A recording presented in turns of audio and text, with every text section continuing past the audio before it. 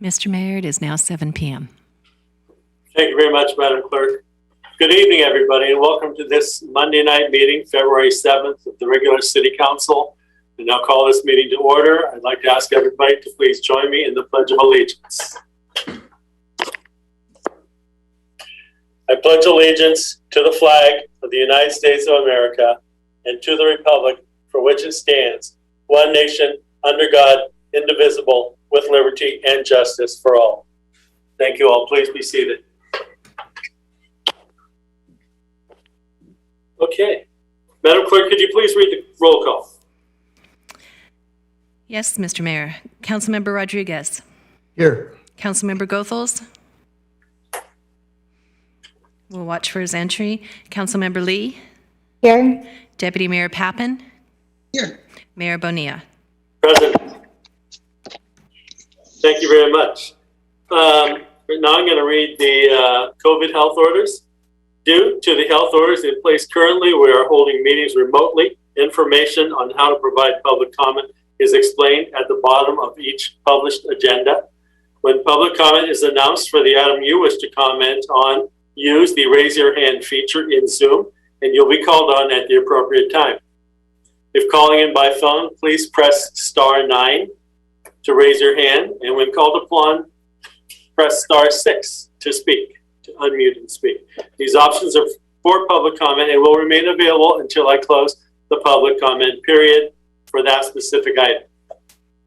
So, that out of the way, we will now move on to the consent calendar. Madam Clerk, would you please read the consent calendar? With pleasure, Mr. Mayor. All matters listed under the consent calendar are considered by the council to be routine and will be enacted by one motion without discussion. If discussion is desired, that item may be removed and considered separately. Item number 1, City Council meeting minutes approval. Item number 2, emergency ordinance, suspension of minimum parking requirements and enforcement of zoning regulations for outdoor business operations. Item number 3, teleconference City Council and Commission meetings reauthorization. Item number 4, citywide street rehabilitation package 2B appropriation and agreement. Item number 5, Delaware Street Relief Sewer Project construction agreement. Item number 6, use of city-owned poles agreement. Item number 7, 400 East 5th Avenue downtown parking garage transformer room agreement. Item number 8, eucalyptus tree removals agreement. Item number 9, sycamore pruning project agreement. Item number 10, South Bay Peninsula Preservation Lab appointment. Thank you very much, Madam Clerk. Is there any member of the council wishing to pull any item for discussion? Okay, seeing none, I'll ask the same of the public. Any members of the public wish to pull any item for discussion? This is the time to raise your hand. This is for consent calendar items only. Madam Clerk, do we have any raised hands? Yes, we do, Mr. Mayor. The hand is raised by Claire. Claire, please go ahead and unmute yourself. Hi, I'm unmuted. Go ahead, Yes, please. we hear you. I'm not clear if I'm allowed to speak on an item that's not on the agenda. Actually, right now, this is the consent calendar. If you have any comments on the consent items that the clerk just read, 1 through 10, which are including the minutes and other things, ordinary business, then you may comment on that. Otherwise, the next order of business will be when you can comment on something which is not on the agenda. Okay, and will that be later on in the meeting? No, it'll probably be in like 3 minutes unless something else comes up. Okay, all right, so I have a topic off the agenda. Okay, good. Then just go ahead and excuse yourself for a minute. Raise your hand again when I open the public comment period, like I said, in about 3 minutes. Okay, thank you. Thank you. Okay, well, any other public member wish to pull anything? Mr. Mayor, we have no hands raised. No hands raised, and so I will go ahead and close the public comment period for items of the consent calendar, bring it back to the council. Do we have a motion? Motion to approve the consent calendar. Second. Okay, with motion and seconded, Madam Clerk, please call the roll. Yes, Councilmember Rodriguez. Yes. Councilmember Lee. Yes. Councilmember Goethals has not appeared yet. And Deputy Mayor Pappen Yes. and Mayor Bonilla. Yes. Thank you very much, Madam Clerk.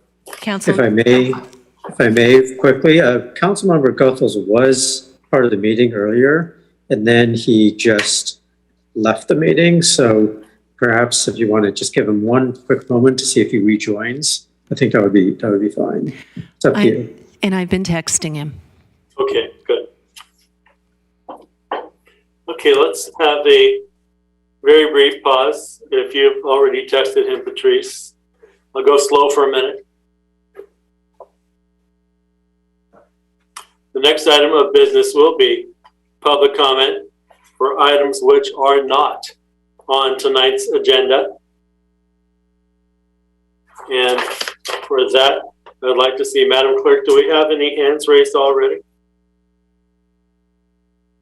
Yes, Mr. Mayor, we do. We have one speaker at this time, which is Claire. Claire, please go ahead. Thank you.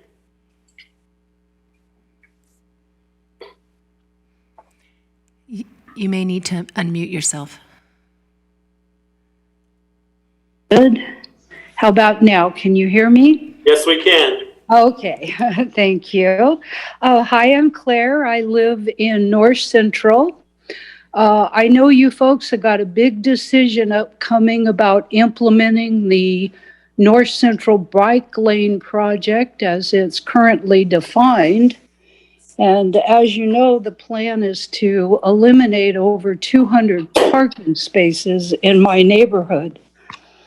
Our parking situation is already at a critical stage, and eliminating parking in this crowded neighborhood will adversely affect thousands of residents who already struggle to find parking. Please keep this in mind when reaching your decision. Please do not remove parking from our neighborhood. Thank you very much. Thank you very much, Claire, for your comments. Any other comments, Madam Clerk? No, Mr. Mayor, we have no other comments. Okay, good. Well, thank you very much.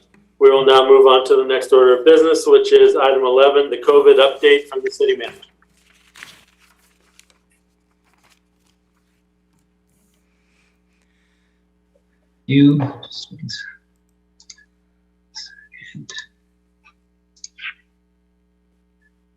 Okay. Good evening, Mayor Bonilla, members of the City Council. So I have a brief COVID-19 update tonight. So operationally, still making adjustments due to COVID-19. So as of today, employees in City Hall were supposed to return on a more set schedule. Given where things are with Omicron, we did postpone that until the end of this month, so another 3 weeks. Hopefully this will be the last postponement of that. Library, we are working hard to return to full operating capacity at both the main library and the branches. Continuing to struggle getting, hiring people, staffing up. However, we are making progress, and we are at this point targeting a mid to late March return to full operating hours at both branches and the main library. Recreation, we are seeing participants returning to in-person programs, which is good. So we're starting to inch towards normalcy there. When we've also been able to resume our drop-in activities, such as gym use at the King Center. So in terms of council confirmation, I am looking for council confirmation of the continuing need for the local emergency proclamation. This confirmation is required every 60 days, and this extension would run us through April. It does provide continued flexibility with the health order still in effect. And I will say, obviously, the numbers are improving, and if they continue to improve such that we can terminate early, I will come back to council to terminate early, but this will just for the time being allow us to run the emergency proclamation through April. And then also requesting confirmation for actions taking in response to the existing emergency proclamation, and that would be the modifications to our City Hall, library, and recreation operations.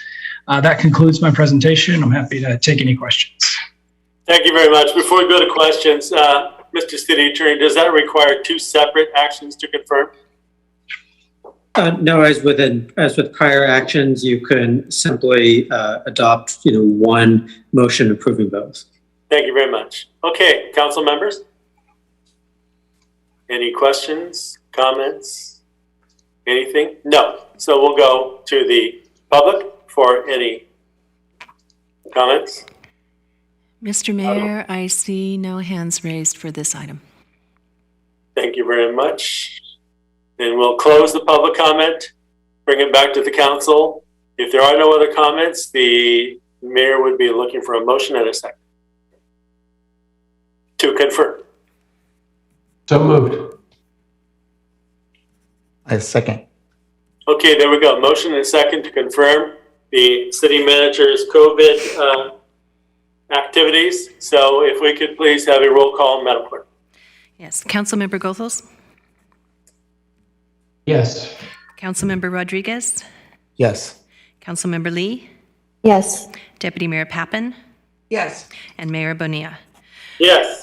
Motion carries 5-0, and for the record, Councilmember Goethals joined in time to vote for the consent calendar, but his audio was not working. He confirmed by email that he did vote yes, so that vote will be recorded as 5-0. Thank you very much, Madam Clerk. Okay, so we're on to the next item, which is item 12 under new business. The project is 4 West St. Inez Avenue condominiums. It's a reconsideration of the previous project denial. I think we'll have a staff presentation. Do we have any special news from the city attorney or anybody else first? Mr. Mayor, may I make a brief statement? Yes, sure.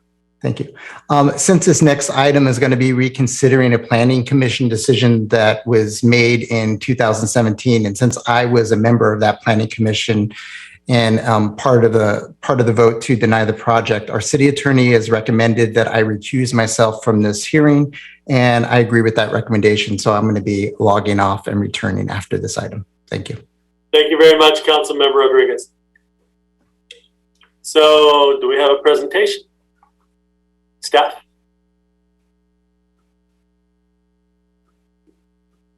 Hi, sorry, technical difficulties. Can you see my presentation? Yes, but it's not, there it goes. It's in the right mode. Thank you. And then let me turn my video on. Excellent. All right, thank you. Good evening, council members and members of the public. My name is Laura Richstone, and I'm an associate planner with the Community Development Department. And before you tonight is a reconsideration of a condominium project that was previously heard by the City Council in 2018. So this project, a little bit of background. So this project was initially submitted in 2015, and after 3 planning commission hearings was denied in 2017. The applicant then appealed the denial to the City Council, and the City Council then upheld the Planning Commission's decision and denied the project in 2018 based on findings that the project did not meet the city's design review guidelines and setback requirements found in our multifamily design guidelines. The applicant then filed suit against the city, and in December of 2021, the courts issued an order that the city must vacate its previous 2018 denial and reconsider this item within 60 days. February 14th marks the end of that 60-day period. So the project before you tonight is substantially unchanged from what was considered by the council in 2018.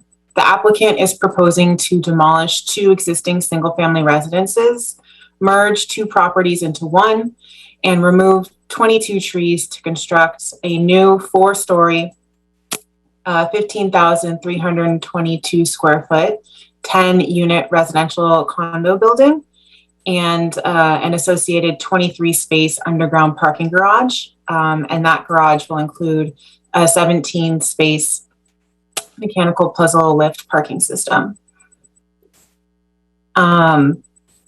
So the project is located at the intersections of West Santa Inez, which you can see on the bottom, and El Camino, and then at the intersection of Ingle Road and El Camino.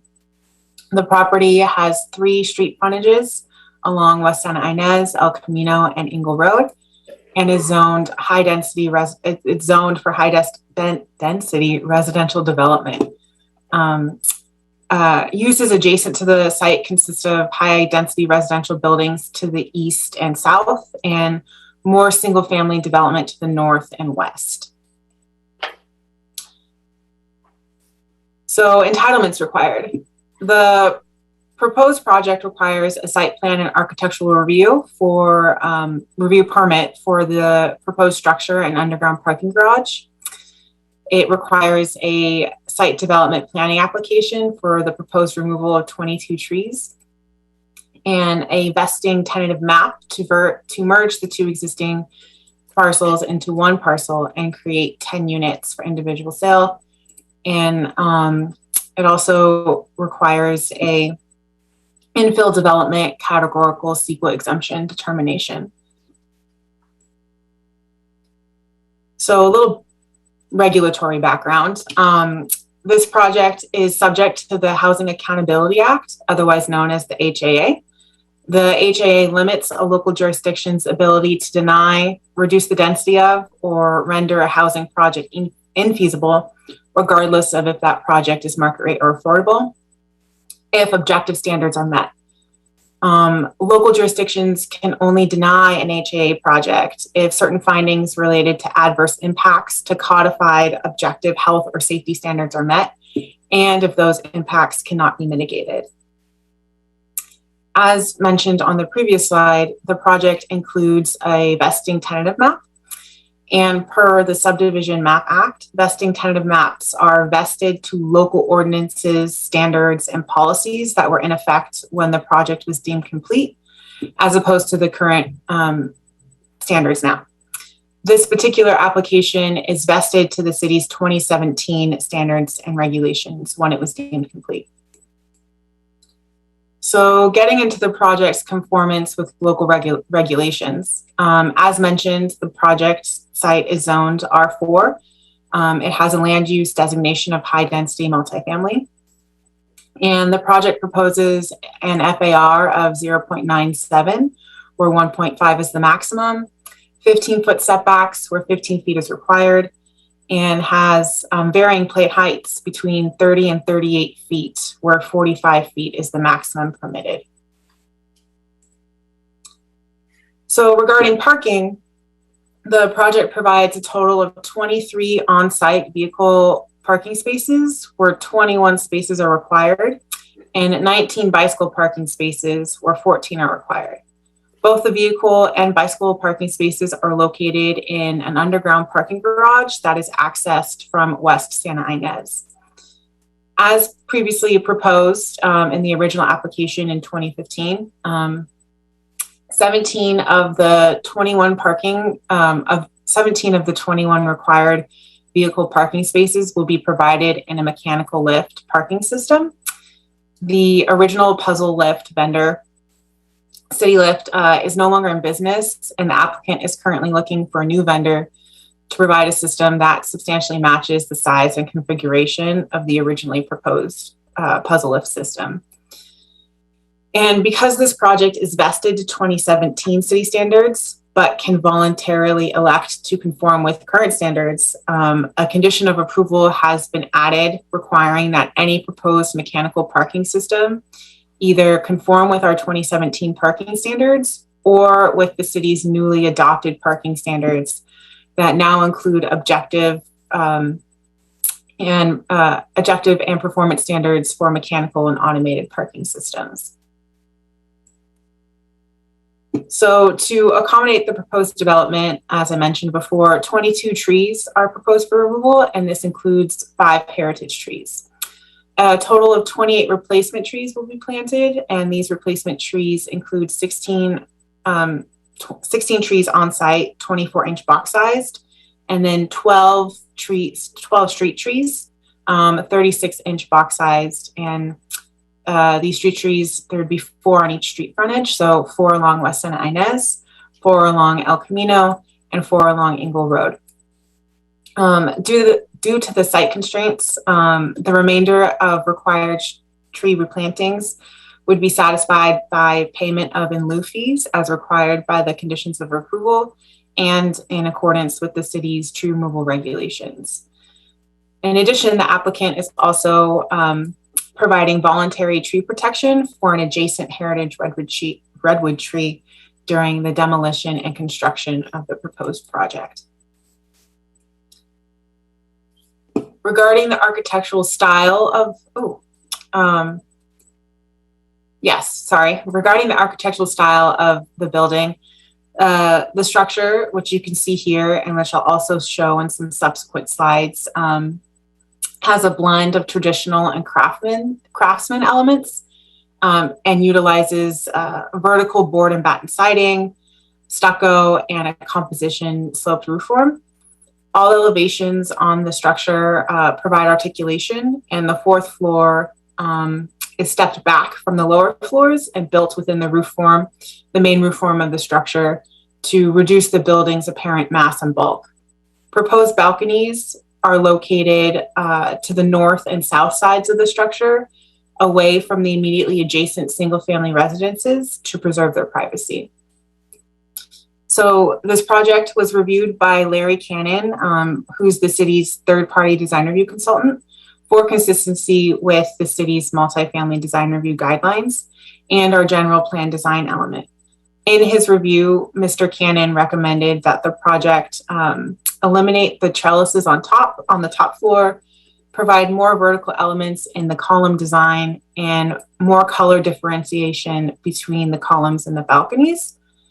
But because these recommendations are not born out of objective standards, these conditions cannot be required per the HAA, the Housing Accountability Act, and the applicant has elected not to implement these recommendations into their proposal. So here are some 3D renderings of the project, as seen from West Santa Ynez in the upper left, the corner of Santa Ynez and El Camino in the lower left, and Ingle Road to the right. And here are some colored elevations of the structure showing all 4 elevations.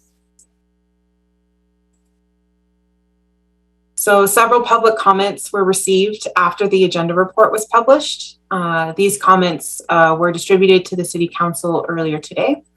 And comments received focused on traffic, parking, and tree removal concerns.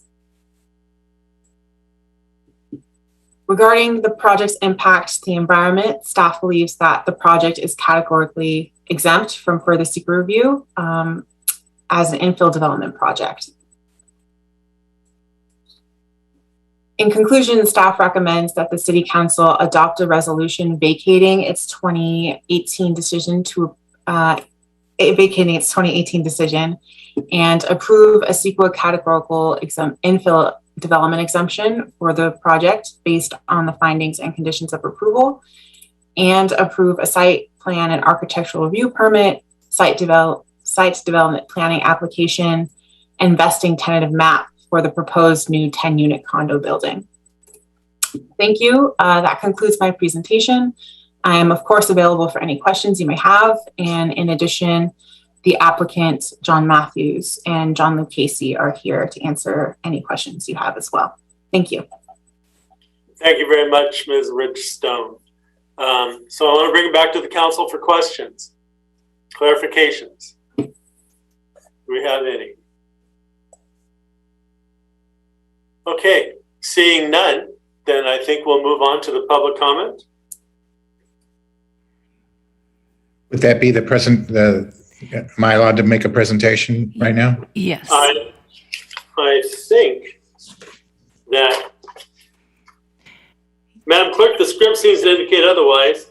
No, I apologize for that, Mr. Boney. It should be the revised script in front of you. It is the time for the applicant presentation before we move to public comment. Thank you very much, Madam Clerk. Please, Jack.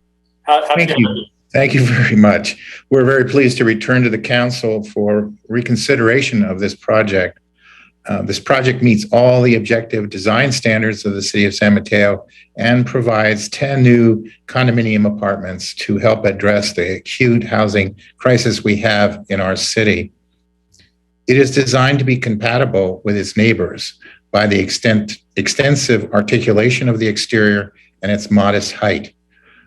The materials and architectural details used are consistent with the neighborhood character and the San Mateo Park area. While it is a 4-story building, the 4th floor is really tucked into the attic. So the actual height based on the city's definition of height is 30 feet, whereas the allowable height is 45 feet. We have also agreed to respect the privacy of our neighbors by providing for obscure glass in windows on the west side that are less than 4'10" from the floor line of the units above the 1st floor. The garage provides the required number of spaces. The majority of the spaces are provided by a puzzle lift mechanical system complying with the most recent city standards for mechanized parking.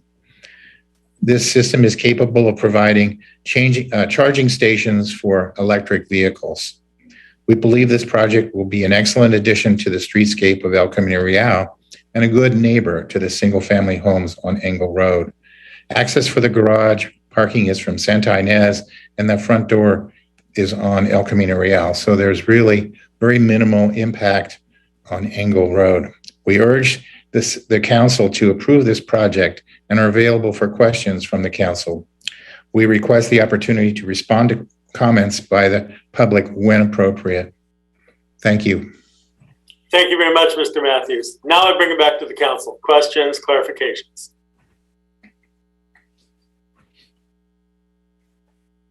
I just have one question. If it was, when it was denied before for the setback issue, would that have resulted in less units? Who's the question to? I'm sorry. Either staff or the applicant. I'm easy. It might have been done without reducing the number of units, but it would have severely degraded 1 or 2 units to do it. Okay, thanks. Are there any other questions? Seeing no hands raised from council members, then Madam Clerk, I believe we're ready to go on to public comment. Yes, Mr. Mayor, at this time I have 4 hands raised. Okay, Madam Clerk, with 4 hands, we're going to go with 3 minutes. Thank you. Okay, and 5 now. So our first speaker is going to be Mary Diepenbrock. Can you, Madam Clerk, hold on 1 second, Mary, you'll be on first. Madam Clerk, could we ask everybody who wants to speak to raise their hands now so we have an accurate count and I can make a better judgment of time? Everybody raise your hand if you want to speak. Madam Clerk, how many do we have now? We have 9 speakers. Okay, thanks. In that case, I think we'll go with 2 minutes each. Thank you. Thank you.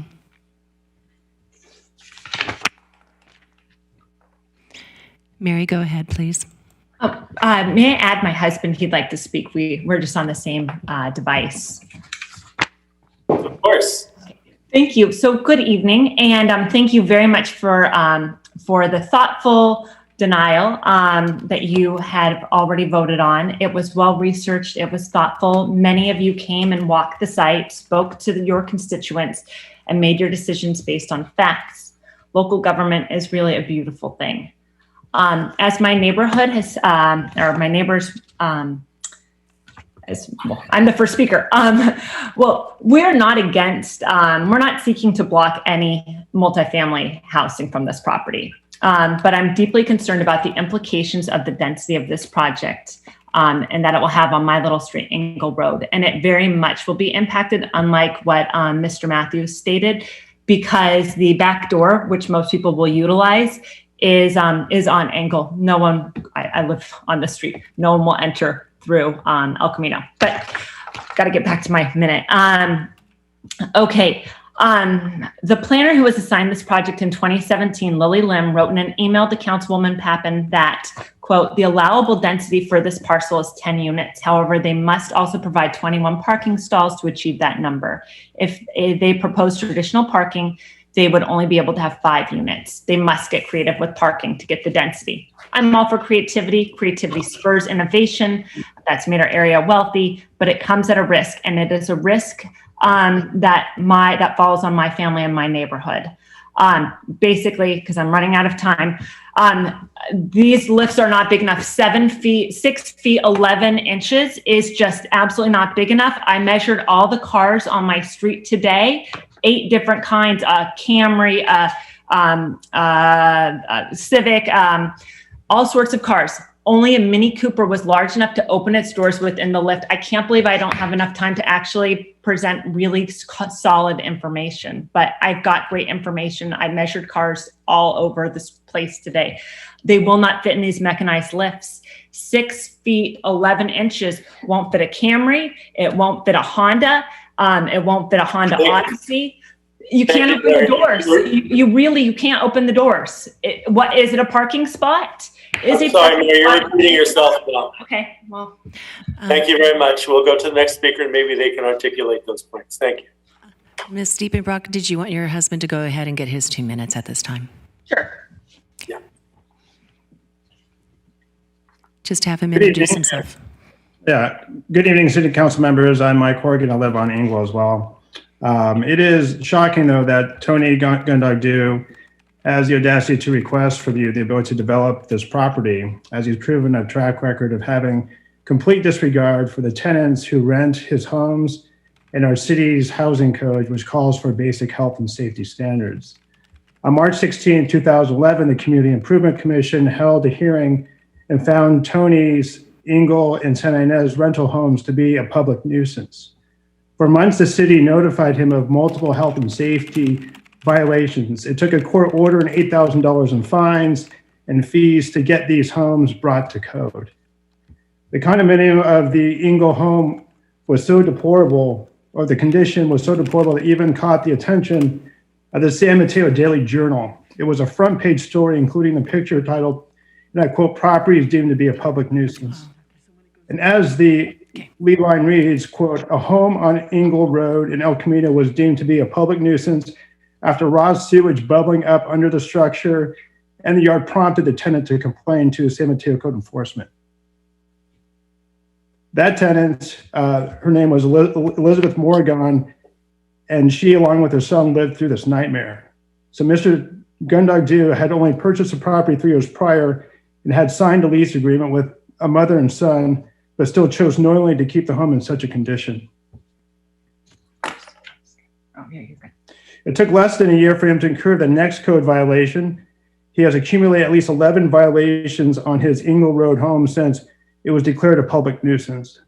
But what was even more telling is in August 2012, he received a warning letter to abate a public nuisance due to potential health hazard on his property due to poor maintenance.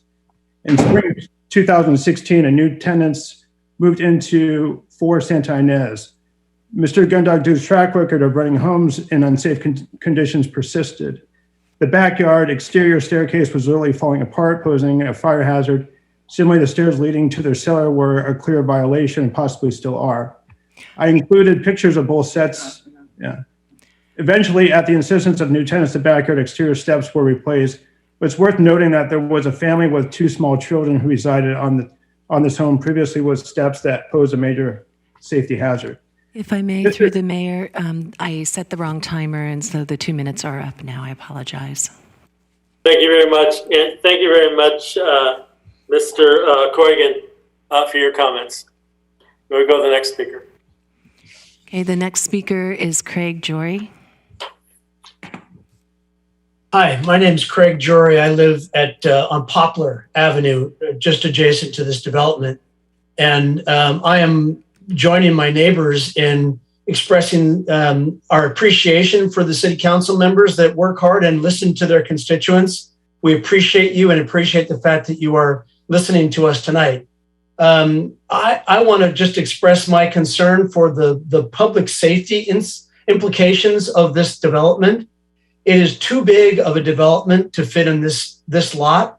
The concept of parking, an underground parking facility, no one's going to use, means everyone's going to park on the street. There's no street parking on the El Camino. It's a very narrow public access on Engle. If you have one vehicle, you have a smart car parked on Engle, another car cannot pass it. That's how small Engle is. It is a public safety concern. Right now, in these two residences that are existing, there's two families that live there. There's at least 8 cars for these two families, and they all park on the streets. They're all SUVs, pickup trucks, large vehicles, and those will not go into a parking structure, and they will not go into this automated system. I'm not sure why Mr. Matthews and his client will not listen to us. The city council asked and requested that they talk to the neighborhood, talk to the community. They haven't listened to us. They don't care about us. They care about making money. This is about greed, not about need. And the important piece here is housing is important. We need public housing. We don't need 10 units, 4 stories in this little postage stamp of a lot. And I'm respecting the fact that I only have 8 seconds left. But I wish you would help me, help us to fight against this and stand for our rights to have a reasonable neighborhood. Thank you very much, Mr. Joy, for your comments. Next speaker, Madam Clerk. Next speaker is Dylan Casey. Hello, can you hear me? Yes. Good evening, council members. I'm Dylan Casey. I'm the Executive Director for California Renters Legal Advocacy and Education Fund. My organization is the one who brought the lawsuit to challenge San Mateo's previous disapproval of this project. I'm going to cut my comments a bit short, but I also submitted a written comment to the council that I think is in the agenda packet. I'd just like to expand on a couple points. First, I'd like to note that under the HAA, the council should take care in imposing conditions, any conditions on the approval of this project. Conditions are only allowed under the HAA if they would not make the eventual development of the project impossible or financially infeasible at this proposed density. If they would, the condition would effectively reduce the density of the proposal, and that is prohibited by the HAA. Second, I think I'd just like to make one suggestion to the city to avoid kind of repeats of the process we've gone through on this development. Over 7 years ago, San Mateo designated this site as the very first site on its inventory for high-density residential development in the previous housing element. In that document, it shows the site under R4 zoning with the maximum residential density of 12 units. The city went through a long public process in deciding on this site as a spot for high-density development in the city, and that was the appropriate time to consider the proper scale and density for development on this site. As San Mateo moves into the next round of its housing element planning, I ask that you all remember that the planning and zoning of the city is only effective when the city is willing to follow its own rules and approve housing development that complies. The Planning Commission and the City Council should not use the development permitting process as a chance to rewrite these rules and make development smaller or please unhappy neighbors who show up to hearings. This approach will better serve the city as a whole and will help San Mateo achieve its goal to create 7,000 new homes over the next 8 years. It's also critical to help alleviate the state's housing shortage and make the Bay Area. You're out of time, Mr. Casey. Sorry about that. I just ask that you approve the project and carefully consider any conditions. Thank you. Thank you for your comments. Next speaker, Madam Clerk. Yes, the next speaker is Eric Fallone. I thank you all for the time today and for all the work that you do for the city. My wife and I just moved to the neighborhood very recently within the past 18 months. And our first concern was just with the speed that this is all happening. We were notified, we reached the placard, the mail-in came in early last week, and I reached out to Ms. Richstone, and we didn't find out any of the additional information in the agenda packet until nearly end of business day on Thursday. And so it feels like 187 pages in history over 10 years to try to swallow in that amount of time has been a little bit difficult for us. And we're also quite concerned because one of the first things we noticed was similarly the issue with the mechanical parking vendor no longer being in business. And so there's no guarantee how substantially close the specifications would match. And even given the specifications as it stands, they will not support the majority of cars that Americans are driving these days. And so our concern is similar, that many of the parking will end up on our very narrow street. where we have young children and more young children on the way to be playing. On top of this, we were also concerned at reading the reports in the journal about the owner and his past record, and the fact that he did not consider his tenants and their livelihood until over a year of the complaints, and they had to pull in the city, and that the violations continued after that fact. And so our suspicion is, yes, we recognize that this is a new development, but the long-term concerns over how that property is maintained and what that does to the city's image and reputation is also a concern for us. So we do hope that there is concern given to the current constituents. We're not trying to push back on any sort of, full multi-family high density housing, but our concern is about kind of the rush nature of a project plan that may not fit, currently what's needed with vendors that are currently active. And so we hope that, there's some time taken maybe to give this a space. So really appreciate your time. And otherwise, we hope that things are considered to be considered thoughtfully. And I think that's all. We're also concerned about the large redwood heritage tree and the amount of voluntary protection. We're concerned that, in the construction, that is a tall tree that's already leaning. We're not sure what would happen to that. That's our last point. Thank you, Mr. Malone. Thank you. Our next speaker is Lorna Shea. Good evening, everyone. I hope you are all well. I'm the single home directly affected by this project. And in the original Canon design review, it said it was a two-story differential. It is actually a three-story differential. So I wanted to point that out. My other concern is my heritage redwood tree.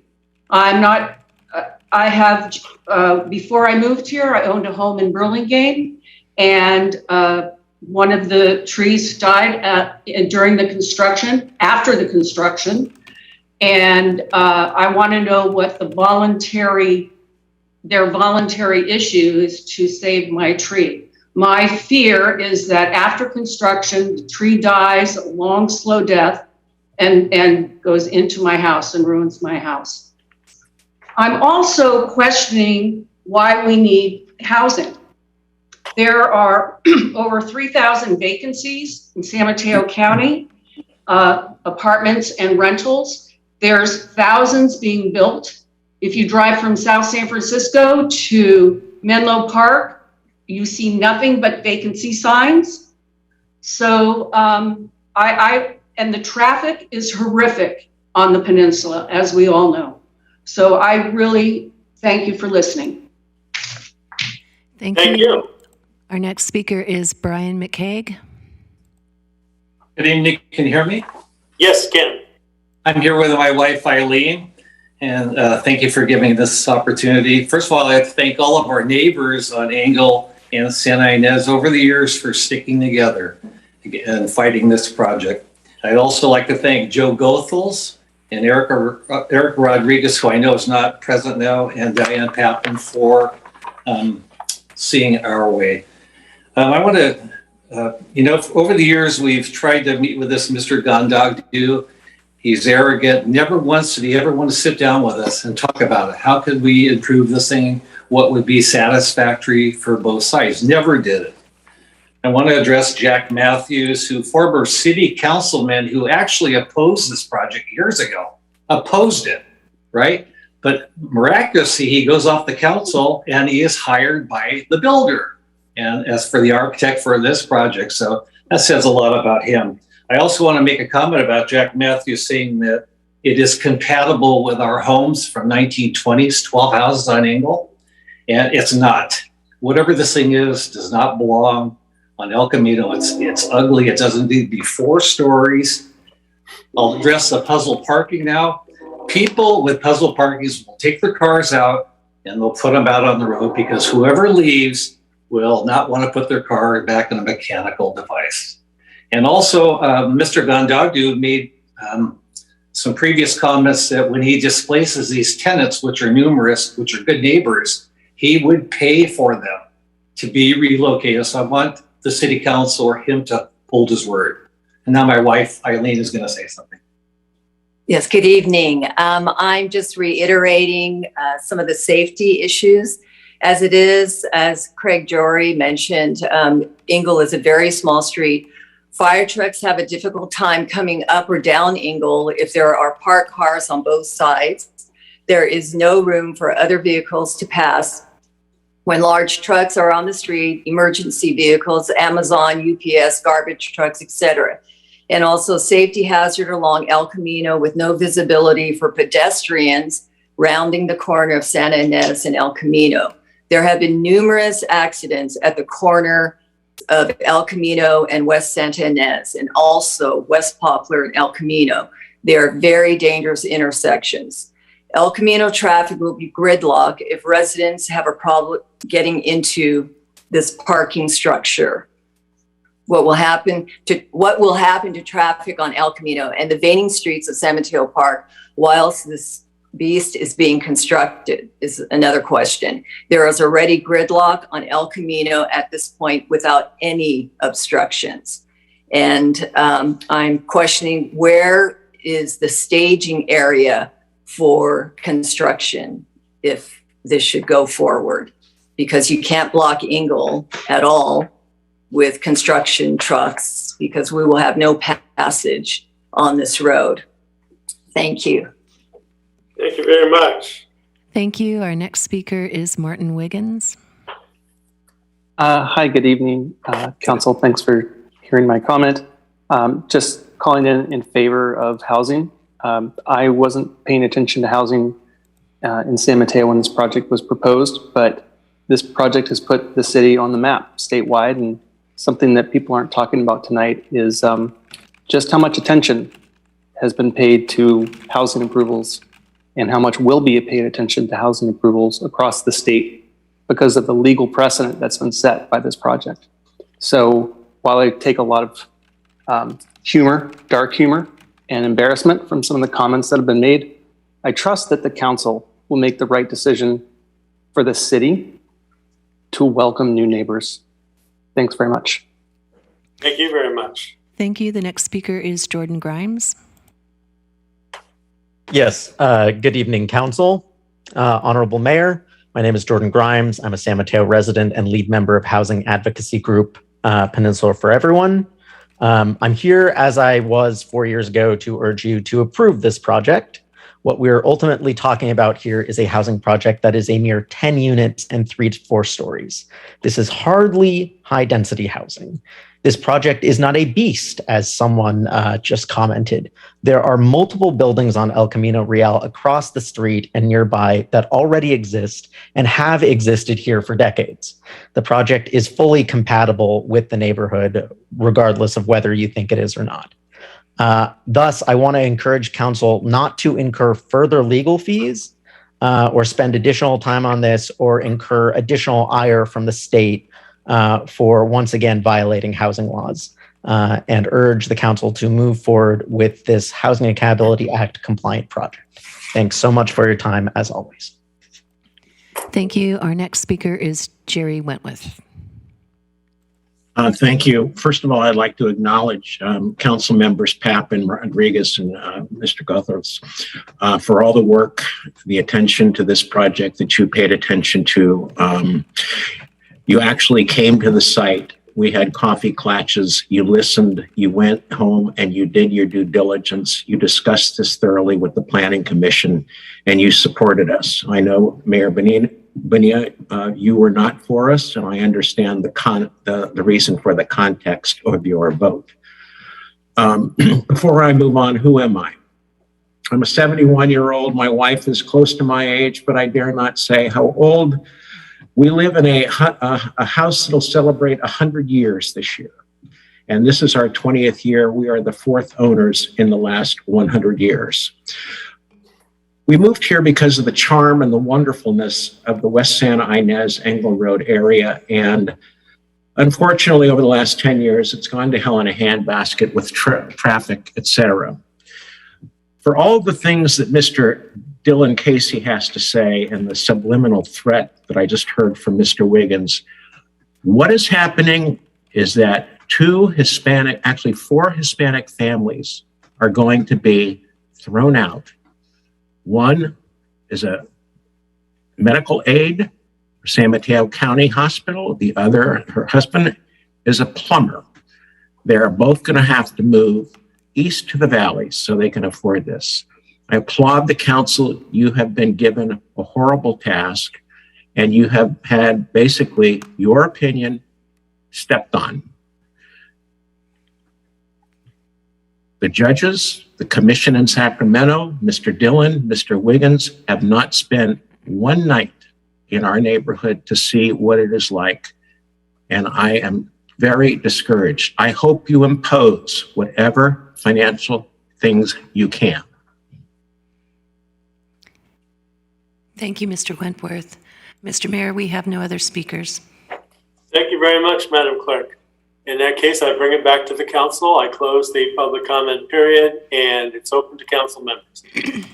I see that the applicant has a comment. City Attorney, would it be appropriate to allow the applicant to make an additional comment?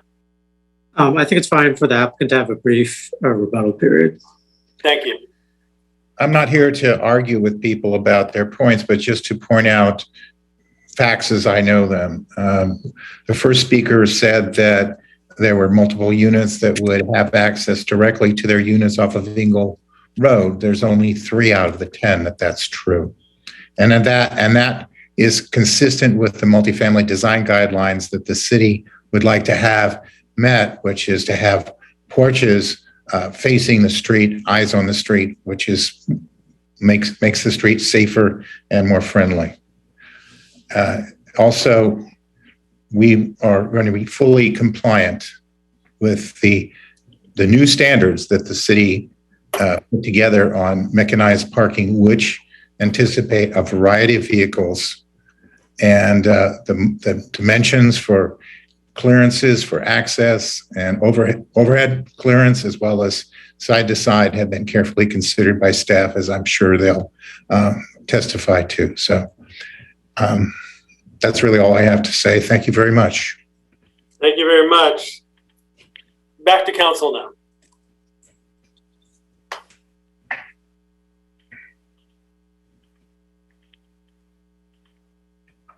See? Oh, okay. Go ahead, Councilmember Patton. I would just like to say that it's my understanding that this was the only project that had been rejected in this city in 30 years. I don't consider the city a poster child, and I regret that perhaps the applicant and the neighbors couldn't have had a meeting that was more constructive. And the fact that we are here 4 years later without the construction of these units, given the housing crisis that we have, does not speak well. So we are at a point where we must bring this project forward. I'm willing to do that, but I really regret that it's 4 years later and cooler heads could not have prevailed to get this project done in some other way other than going to the courts. Any other comments? Yes, please, Mr. Mayor. Yes, go ahead, Councilmember Golson. Just wanted to say a few things about this really beautiful neighborhood and the neighbors who live in it. I have had the privilege to get to know some of them, and I drive by here all the time, and I think about this project all the time. And I think about the council and how we tried to make it a slightly better project for the neighbors.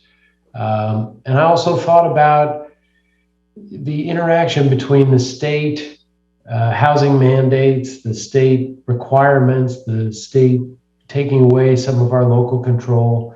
And I worry sometimes that if we don't approve this project, that what will come after this under the new state laws that are passed this year or next year would actually be a taller, more dense project.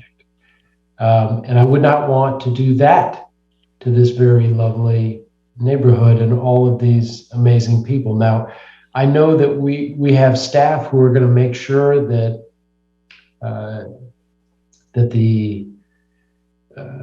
the requirements that we have on this project are going to be followed, that it's going to be built to the specifications that are being promised. but I for one feel like our hands are tied quite a bit by state law, and we've put a lot of time and effort, as my colleague Diane mentioned. It's really a shame that that a meeting did not take place, and that a settlement did not take place, and that that we could not find more common ground to build a project sooner that would have been more acceptable to the neighborhood. The fact that 4 years has gone by shows that the council has supported the neighborhood, supported the neighbors, and we stood our ground to try to mediate a project that would make more people happy than this one will. But my vote tonight is going to be to try to avoid a project that will make people even less happy than this one. I think that the direction that state laws are headed in really don't take into account neighbors and neighborhoods like this. They certainly don't take into account traffic and public safety. It's really the state laws being imposed are really just a consideration of where do they need housing, and they just demand that it be put up in whatever way it can. And so, in compliance with that, I feel it's my duty in taking care of the San Mateo finances to make sure that we are not being that we're not going to be liable any further. We have to approve this by the 14th. And so I hope that we're able to hold the developer to all of the promises that are being made, and that this prevents a far worse project from being proposed in the future. Thank you very much, Councilmember Goethals. Councilmember Lee. Well, I'm new to this project, but not new to the area where it will be built, and so I have an appreciation for the many considerations that have been weighed in the denial and then the reversal. My understanding is that a denial at this point would most certainly result in another lawsuit, which we would have very low probability in prevailing. So as Councilmember Goethals said, our hands are very tied. I did hear some questions that were raised that I feel might be beneficial to kind of return to, just to give some folks who've taken the time to show up some better information and some assurances in terms of what the process looks like. I know that, having been on the side of advocacy and asking questions and then walking away from a meeting feeling like my questions were never answered, it can be all the more frustrating. And given how drawn out this process has been, I think might be valuable to kind of throw the ball to some of staff to answer some of the questions. One of the ones that really was elevated for me was better understanding what our current policy is in terms of the support to the displaced tenants. So in the event that this will be a demolition, what is the standard that the applicant will be held to support relocation? I can start answering that question and then turn it over to other staff. The conditions of approval already require that tenant relocation assistance be provided both under the city codes and also state law. So, and compliance with all conditions of approval is required. And if the applicant fails to do so, that can subject the applicant to penalties under the city code and other available legal remedies. So it's built into the conditions already. I don't know if staff has any comments in addition to that. Just to further enforce, yes, the project has to apply with our tenant relocation regulations, which require payment of a cash payment to tenants of 3 times the fair market rate for the dwelling for relocation costs. So there is some financial help for relocating the tenants, and then there's also state regulations on eviction notices as well. Thank you for that clarification. Another question that came up was, concern for the health of the heritage trees after our after development.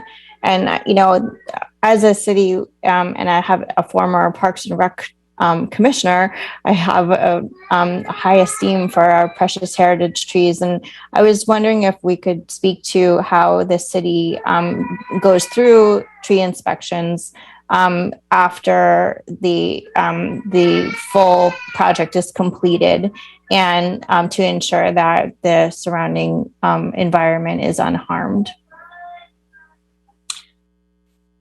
So I'll speak, and then if Manira or anyone else would like to fill in, please do. From my understanding, the basic process is a tree report is submitted, an arborist report, I should say, assessing the tree and providing protection measures. And then those measures are installed per the report. Typically, and then those measures stay on site until after construction, and then they're removed before a certificate of final. Typically, the arborist report is reviewed by our city arborist for conformance with standards and city regulations. And it's not typical that the city arborist goes out during construction to check the tree or after construction to check the tree. I can't remember if the conditions of approval say this. I'll look in a second. But there might be an opportunity to request a verification letter from the project arborist at certain stages of the project, verifying protection and the condition of the tree at certain stages. And I'll leave it there in case Manira or someone else would like to fill in.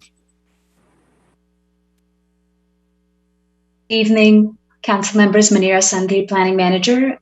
Laura is correct that we do have a city arborist who reviews the plans and the arborist report prior to construction. This is done at the building permit stage. And those tree protection measures are something that the applicant would be responsible for putting in place, as well as ensuring that they are followed.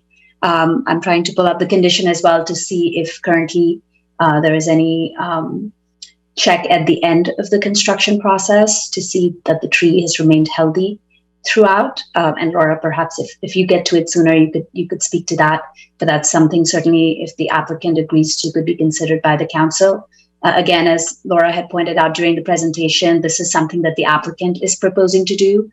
It's not a condition that is being imposed by the city, but it's a condition that the applicant has voluntarily asked to be added. So if there are any changes, I would also encourage the council to hear from the applicant whether any changes to that condition would be amenable. They would be amenable to those. Yeah, I think that sounds like a very reasonable place to circle back. And I don't know if Mr. Matthews can speak to it, but making sure, as as one of the conditions, that we are doing a tree inspection after completion of the project to ensure the health of the surrounding trees would be something I would strongly support.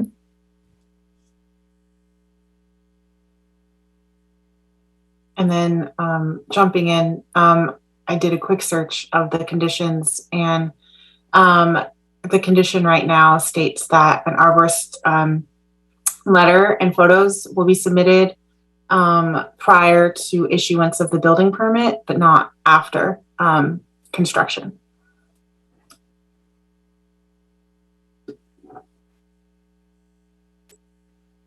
Okay, so I'll leave that out there for consideration. And then the last point that that was raised, I think that is maybe something that we should think about as a future policy consideration or maybe a code enforcement sort of a flag, is that if we are getting proposals from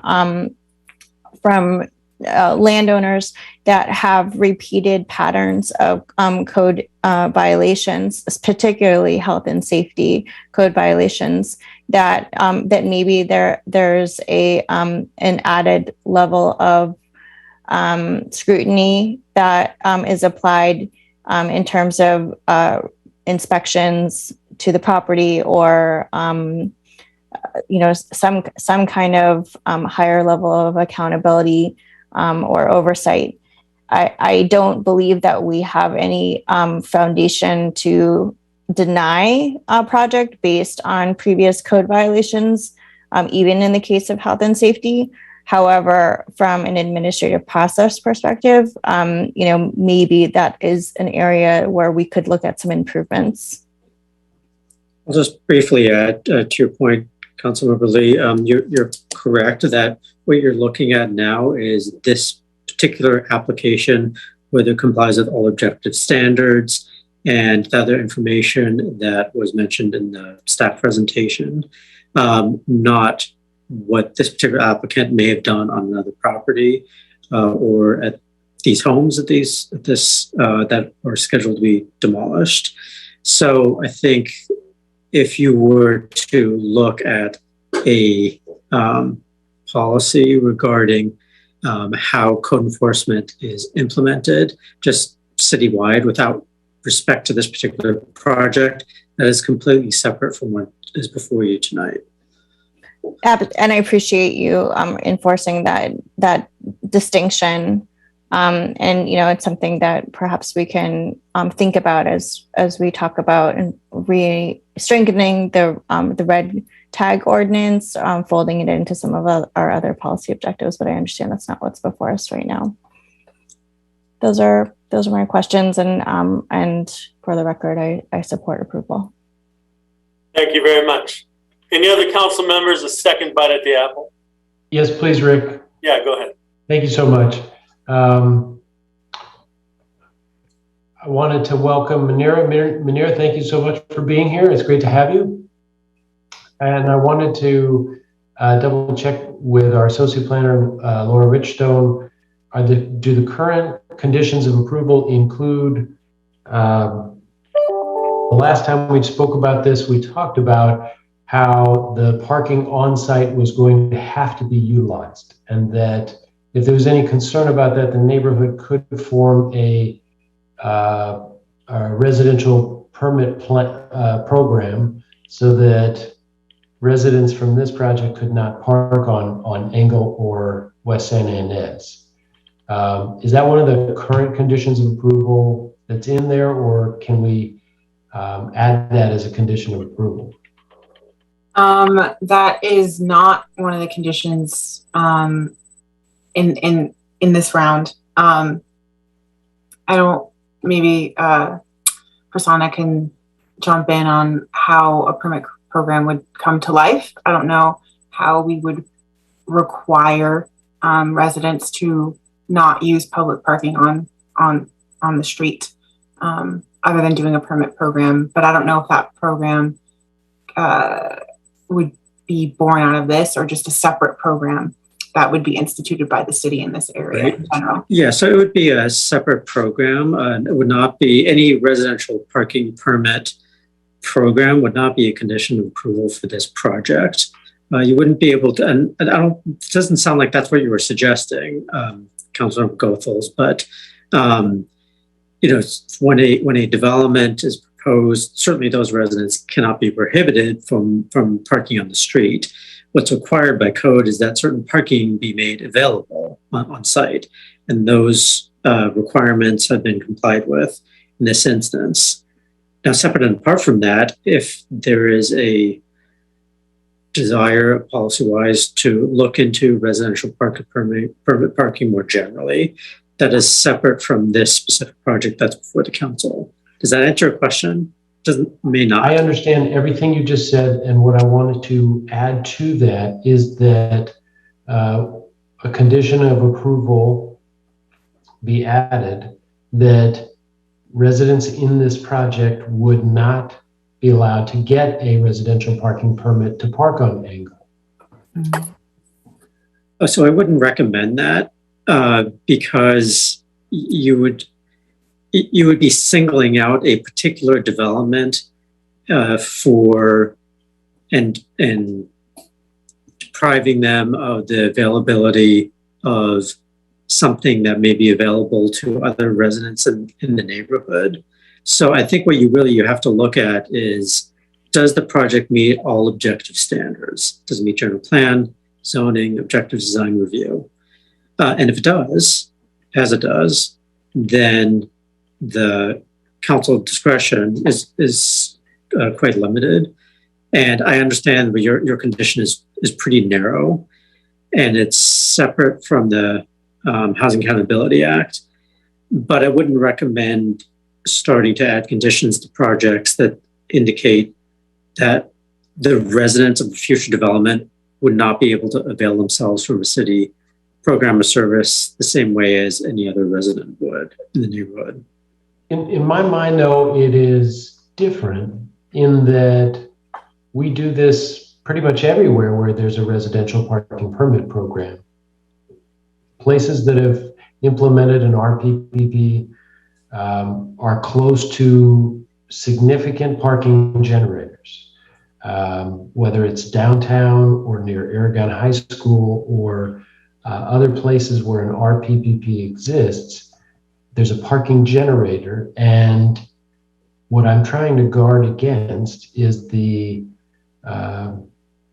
concern of these residents that the parking underground will go completely unutilized, and that instead those cars will park in the neighborhood, which is not our intention. Our intention is for them to park in these spots that are being created specifically for them. And I don't know of another way to enforce it other than to create an RPPP in the neighborhood and then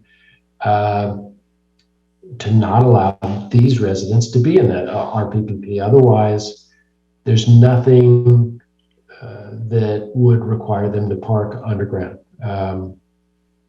Anyway, I'm open to this if my fellow council members, and this was actually part of the discussion 4 years ago, and the applicant was conceding to this exact condition of approval 4 years ago. And I don't know any reason why they would not concede to it now, since they are willing to build this parking. Of course, they want people to use it. So it wouldn't make any sense to me for them to have a problem with that condition of approval now.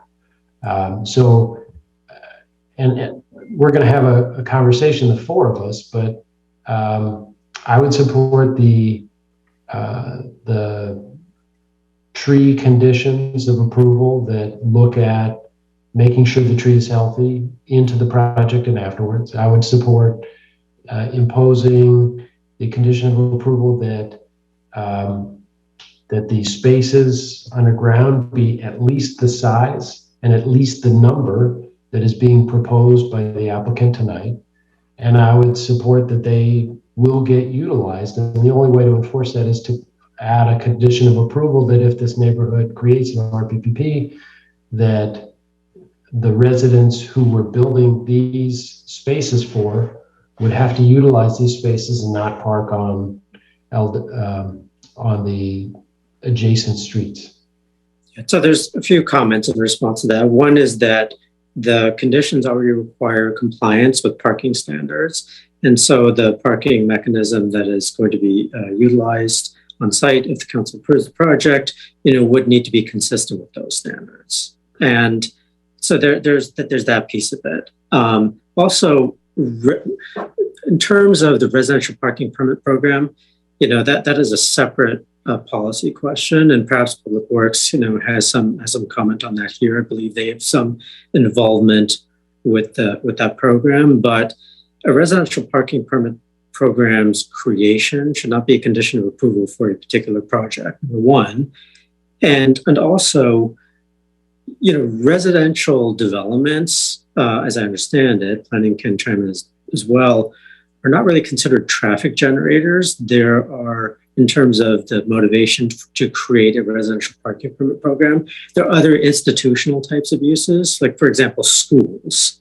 You'll often see a residential parking permit program around a school because the school, as an institutional use, could have impacts on the surrounding neighborhood, not a 10-unit condo development or 10-unit residential development.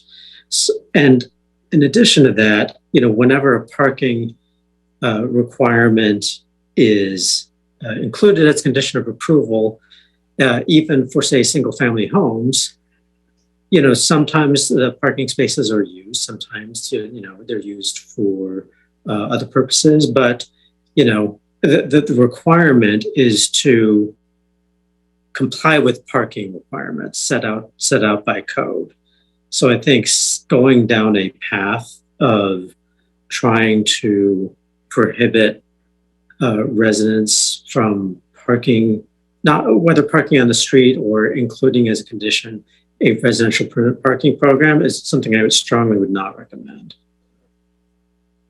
Perhaps planning or public works has further information on that. Yes, to the chair, if I would echo what the city attorney is saying, because again, it's not a land use matter. Parking on the streets is something that Public Works regulates. It's something that they would have to study and determine if there's a parking issue, how that can be resolved, whether it's through a parking district, a residential parking district, or by limiting the hours that somebody can park on the street.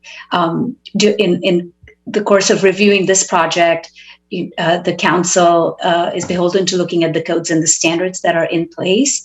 And the project as currently proposed is providing and meeting the standards for parking that our zoning ordinance allows through the provision of the mechanical lift system as well. And I would like to add that the interim standards that the city council adopted to provide the vehicle dimensions and the clear heights that would allow for a majority of the types of vehicles that you would find in a residential project. I don't know if Public Works would like to add anything on how these roads are evaluated or how parking situations are evaluated, but it's very hard to apply such a condition and then to enforce such a condition if there is public parking available to limit the users of a specific project. Sure, if I can offer a few comments, Azalea Mitch, Public Works Director, just to add to what our city attorney just said. Typically, we do an assessment, and the program is triggered by a generator. And so in this case, it would, there isn't a specific generator that would be identified. So it hasn't been typically applied that way. It is obviously not something that we could consider, but it is definitely, the program is tied to a specific generator and an assessment of overall parking needs in the area.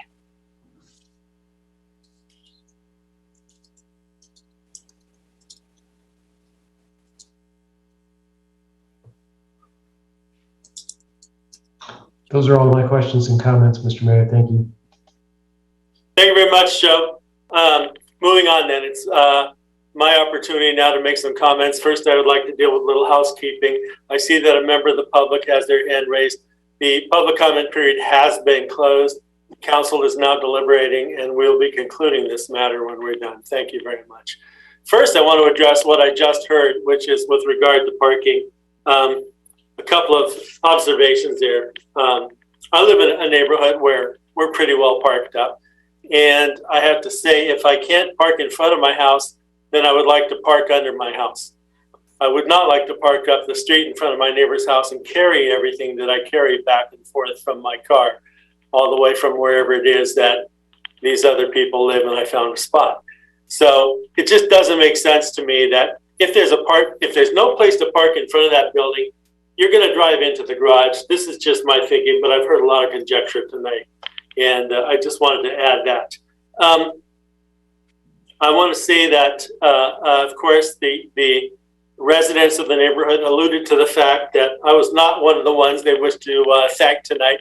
And that's because even though I did attend their coffee clutch, when I examined the whole situation in my deliberation process prior to the meeting, I found that I felt the law which governs the process that we're looking at tonight for this particular application laid out a clear path and for me, the zoning which had been in place for decades, and the neighboring projects which are of similar height and have been there for decades, indicated to me that to deny the owner of this property the opportunity to change the use of his property and find a better and higher use for it, thereby clearing away that health hazard which had existed previously, putting in new construction, and which is not going to have leaking sewer pipes or many of the other issues, which will have to comply with our tenant relocation process, to me was clearly something we could not deny.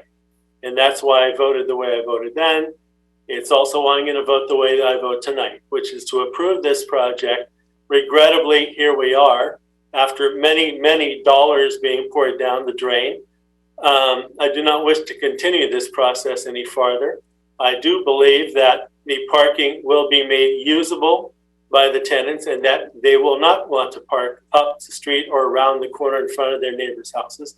If they don't find a space right in front of the building, they will park underneath. I really firmly believe that. So that said, those are my comments. If there's nothing else, then I guess we'll have to call for, another comment? I would just like to say that this project started as 10 units. It could have been modified and still remain 10 units. It will be approved more than likely tonight as 10 units. So that did not change over the course of this process. I think everyone has articulated fairly well where the city is tonight and the position it's in tonight. And we will go forward. Let's get the housing built, and hopefully we will have a good applicant who will respect the wishes of the neighbors as we go forward with this process, who will observe the conditions for approval in good faith, and we will go forward. As we fully expect. Thank you very much, Deputy Mayor.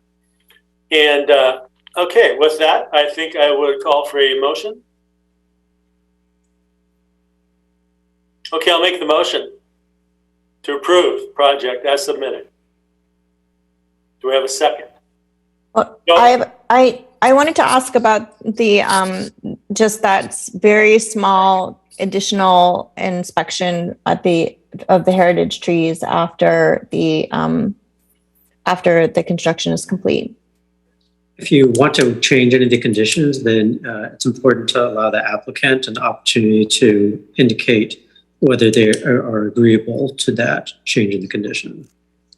Perhaps Mr. Matthews could say, Deputy Mayor Lee, I just have a question. What is the downside if the tree is not maintained?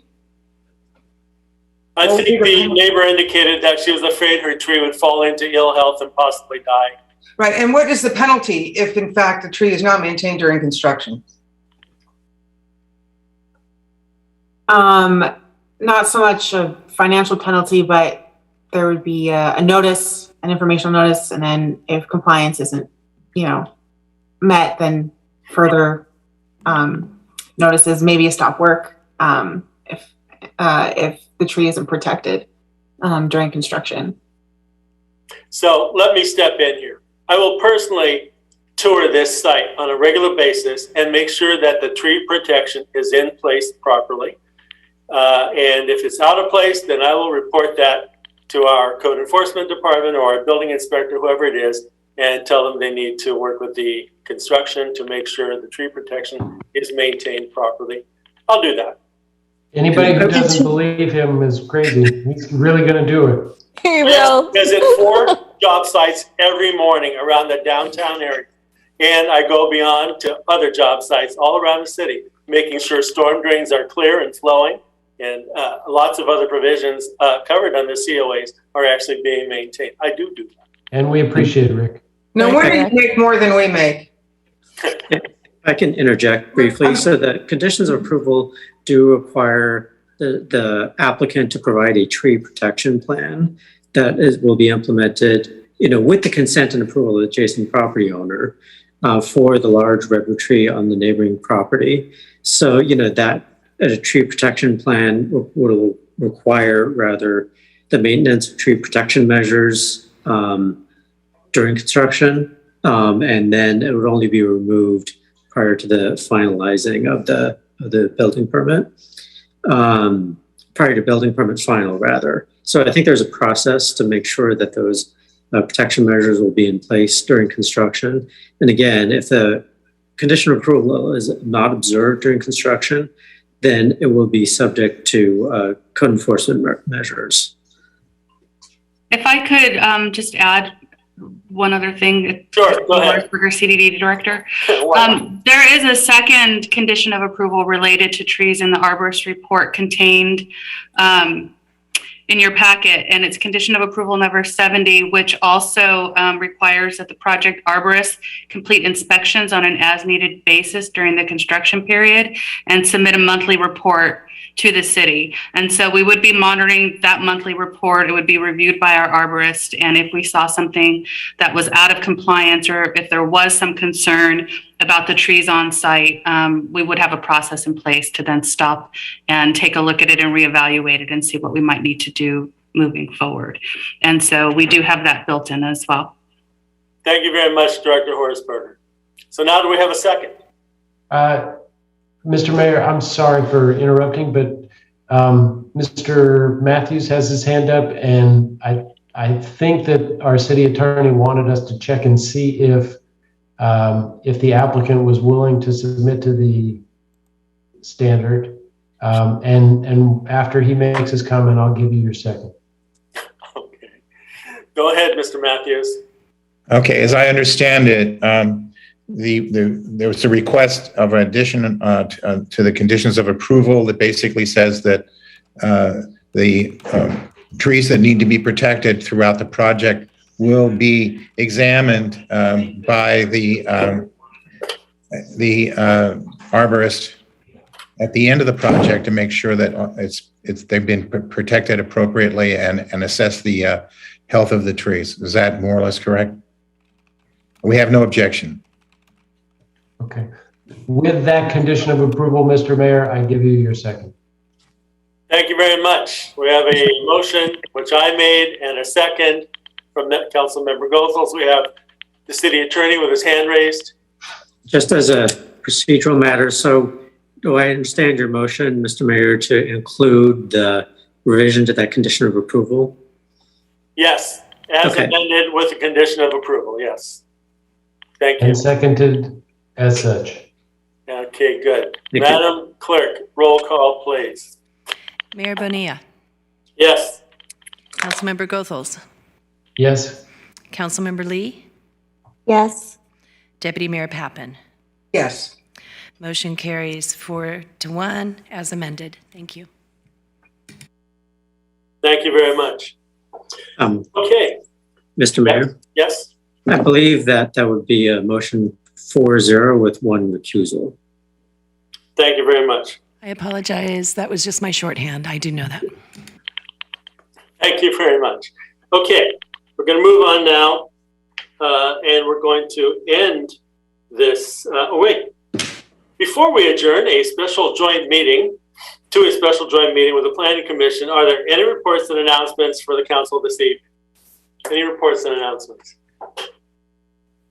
Council members. How about staff? Reports or announcements? I see shaking heads. Good. Well, then I think we'll go ahead and adjourn this meeting, and we're going to return without actually leaving the meeting, I think, as the joint meeting of the Planning Commission and City Council for item number 13. Any chance we could take a 5-minute break before we start the next meeting? I second that. Okay, thank you. 5 minutes.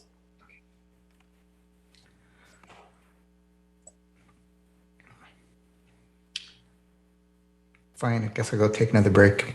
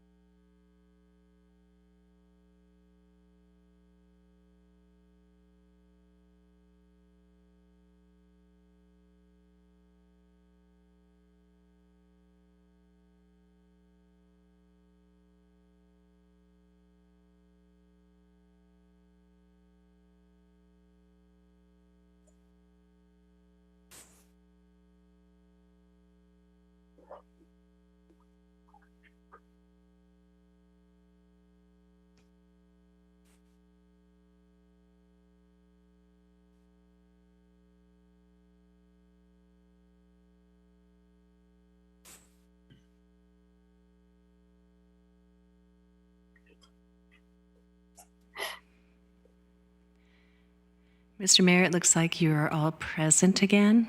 And if we could ask planning commissioners to please join with video on. Thank you, Madam Clerk. So welcome, Planning Commission, and for the public, I want to welcome us all to this new business joint meeting of the Planning Commission and the City Council. It is a study session. Study session subject is housing element goals, policies, and programs. As a study session, there will be no voting. This is purely informational. Madam Clerk, would you like to do the roll call? With pleasure, Mr. Mayor. I will first call the council members, and then I will call on planning commissioners. Councilmember Rodriguez. Here. Councilmember Goethals. Here. Councilmember Lee. Here. Deputy Mayor Pappen. Here. Mayor Bonilla. Here. Commissioner Patel. Here. Commissioner Nugent. Here. Commissioner Ebnetter. Here. Vice Chair Williams.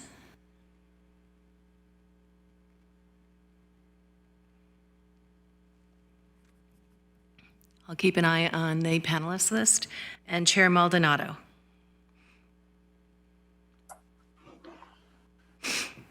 And again, I will keep an eye on that. We have a quorum of the Planning Commission and, of course, a quorum of the City Council. Thank you very much, Madam Clerk. Before we get started tonight, I have to bring up something which came to my attention late this afternoon. Apparently, as we all know, this is a high-stakes study session. The housing element is an extremely important issue for us going forward with a settled and certified plan to meet the needs that are going to be derived through both the arena allotment and that we come up with through our general plan update process. As such, as like any other project, when the agenda was made public, it was open for people to write and submit public comments. It has come to my attention there was one very substantial public comment that was submitted, an 8-page letter that was titled, in fact, I have it right here. Let me get that title so that I don't mess that up. San Mateo's Draft 6th Cycle Housing Element, 8 pages, including lots of facts, figures, maps, charts, tables, discussing the housing element. For some reason, most people have not seen that letter because due to some, I think, processing error, the communication did not make it in to the materials that were submitted with the agenda, with the item for review by the public. Because of that, and the need for the city to be fully transparent, to make sure that all comments are heard and available to the public so that they can read, understand, and use whatever comments by others they see to help form their own opinions and make their own comments. I'm going to propose tonight that we actually withhold from carrying on with this study session until we can have a later date, a special meeting. I've already spoke with the city manager. Special meeting can be set up for later this week or early next week, but we would prefer to get this done later this week so that the item can be agendized with all public comments attached for all to view. Now, actually, I was sent this particular public comment, but I did not see it because it came to the wrong mailbox. Somehow it went into another mailbox, which is for other emails, not focused emails. So I didn't even know it was there until I got notification from a member of the public who did know it was there and told me that they were very concerned that it might appear that the city is withholding certain information from the public. And so I'm proposing that we go ahead and postpone this meeting or continue this meeting to a date which we can now determine for either Thursday night, I think would be a good night, for this item only. I want to hear other council members' comments on this. Rick, is it okay if I ask which email you're talking about? Yeah, it was sent by a Mr. Adam Bookbinder. I'm confident that I actually did receive that comment. and I think other people did too. And I would not oppose giving Mr. Bookbinder time during our public comment to speak and read his entire comments if that means that we can go forward with our meeting tonight. I think scheduling these meetings is very difficult, and public noticing is one of the burdens that we have. And I want to make sure that those comments are heard by all of us in this meeting. And just to show that we're not being biased, I would give extra time. I think that we have the discretion to provide extra time for public comment to make sure that Mr. Bookbinder's thoughts are heard and that it does not appear that the city has any bias. Through the mayor, if I may. Please. I concur with Councilmember Goethals, and I think even if we read all 8 pages here this evening, that would be a better alternative than to postpone the meeting, because I know that a lot of folks have waited for this late item in the evening, and also too, it's for folks that have families and work, it's you plan ahead for the meeting, and then to just pull up a random meeting on a random weeknight is fairly difficult. It is for me, and I'm sure it is for many viewers as well. Thank you very much. First, I want to interject that the public has not seen this document. It was not published with this item. Nobody received it until in fact, this evening at I think 4:11, staff sent it to me separately, but she didn't send it to the public. She sent it to the city council. Did the planning commission get an email containing this? Let me ask a planning commissioner containing this particular Yes. email that I'm talking about. You did? Yes. It similarly went to the other mailbox, not the focus mailbox, but I did see it. Okay, but it is not attached to the agenda, and that's my concern. The public has not seen it. Well, we can fix that by reading it, right? Or giving the gentleman some time to explain his thoughts. Yeah, I'm looking. I don't think I see him listed. So some of the pages. Here at the top of the list. He's at the top of the list, and he has his hand raised. Oh, okay. Do we want to give him a chance to talk right now before we continue discussing this? Mr. Mayor, can I interject? Yeah. So I don't think it's a legal prohibition on you continuing with this meeting. I understand the concern, and it not quite making its way into the agenda packet, but it can certainly be posted. It can certainly be addressed in detail tonight. Now, with that said, if the council wished to hold a different special meeting, it certainly could. It just wouldn't be a legal requirement. I'm not hearing that from the council at this stage, but that's all I wanted to say at this time. Right. Thank you very much, Mr. City Attorney. But that would be after the fact if we posted it now. I think people actually deserve the opportunity to see all the comments so that they can form their own comments for this meeting. Through the mayor, this is the city clerk. May I just comment on the timeline? On our website, and as a matter of adopted policy, we ask for all comments on an agendized item to be received by Wednesday, the 4 p.m. prior to the agenda release. I do see from the email thread that this came Wednesday at 8:18 p.m. That was after the packet release. And then it was forwarded on, and it only went to one email. We do have posted how to send public comment to all of the city council, including the city clerk.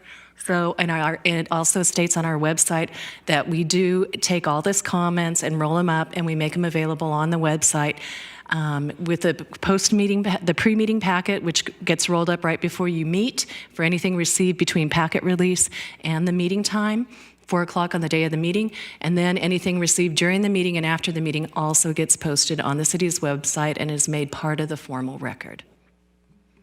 Thank you very much, Madam Clerk. I don't believe I saw the agenda posted, made available for me to view until Friday morning. And I think that happens quite often. And I understand the 5 p.m., I understood it was the deadline for submission on Wednesday, but I don't believe anything gets done with adding those items until the next morning, which is Thursday. So I feel like looking at this, I could go forward, but I don't want anybody coming back and saying the city is hiding information from the public. This email contains a lot of very detailed information. If everybody is comfortable with going forward, then we will. But I caution us. I think it would be better to come back after the public has had a chance to view all of the necessary materials.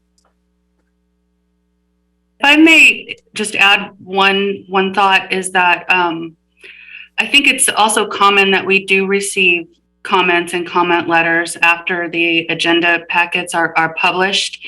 And if we postpone the meeting, we still could run into a situation where we continue to receive comments that aren't in the packet up to the time of the meeting that we would have to present. And so I would point that out. I would also just like to point out, I did get a chance to review the letter, and it does bring up several very good points that we do need to look into about the sites inventory.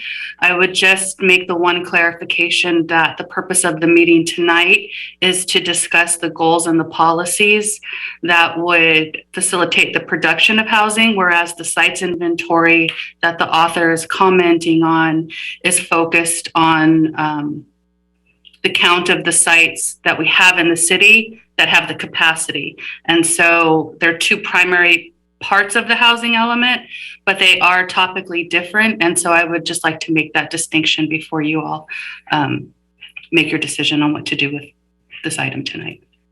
Thank you very much, Director Horaceberger.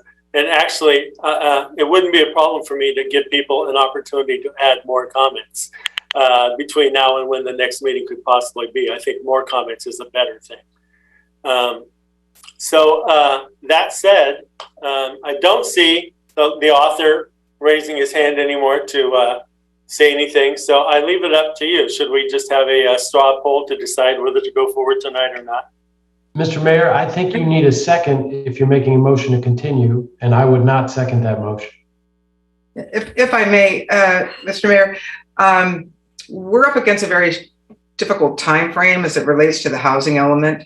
So I would like the study session to go forward. It is not a decision-making session this evening. The more information, the better. We are still gathering information. So that's kind of where I'm coming from on it. I would like to proceed.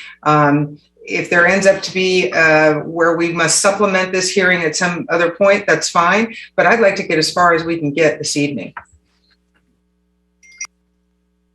I appreciate your diligence, Mr. Mayor. I am comfortable with moving forward, especially given that the letter was received after the deadline, and it is unfortunate that it wasn't included, but it has been well elevated in this meeting, and so I appreciate your sentiments and attention to detail, but I'm comfortable moving forward. Okay, thank you for your comments. Do we have the other planning commissioners present yet, Madam Clerk? One moment, I am checking. So through the mayor, Margaret Williams just texted me and she says she did not receive the invitation to tonight's meeting. If we could forward that to her, she would appreciate it. Thank you. We will make sure that that happens immediately. And I do not see Chair Maldonado on here. Okay, well, in that case, there's no need to vote because I think we saw enough people say they'd rather proceed. So thank you very much. It appears as if Margaret just got on. Yeah, but I think she missed the discussion. She did. Oh, can I ask something of staff before we go any further? When are we going to be discussing the sites inventory?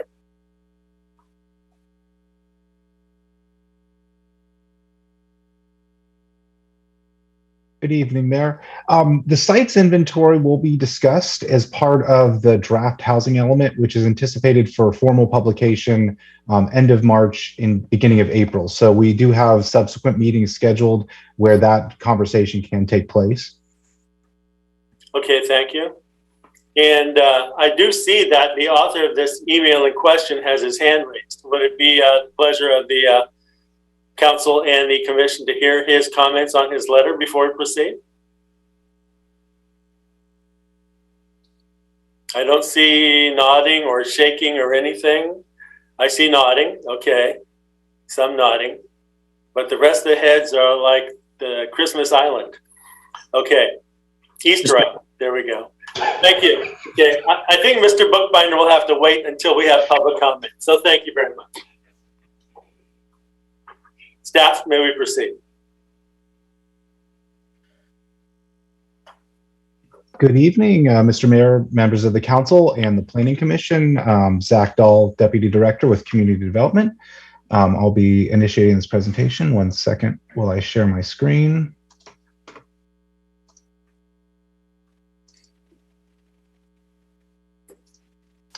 All right, is everyone able to see the presentation? Yes. Excellent. So joining me at the presentation this evening is our housing manager, Sandy Council, but I'll go ahead and get it started.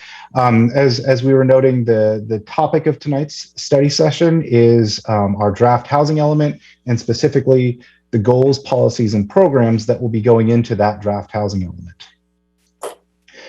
Providing a brief overview of the housing element, kind of where it started and where we are. The process started over a year ago, and it began with initial data collection, analysis of our housing needs, other contributing factors. We were also evaluating constraints, both governmental and other. And then starting this past summer, we began a robust public outreach and engagement campaign to gather community feedback, which is also helping to inform the goals, policies, and programs and other content that goes into our housing element.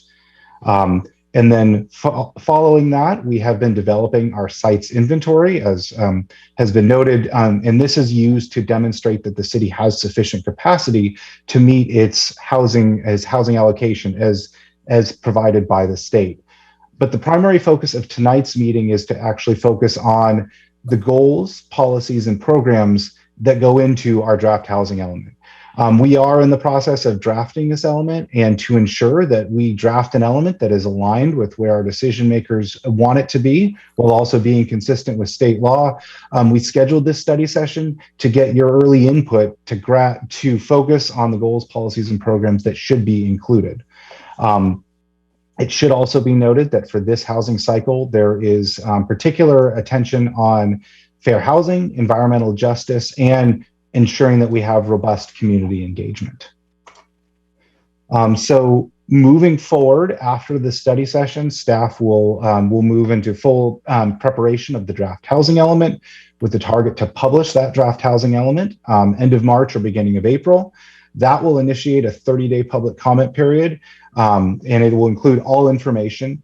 We did publish our sites inventory as well as some demographic information this past December. Those pieces, along with much more robust information, along with the full draft housing element, will be published at that point, and then we will have 30 days for the public to provide input and comments on that document. During that public comment period, we will schedule a public hearing before the Planning Commission, which will provide an additional forum for members of the public, as well as our Planning Commission, to provide input on the draft document, and then ultimately make a recommendation to City Council. We will then come back to City Council on May 16th to receive your input and ideally receive approval for the draft housing element. Once we have that action, we will proceed with finalizing the draft and submitting it to HCD for the first round of review. We anticipate that there will be multiple rounds of review before we finally have a draft housing element that's aligned with the requirements of HCD. And so we anticipate that this back and forth will occur through the summer and into the fall.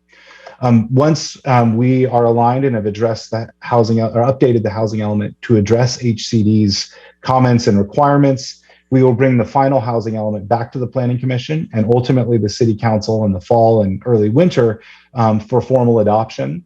And that will keep us on track for submitting our housing element for certification to the state by the end of January 2023. So the certification requirements, these are mandated by state law, and they do set a deadline of January 31st, 2023 to receive certification. But there is a 120-day grace period following that deadline for which a jurisdiction can still work with HCD to receive certification. There are consequences if we are unable to receive certification within that timeline. Those penalties can include a shortened time period for any rezonings that are required. We are more vulnerable to litigation and other things such as suspension of local control and potentially loss of current and future state funds if we are unable to achieve certification through the state. I did also want to note some important distinctions. We do have our housing element process, and it is running concurrently with our general plan update. However, the timelines are different, and I'll show that on the next slide, with the housing element moving on a shorter timeline based on state law requirements. Within the general plan update process, we are looking to update our land use element, and we do anticipate that there will be land use changes and rezonings.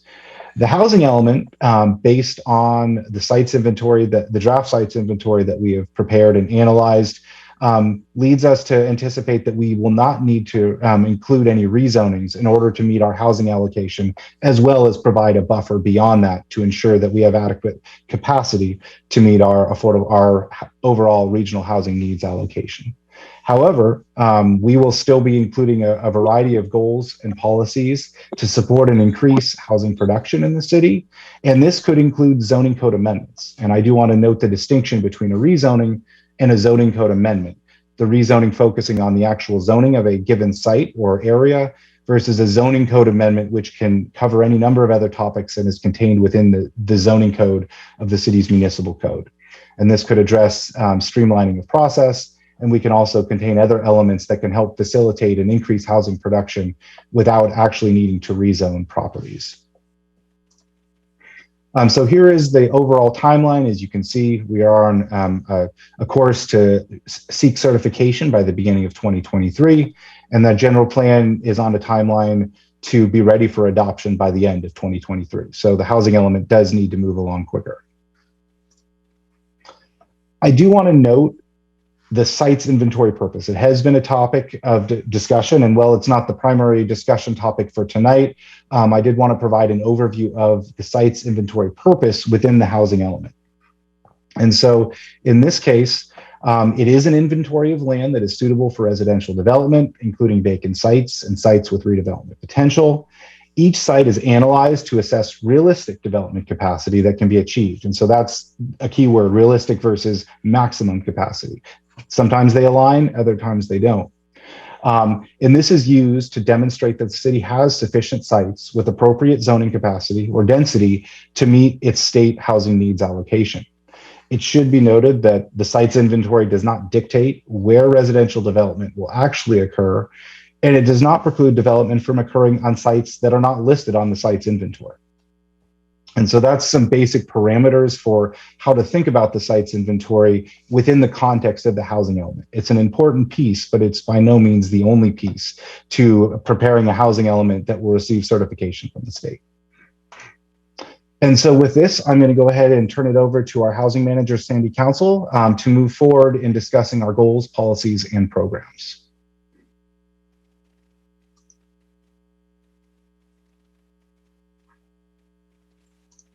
Good evening. I'm Sandy Council. I don't seem to have control over my video, so I'm not showing up. But first, we'd like to talk about the purpose tonight is to focus on priorities in developing programs for the housing element.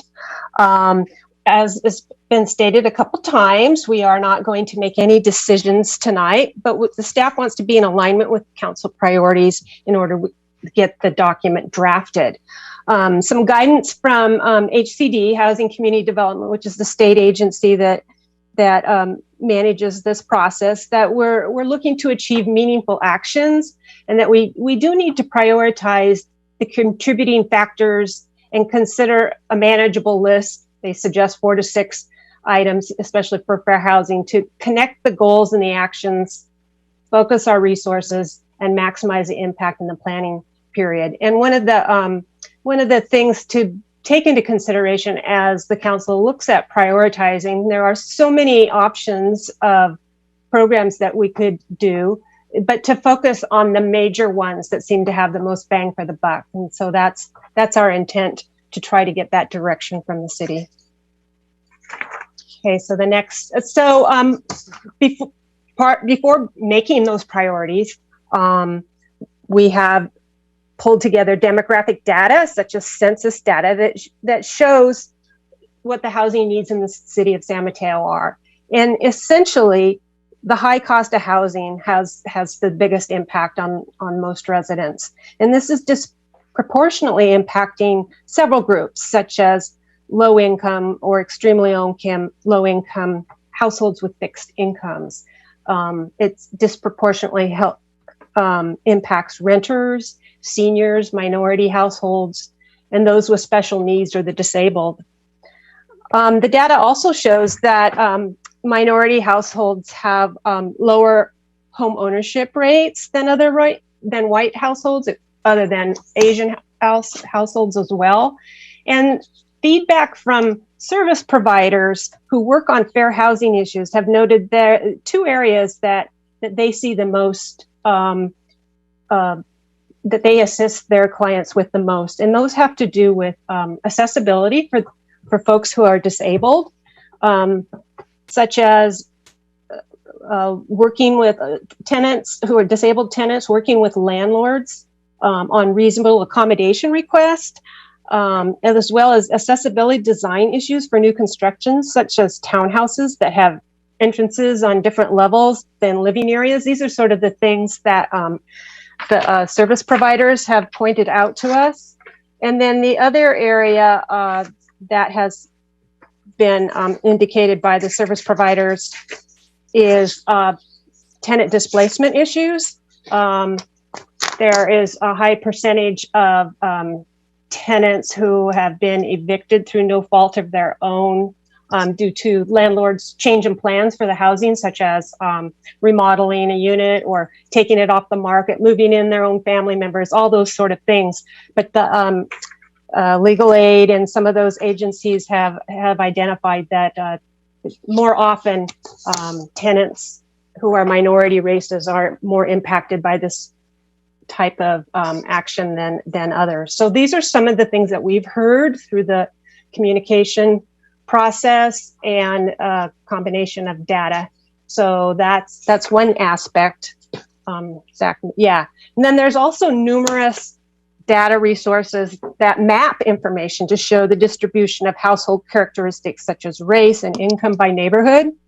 There are also a number of scores that have been compiled by various agencies that measure areas that have high resources and opportunities compared to those that have lower resources. How this relates to the housing element is that we want to encourage access to opportunity through our land use policies and housing program designs, because the opportunity to identify areas, opportunity areas that have been identified have been shown by research to support positive economic, educational, and health outcomes for low-income families, particularly long-term outcomes for children. This map here is an example that's used by the State Tax Credit Committee, and that's one that the state recommends us using when we do this analysis. It's a composite score that takes into several factors, including poverty, employment, job proximity, adult education, educational scores of children, math proficiency, etc., median home value of the owner, pollution indicators. All these factors have been combined to show what neighborhoods have more resources than others.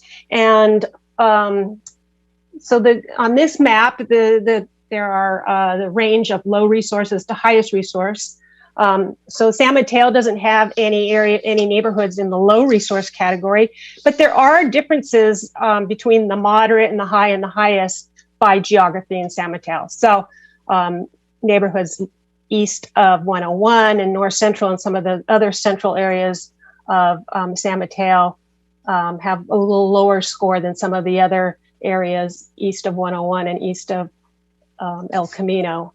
And so essentially that just shows that there are differences in our community. And so that's something that we pay attention to when we plan for new housing. Okay, next. So before we focus in on new programs and policies, we need to establish our housing goals so that everything can tie together. Our existing goals have been in our housing element, at least the first two have been in our housing element since our first housing element in 1990. So staff is thinking that maybe it's time to refresh these goals and make them a little more current and maybe make them a little more meaningful. So I think I'm going to go ahead and go to the next slide. A suggestion of staff is maybe to tie San Mateo's housing goals to the 3 Ps, which is something that has been adopted by the Metropolitan Transit Commission and ABEG, Association of Bay Area Governments. They've developed this sort of easy way to kind of summarize housing goals through production of new housing, preservation of existing housing, and then protection of current residents to prevent displacement. So we'd just like some council feedback if you like that approach to updating our housing goals. And then we also, our last housing element, we did have a sustainability goal. We're trying to decide whether we should include that in our housing element or not. Frankly, the sustainability is will be addressed comprehensively as part of the general plan. It's also included in the climate action plan and other sections of the housing element. So that's an option if we want to focus that as a goal or not. Currently, our housing element focuses on kind of energy conservation efficiency. That's kind of the main way that sustainability is tied into our housing element at this point. So that's for consideration. So in order to decide what policies and programs to be included in our new housing element, we have 3 sources of suggested programs. So we have our existing programs and policies in the current housing element. Also in 2017, the city did adopt a fair housing plan as part of the federal requirements of funding that the city receives. So that was adopted in 2017. And then we are looking for updated policies and programs, new ones to add for this upcoming cycle. So from our existing housing element, in the packet was a complete list of every program. I just pulled out here the probably the more major ones, the ones that are the most productive as recommended to carry forward into the new housing element. These could be modified and changed, of course. The city has an ongoing inclusionary housing program that requires a percentage of affordable units in all market rate projects. Staff recommends continuing that.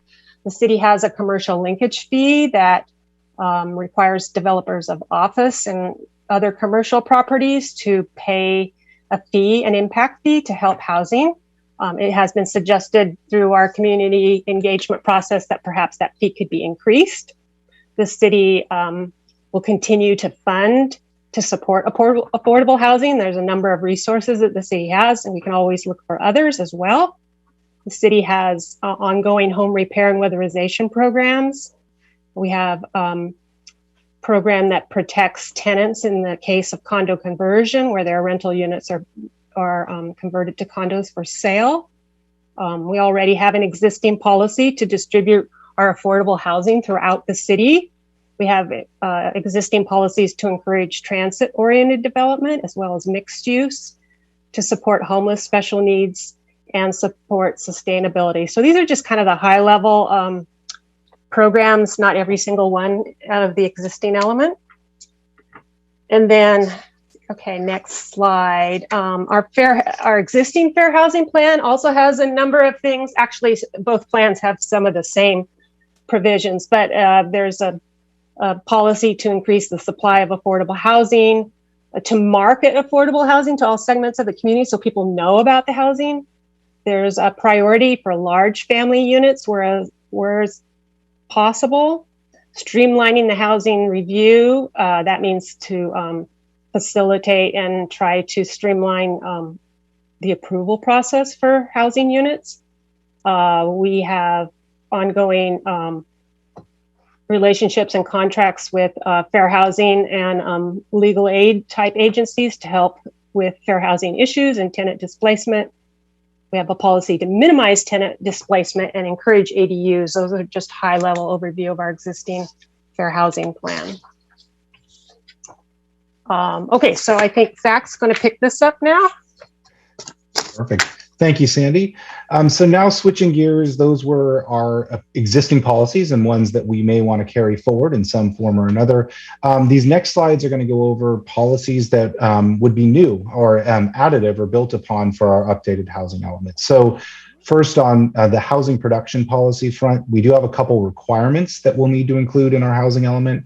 One is to adopt a by right designation for sites from our prior housing element sites inventory. So a site that is in our current sites inventory but was not developed, if we carry that one forward into our updated housing element, we will need to adopt a by right designation to help facilitate development on that site.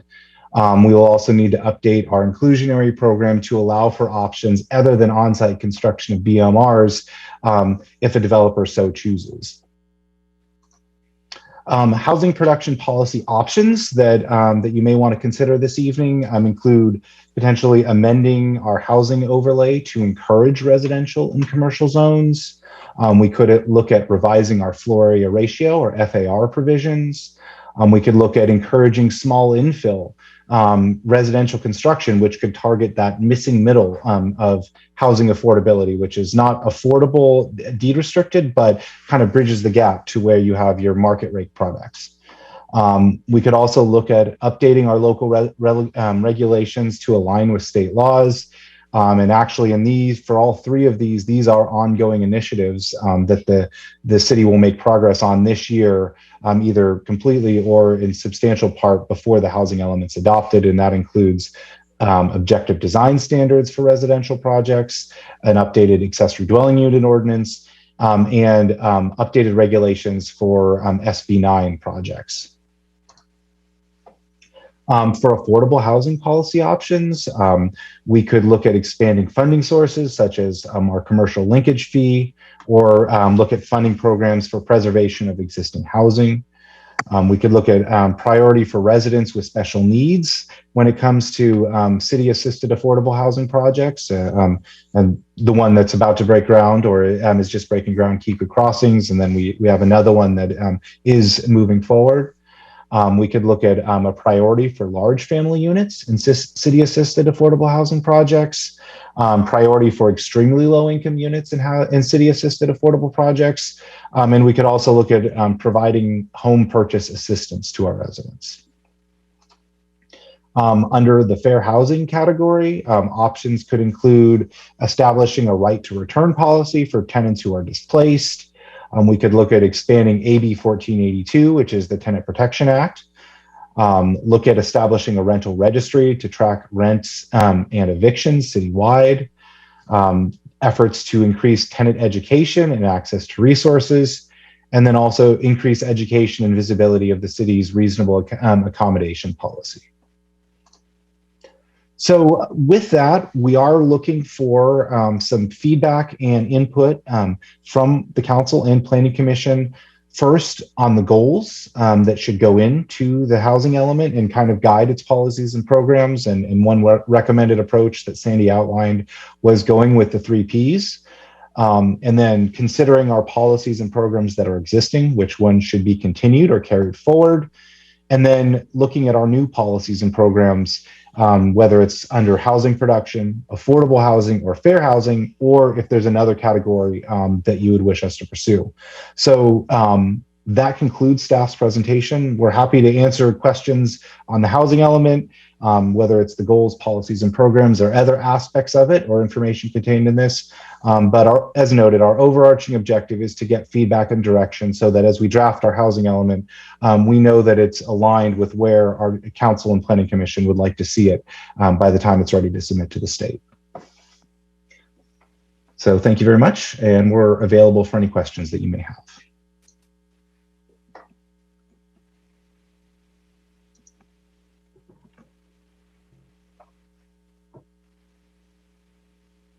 Thank you. You're muted, Mr. Mayor. Thank you very much, Council Member. So thank you very much, staff, for the update. I bring it back to Council and Planning Commission for discussion. Not sure exactly how to open the floor. Perhaps maybe we could raise our hands since there's so many of us and try to go in order, Madam Clerk, if we could.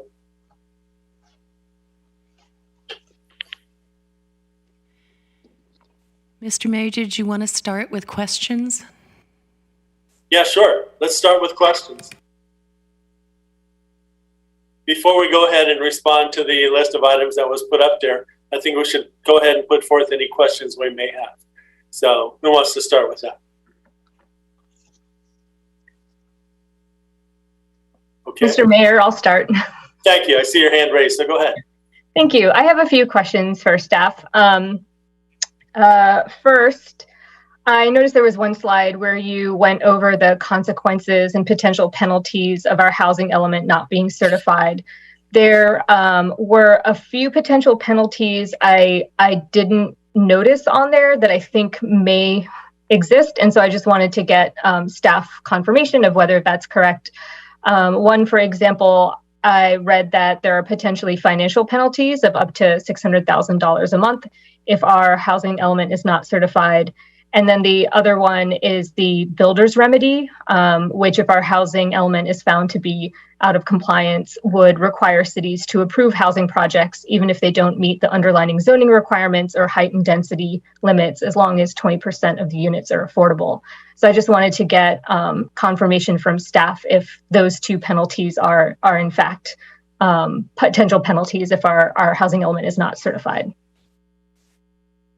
Yes, you are correct. There are potential financial penalties that could be levied up to that amount, depending on the degree of noncompliance or how long a jurisdiction goes without obtaining certification. And yes, we did note that there is the potential for loss of local control, which would result in the need to approve projects, even if they don't comply with local regulations. Thank you. And I have one more question. Which is, you had a slide where you showed existing programs that we may want to consider keeping. I think there are maybe 10 or 11 programs on there. Does the city have any metrics on how successful those programs have been in the past? For example, I think one of them was about distributing low and moderate housing throughout the city.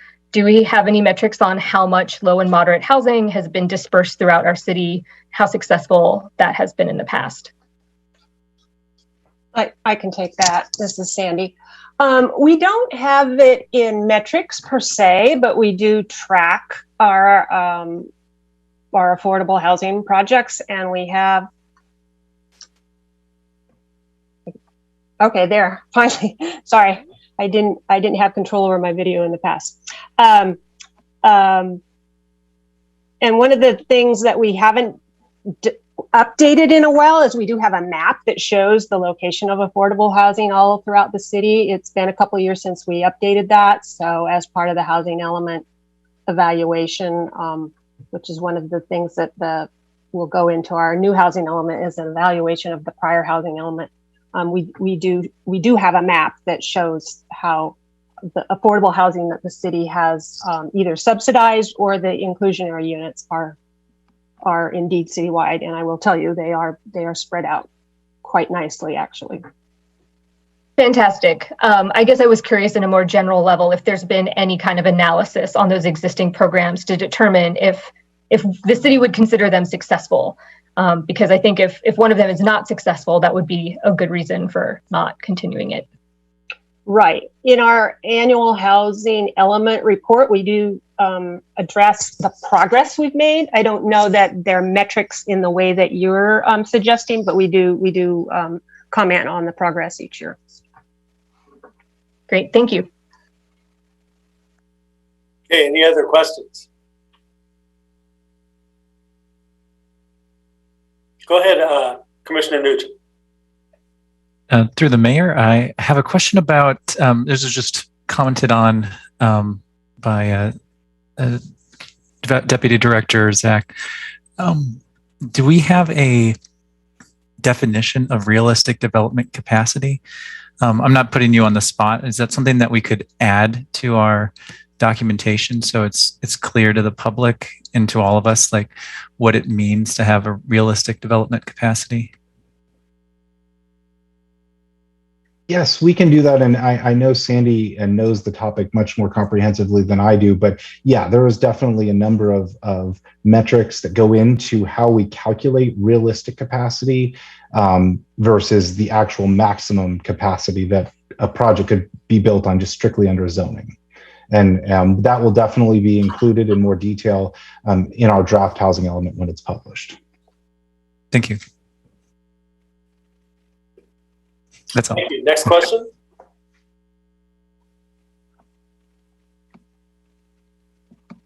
Okay. Mayor?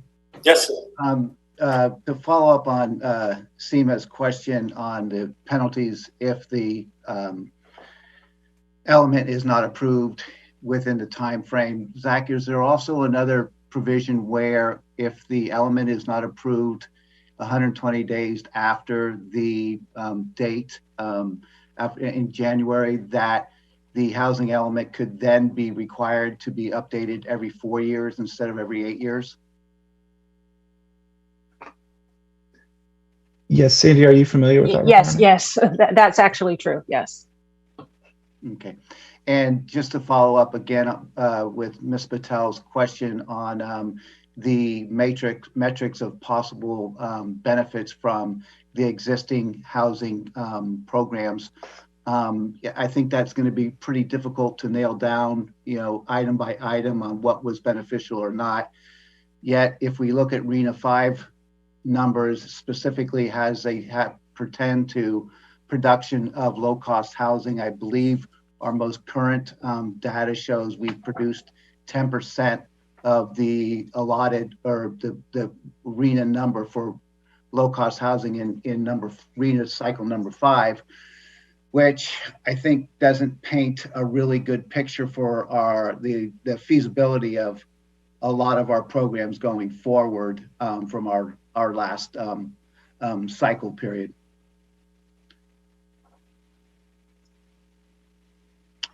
That was it, Mr. Mayor. Thank you very much, Mr. Ebnetter. Any other members, City Council, Planning Commission, questions? Okay, seeing none. I'd like to ask maybe a simplified question that I think might help clarify some things for the public trying to follow this discussion, which requires lots of reading and thought to comprehend. But what are we going to do differently with the items that we have on our sites inventory list to make those that have been there for 2 or 3 cycles more appealable so that investors will seek to make investments in developing those sites?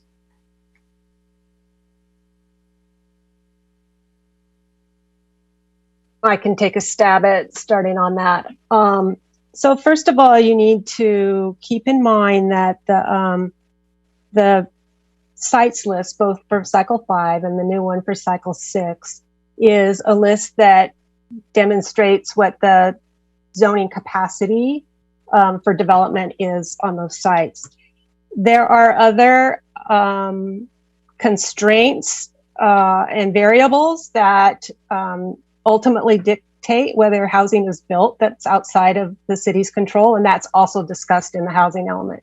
For example, financing, or the property owner's desire to build or not. For example, as is pointed out, although we're making pretty good progress on our total RENA, but the low income, the affordable units, we are behind. And that's not because that the sites aren't on our list, aren't desirable. It's really more a function of economics. There's only a limited amount of subsidies because market rate developers will not deliver affordable units. They can't afford to. So it needs subsidy. There needs to be money.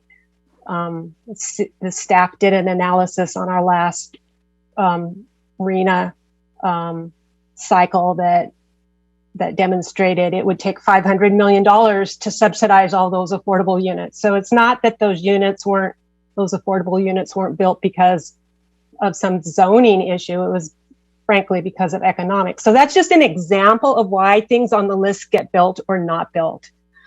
So I think, though, when we're looking at our new policies, one that comes to mind as an example to me that Zach talked about is, are there things we can do to encourage housing on commercial sites? Right now, our zoning code allows housing on commercial sites, but are there things that we can do to encourage? Are there incentives that we can develop for developers?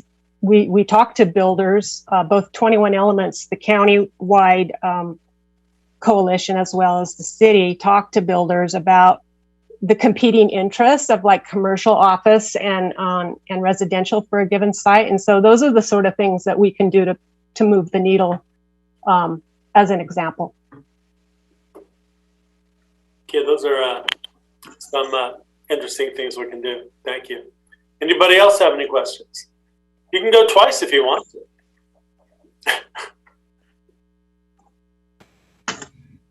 Okay. Well, it seems like we've exhausted some questions here right now. Do we have any other presentations for tonight? Are we going to hear from anybody else about housing element process? Do we know? Mr. Mayor, we don't have any further presentations. At this point, we are just hoping to facilitate the discussion between the Planning Commission and Council to help guide staff as we draft the housing element. Right. So would it help if we put up the slides of things you're expecting responses to? And Mr. Mayor, would you like to take public comment? Yes, I would. All right, we have 3 hands raised. If you're planning on commenting on this item, if you could raise your hand now, and I'll let the mayor know how many hands are raised.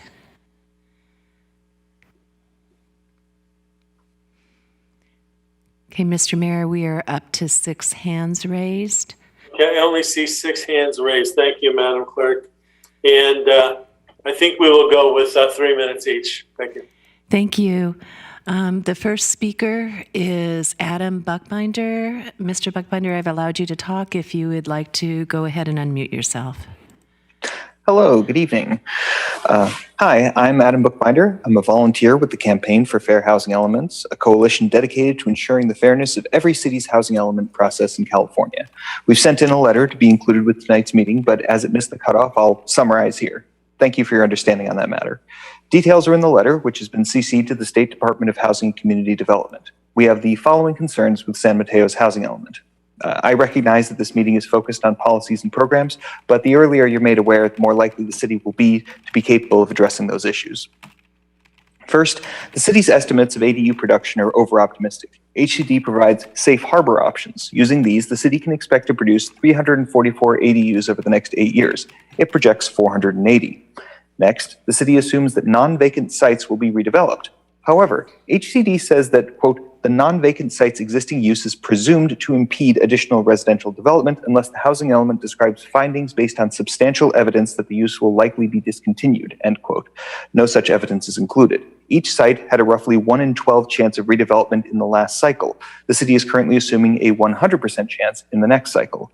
Next, the expected density of sites is unrealistic. The city has made several conceptual and arithmetic errors in assuming that not only will all non-vacant sites be developed, they will all be developed at maximum residential capacity, including sites that can be developed as solely commercial. This is also clearly wrong. The city can either zone for nearly 50,000 homes in order to actually produce the 7,000 required under RENA using its current development environment, or it can identify and change the factors that make development so unlikely. Lastly, the city has failed in its obligation to affirmatively further fair housing under AB 686. No opportunity sites are in the highest resource zone, and the sites are predominantly in areas that are already ethnically mixed. Additionally, watching tonight's presentation, I caution the city that character is not an objective or meaningful term. Any reference to preserving the city's character should be replaced with concrete ideas like, for example, we should avoid displacing people, or the physical city shouldn't change. These are opposite ideas that could both be described as preserving the city's character. And I would also caution the city that programs like support the homeless or minimize tenant displacement are meaningless without, as HCD describes it, specific steps with specific timelines and specific measurable outcomes. Good intentions do not concrete actions make. The city must make meaningful promises and honestly stake its land use authority on its performance. If San Mateo does not fix these issues, HCD can and should reject its housing element. Thank you for your time and consideration. Thank you. The next speaker is Kalisha Webster. Good evening, commissioners and council members. My name is Kalisha Webster, and I am a housing advocate for people with developmental and other disabilities at Housing Choices. As part of the housing element update process, the city is required to assess the housing needs of specific special needs populations, including people with developmental disabilities served by the Golden Gate Regional Center. This assessment must then be used to develop policies and programs which affirmatively further fair housing for this protected class. The city of San Mateo is home to over 500 adults with developmental disabilities, of which nearly 90% live at home or in institutionalized settings, not by choice, but because of the lack of deeply affordable housing. In order to address this growing problem, which affects not only people with developmental disabilities, but a number of special needs populations on extremely low or fixed incomes, the city must prioritize policies and programs which will increase housing access for these vulnerable populations who are at the highest risk of homelessness or displacement. It has been a goal of the state, county, and local government to find a solution to the homelessness crisis for many years now. And while housing people already on the street is incredibly important, we cannot expect the problem to ever go away when we continue to see 3 people become unhoused for every 1 person who is housed.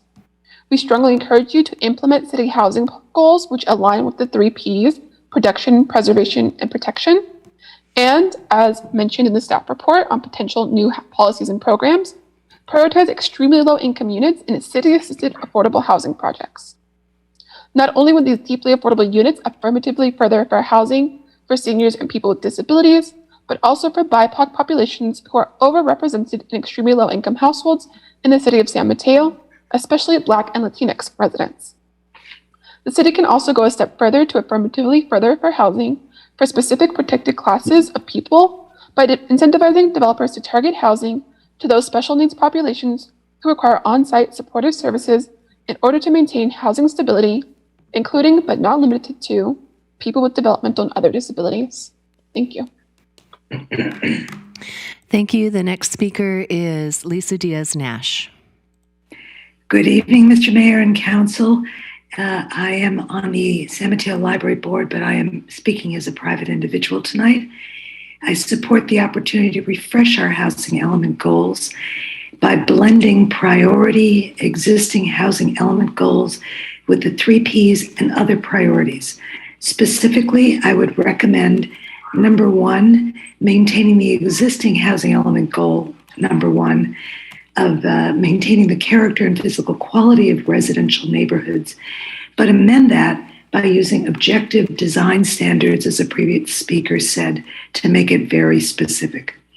Number 2, I would recommend, instead of existing goal 2 and 3, adopting 2 of the 3 P goals, i.e. production of new housing at all income levels, especially affordable housing, and preservation, underlined, so important, of existing housing that is affordable to lower and middle income families.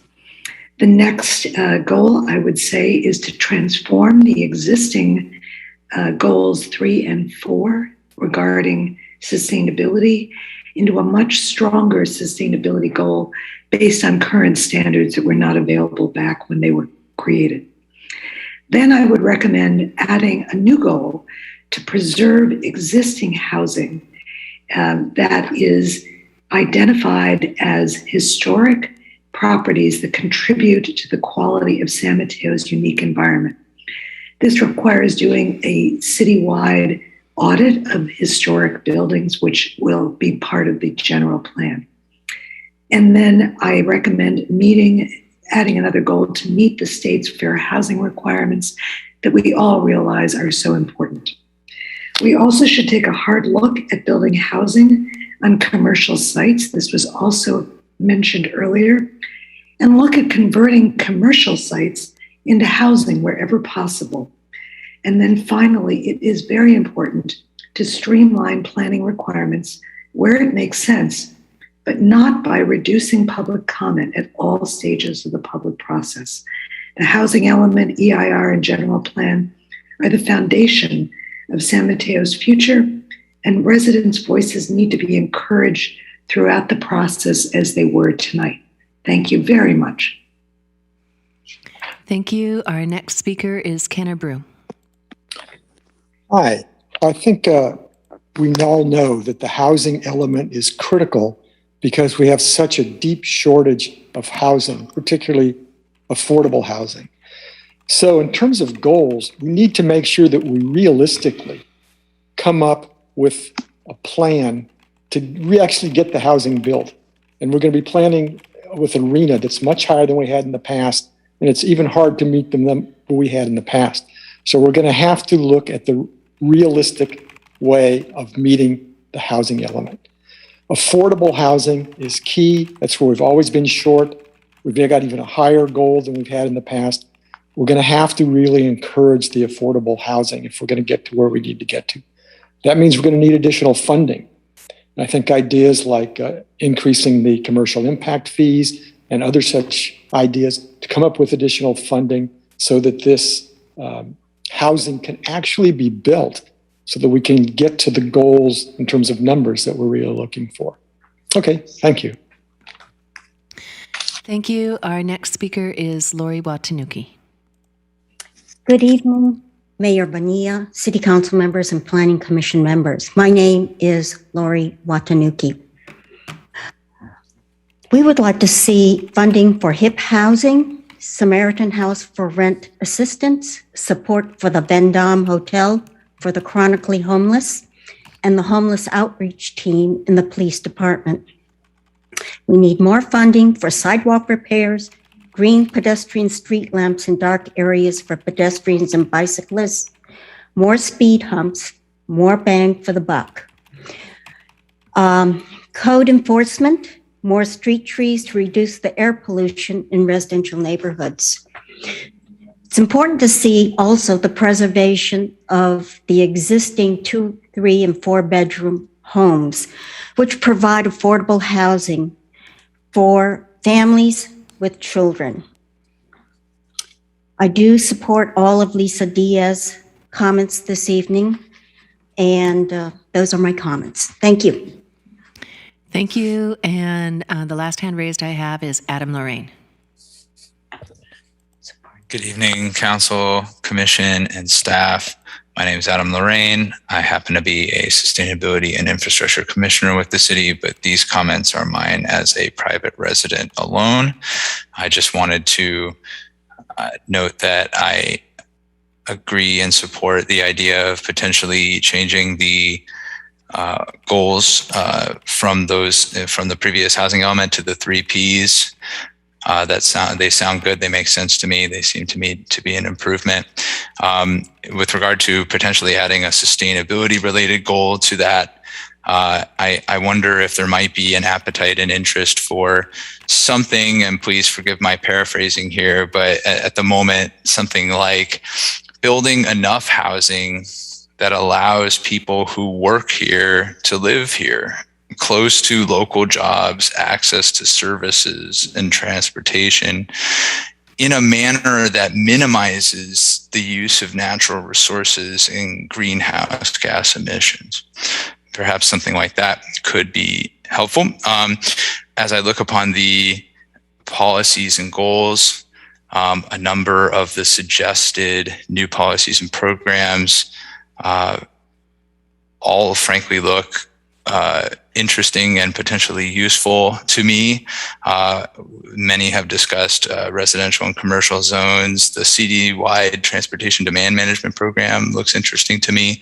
I would support any and all that the council, commission, and staff see fit to put in place so that we can, as others have mentioned, pursue the best chance at meeting our goals for affordable housing and enough housing to meet our needs in the city as we grow toward a sustainable future. Thank you.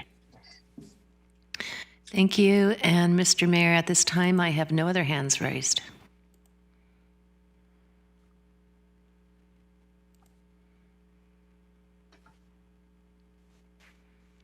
I believe you're muted.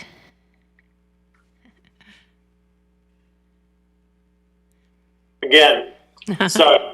People are going to have to learn to read lips. Anyway, okay, back to us. I think we should we've heard the public comment and some interesting comments. I think we should go back and try to have some kind of an organized approach. I made a few notes here. I think we definitely need to start by going back to the housing element goals. And so we have the old goals, we had the new goals. Can we get Commissioner and Council's responses regarding what to do with the goals? Through the mayor? Yes. So an overarching concern of mine with the goals and the policies at this point are the exact same as they were 3 or 4 months ago when we initially, as a planning commission body, reviewed the initial information around the housing element. And at that point, the documents we were told that the city was going to be able to meet their RENA numbers without having to make any zoning changes. And my question at that time, and it's the same question that I have this evening, is that how could we have made that assumption then and continue to promote that thought if we haven't followed the outline procedures of AB 686, which are clear, concise, and relevant to this evening's discussion? For the public, John, could you explain AB 686? It's the state law to affirmatively further fair housing. Thank you. There's 5 very easy steps which jurisdictions are told to follow.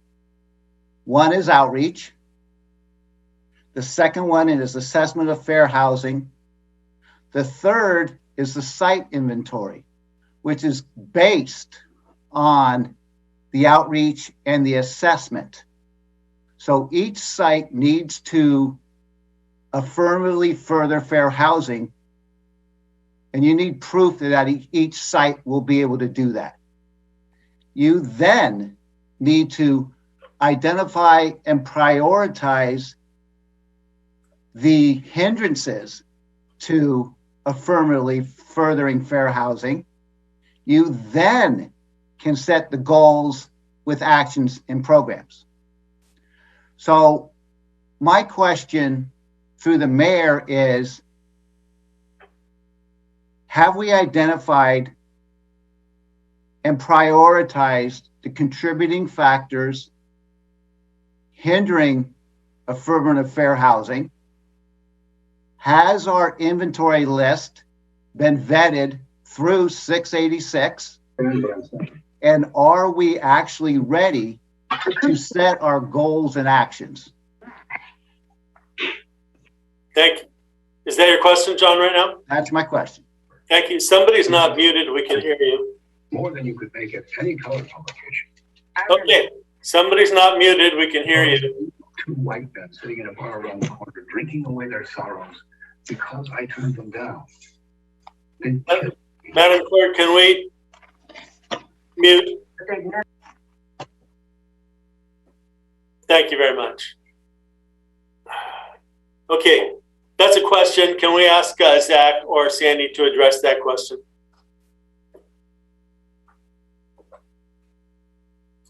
In other words, have we made sure that we have documented all the barriers to affirmatively further fair housing while doing our site analysis? I can go ahead and allowing us to do our goals and actions. I'll start and then I'll defer to Sandy, as I know she has a stronger background on this particular topic. The sites inventory that we published is draft. It's an ongoing document as we refine it, but based on the information that we've compiled in there, based on the metrics and based on ongoing consultation with the HCD, we do feel reasonably confident that the capacity identified in our sites inventory will meet that criteria, but it is draft and it will be reviewed as part of HCD's review of our draft housing element when we submit it later this spring. So that will be a question that will be thoroughly evaluated and will ultimately be determined by HCD as part of their review. Okay. Yeah, of course, it's a process. Yes. I will add that we are also working with a fair housing consultant that 21 Elements retained on behalf of all of the 21 Elements is a collaboration of all of the cities in the county and San Mateo County. And so we are working closely with a fair housing consultant on fine tuning the preliminary work that we've done. We don't feel at this point in time that there are fair housing issues with our sites list.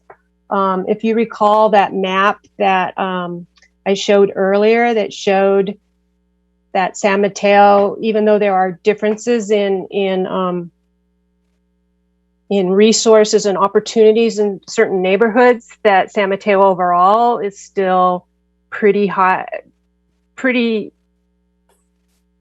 compared to other communities, has reasonable amount of opportunities and resources. Also to Seema Patel's point earlier about our past experience of spreading affordable housing throughout the city. The main concern on the fair housing issue on your sites list is that you don't dump all the affordable housing in the lowest income neighborhoods. You want to distribute it throughout the community so that people have different opportunities. And our preliminary list demonstrates that that most of the sites are indeed all over town. They're not concentrated in the lower income neighborhoods. And that's the primary fair housing issue with the sites list. So although it's preliminary, we do feel comfortable at this point that that's not an issue. Thank you, Sandy. So bringing it back to the goals, who wants to start on the goals? Are we confident with what we're seeing? Do we like the old goals or do we like the 3 Ps? What modification would you like to make? Anybody go ahead and start. I'll kick us off. Personally, I really appreciated staff's suggestion to adopt the MTC and ABAG 3 Ps, production, preservation, and protection as a framework, and also would like to see a sustainability goal baked in. So I'll start there. I hope that we can hear from other folks and see if we're on the same page as a starting place. Thank you. Next, go ahead. Is that Councilmember Rodriguez? Okay, thank you, Mr. Mayor. I'm fine with moving to the 3 Ps framework. I think that makes a lot of sense. I do have a couple other goals that I think we should consider adding. And, whenever the topic of significantly increasing housing comes up, a large percentage of San Mateo residents are very concerned with some of the impacts that are associated with increased housing. And we got a small glimpse of that this evening with the Santa Ynez hearing. And while we are forming our new goals, I think it is important that we acknowledge those concerns and fears by including a goal that we seek to minimize the quality of life impacts of growth on our existing residents and neighborhoods. And specifically, not to just use fluffy words, I'm talking about traffic impacts to pedestrian and cyclist safety, parking, et cetera.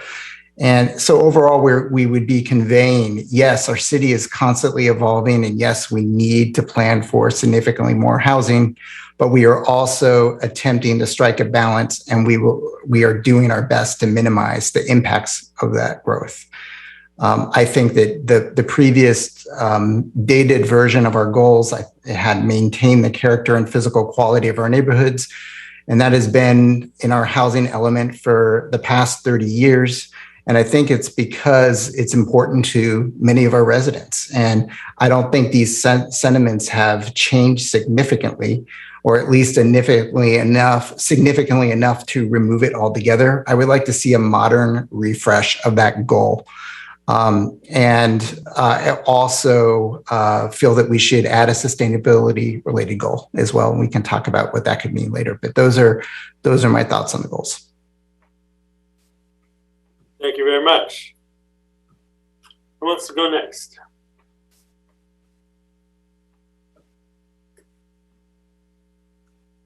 To the mayor, I'll piggyback on Next. You are next. I'm sorry. Go ahead. Okay, thank you. I'll piggyback on Councilmember Rodriguez, especially to start with a sustainability goal.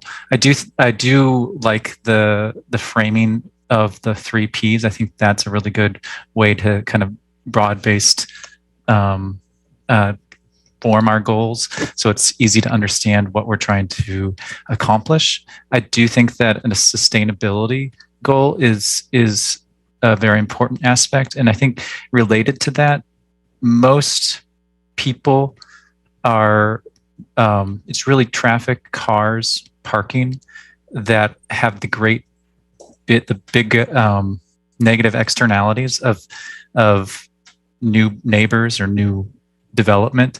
And I think that we need to look at creating a housing plan.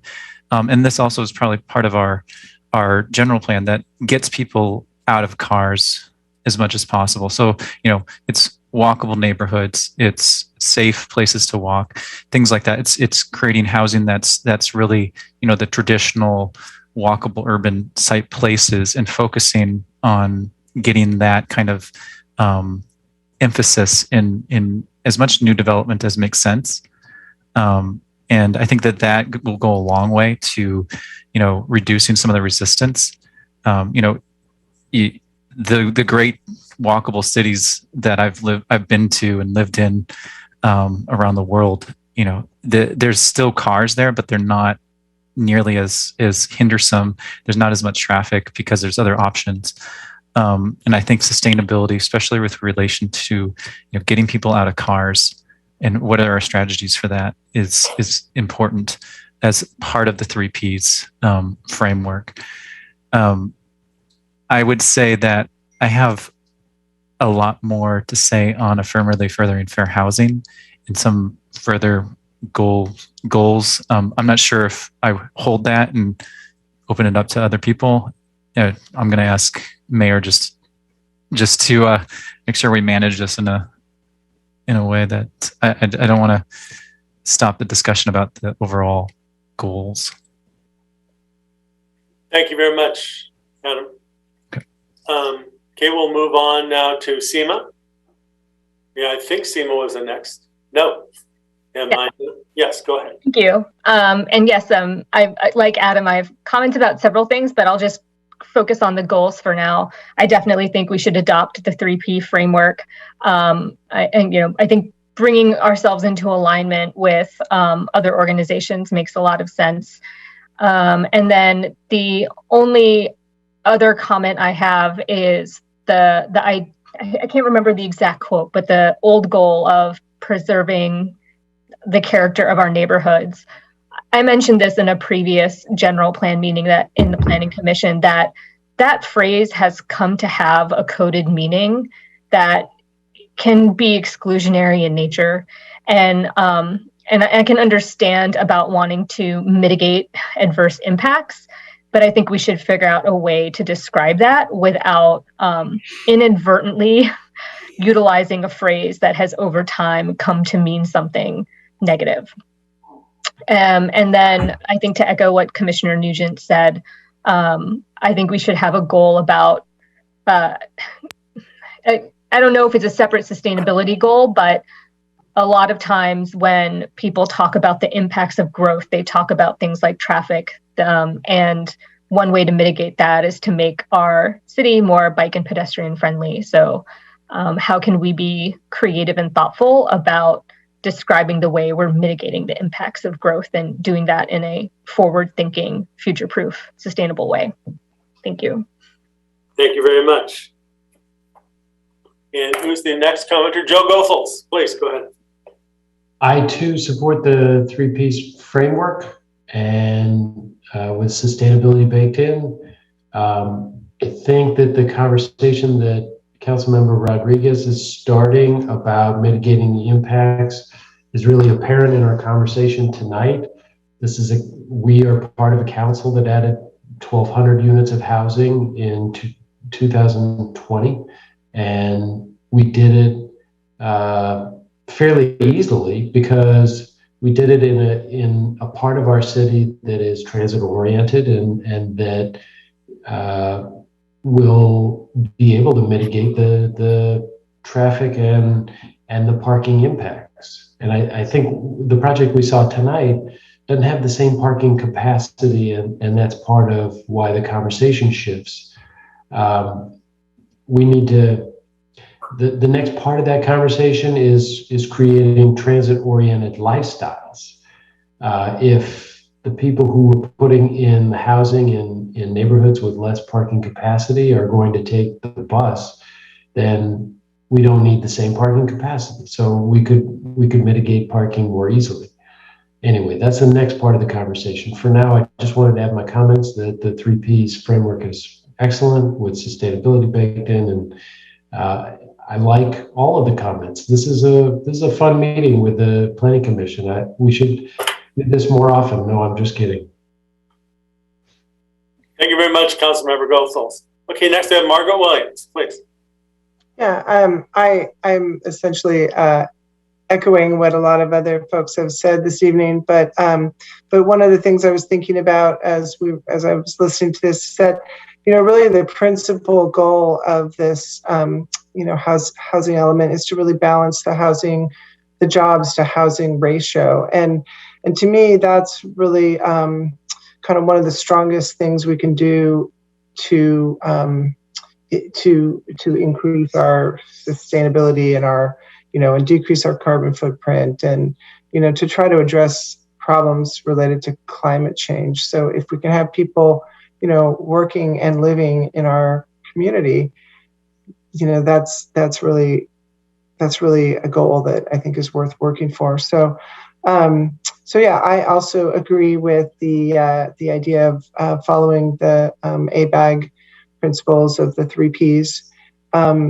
I think this idea of preservation of our that Councilmember Rodriguez kind of talked about a little bit, I think, minimizing the impacts on neighbors, but also the kind of falls into the idea of preservation. And, we do have a lot of wonderful tree-lined, pedestrian-oriented neighborhoods that I think, just create a place that people want to live. So, and we have a lot of vibrant neighborhoods too. So I think there's a lot of attention to detail that needs to be taken with regards to, also, bike lanes and ADA accessible sidewalks that are, sometimes sort of start and stop. They're not always a consistent thing within a neighborhood. Accessibility, I mean. So I think I agree with those general goals. And then as I said in the beginning, I think that including a strong case for sustainability in housing is really important. This is our chance to do that. So great, thank you. Commissioner Williams, did you put sustainability and housing together? Sustainability in housing, was that what I just heard you say? Yes. Okay, good, thanks. Okay, Next commenter, Diane Patton, please go ahead. Well, I first want to say what's been articulated so far is absolutely terrific. I mean, when I hear each of you speak, I'm hearing a community that I want to live in. I'm hearing a community that has regard for others. I'm hearing a community that wants to be sustainable. I'm hearing that we have a community that wants to be either transit-oriented development or live where you work. Those are fantastic ideas. Those are fantastic goals. So I think the 3 Ps is something we should do. Baking in the sustainability has been suggested, and taking into account the impacts on our neighborhoods so that we can make this work for everybody. That's certainly, as elected representatives, what our responsibility is. So I applaud the comments that have been made thus far, and it gives me a lot of hope. Thank you very much. And the next commenter is nobody. Have we gone through it? Yes. Thank you. I also support the 3 Ps. I think, as Margaret had mentioned, the jobs to housing imbalance needs to be a key component. That needs to be looked at with how we can zone areas of the city and encourage more housing over commercial. I think the 3 Ps work hand in hand as a sustainability component naturally, because you are producing more housing. My concern with the Metropolitan Transportation Commission suggestion is slight, yet they're calling for production of new housing at all income levels, especially affordable housing. I think that needs to stay, especially affordable housing in all areas of the city, including R1s. That is clear. The spirit of the state laws that we are dealing with on a regular basis. We have excluded all R1s from the discussions of housing, and we need to acknowledge that and address the R1s as being part of the solution and not be separated from participating in helping the city move forward. So that's my only change from the Metropolitan statement. And other than that, I very much enjoy hearing the comments from planning commissioners and council members this evening on this, pretty much on the same page. And I object to you calling John Ebnetter nobody. John Ebnetter is a somebody. He's an important part of this community. Thank you, Councilmember Goethals. Can I have a second bite? Lee. Thank you. I wanted to circle back and provide maybe a good reference to hone in on the sustainability goal. And, looking at the Plan Bay Area 2050 guiding principles, there's 2 that really stand out to me that I think kind of capture some of the conversations that we've been having here. Number 1 is creating a connected community. And that really speaks to the multimodal transit, the connected transportation system, living close to where you're working. And the other is health and creating a healthy community where we're looking at preserving and protecting our natural resources, open space, clean water, clean air. So those conservation goals that are so important to our quality of life. And then actively reducing environmental footprint and protecting residents from environmental impacts. So I suggest that we think about kind of marrying those 2 concepts, those 2 guiding principles to create a sustainability goal, just as really strong reference that I think could enhance the overarching goal that we're trying to accomplish. And personally, I feel like if we were to get all the way there, I believe that would actually really speak to the kind of quality of life areas that we're trying to preserve and enhance at the neighborhood level, at the city and community level. So I feel that would satisfy that goal of or some of the council members' suggestion in sort of carrying forward that goal. Thank you very much, Councilmember Lee. I see Commissioner Nugent, please. Yeah, I don't want to change the subject too much, but if we can go, if we're at a point where we can continue on with the discussion, I do want to. Yeah, I haven't commented yet. Oh, sure. Yeah. I will hold off then. Thank you very much. Yeah. So I want to say that, of course, I do support the 3 Ps, and actually having been and continuing to be a member of the AVAC Regional Planning Committee, which actually developed these goals along with the Plan Bay Area 2050. I know that the 5 legs we stand on are housing, transportation, economy, environment, and equity. So with that said, I support creating our city in a matter that creates the path for those people who live what is clearly on the east side of our El Camino to be able to get to the west side of El Camino by offering the best opportunities, educational and personal development-wise, by encouraging all adults who need additional skills training to attend our San Mateo Adult Education School. And regarding the sustainability goal that was brought up by Councilmember Lee, I don't think I could have said it better.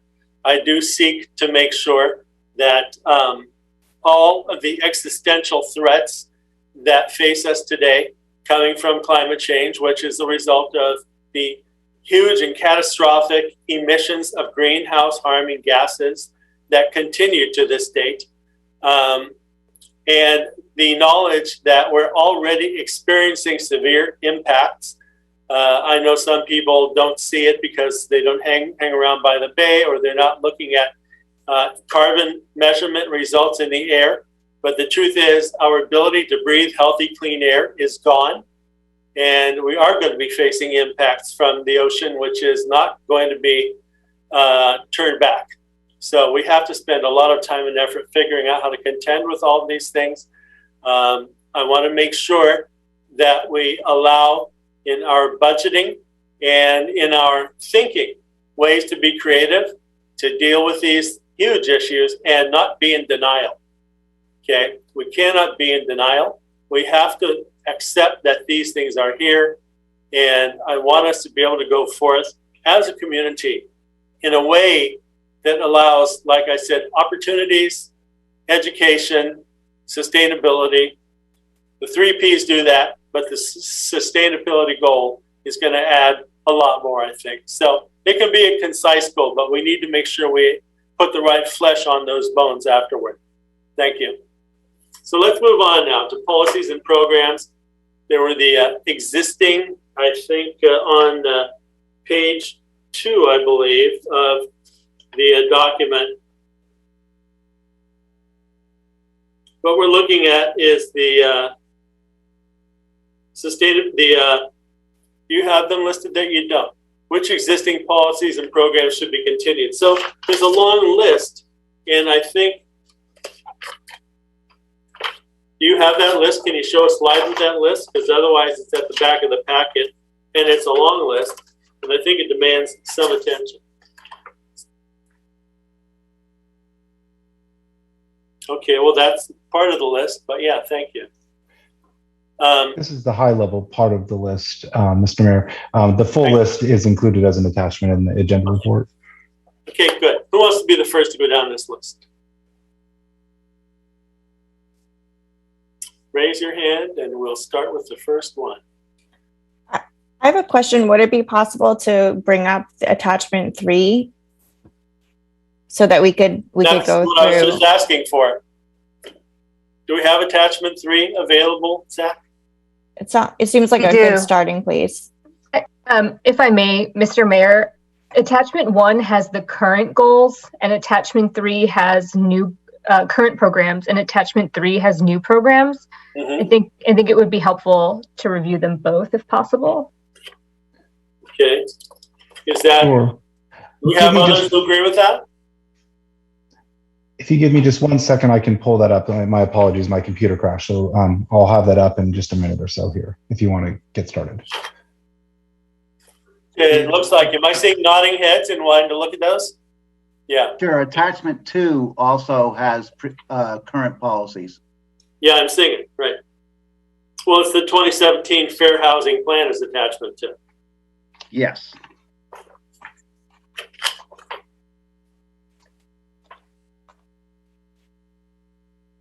Well, just if I could just clarify while Zach's trying to get that, and Zach, let me know if you want me to pull it up instead. Sure, anybody could pull it up. I'd appreciate it. I would like to suggest that anybody who's going to go through these things, go through. I hope you have notes, okay, and try and address these in a very concise manner so we can get through this tonight.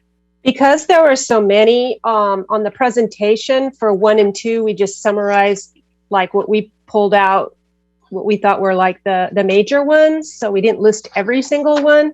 However, on the attachment 3, we do have a slide that has all of those. Right.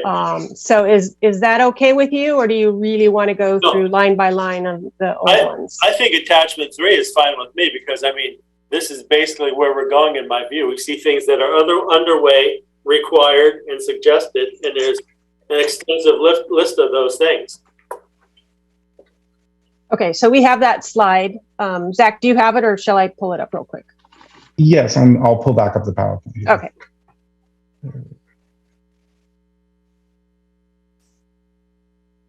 Okay, so this is attachment 3. So it's in a couple slides, right? 2 slides or 3? Yeah, so we've got it over 3 slides. Yeah. Okay, good. So we could just go slide by slide, maybe, huh? Is that okay? Yeah, that'll be great. Okay, what council member or commissioner would like to go first here?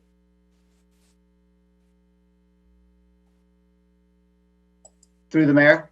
Yes, sir. I see Seema's hand first. John. Oh, I'm sorry, Seema. I'll make it quick. I support every one of these issues completely. Okay, good.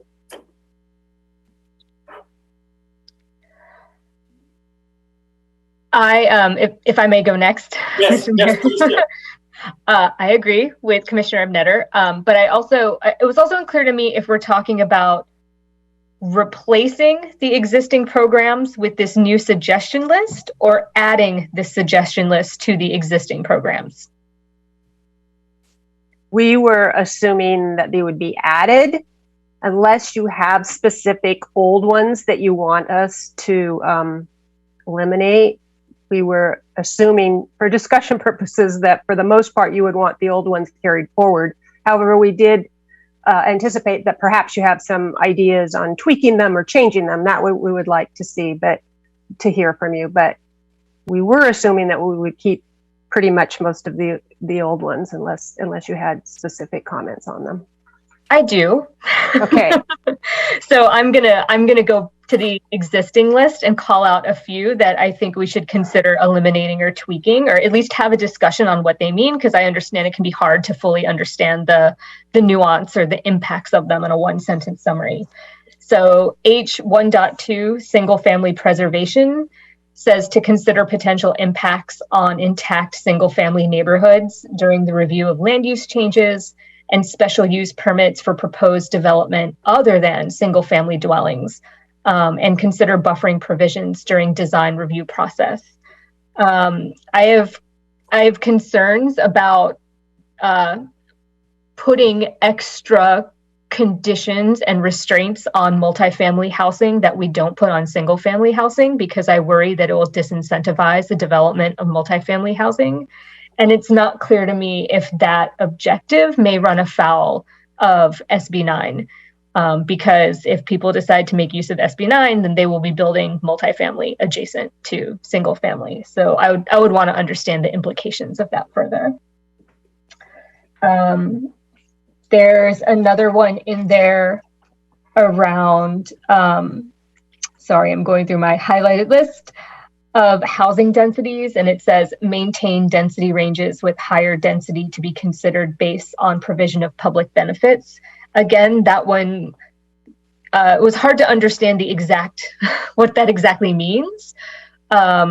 do we want to maintain densities? Do we want to try to increase densities? I think that could be something that we discuss. And there was one more in here.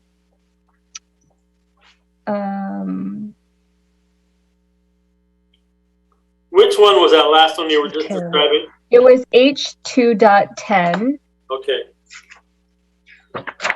Oh yeah, and then H1.6, sorry, the other one that I think that we should talk about, which is consider existing neighborhood character during variance and subdivision review.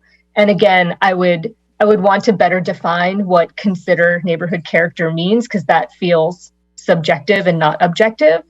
And again, wouldn't want that to impede the use of SB 9. Because I could see somebody arguing saying a duplex is not within this neighborhood character. And yeah. So those were the three on the existing list that I think that we should at least refine or eliminate altogether. Thank you. I have a comment or question. It's actually for Seema and for others. So this question of the word character and neighborhood character is architectural character or architectural style or design, or is that an appropriate replacement? I mean, I'm not expecting you to have the answer necessarily, but I mean, I think it's worth discussing what the correct replacement for that word is, because we've heard a bit about that lately and certainly today. Yeah, Vice Chair Williams, I've been typing furiously trying to figure out how to put that over the course of this. And so similarly, I'm thinking, how do we, maybe it's maintaining and enhancing the architectural style and related characteristics of neighborhoods through objective form-based codes for new developments and additional housing or new housing developments, that sort of thing. I feel like that gets a little bit more to what, might help people with their concerns, because character could mean many different things. But if we do define it as architectural style, somebody might, I do like the consistency of architectural styles in our neighborhoods. So, having that be something that we can carry through with change is important. And I'm not sure how exactly to put that, but that's kind of where I'm going for that. Thank you, Commissioner Nugent and Commissioner Williams. I think that it's a valid discussion, but I think it's a different discussion. And because we could go all night on that between all 9 or 10 of us here. So I think we should get back to, if anybody has any other comments regarding the attachment 1, please go ahead, raise your hand. Let's get through those so we can move on. Okay, Adam. I think with Seema, Adam has his hand up first. Sorry. Are you finished, Adam? Or okay, Councilmember Goethals. I agree with what Seema was saying, and I don't think that there is a way of rephrasing it. I think those objectives just get eliminated, and I'm not sure that we replace it with architectural style or anything else. I don't know. I need to hear the argument for that.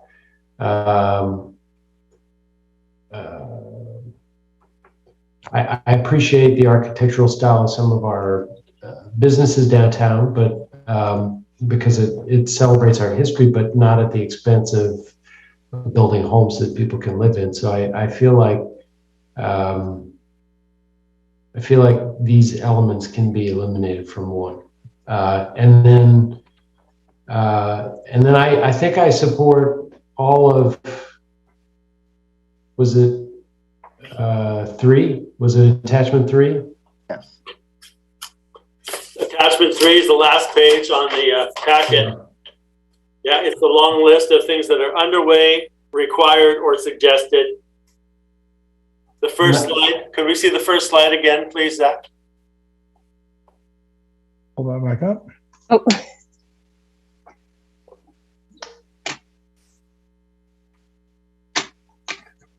By the way, yeah.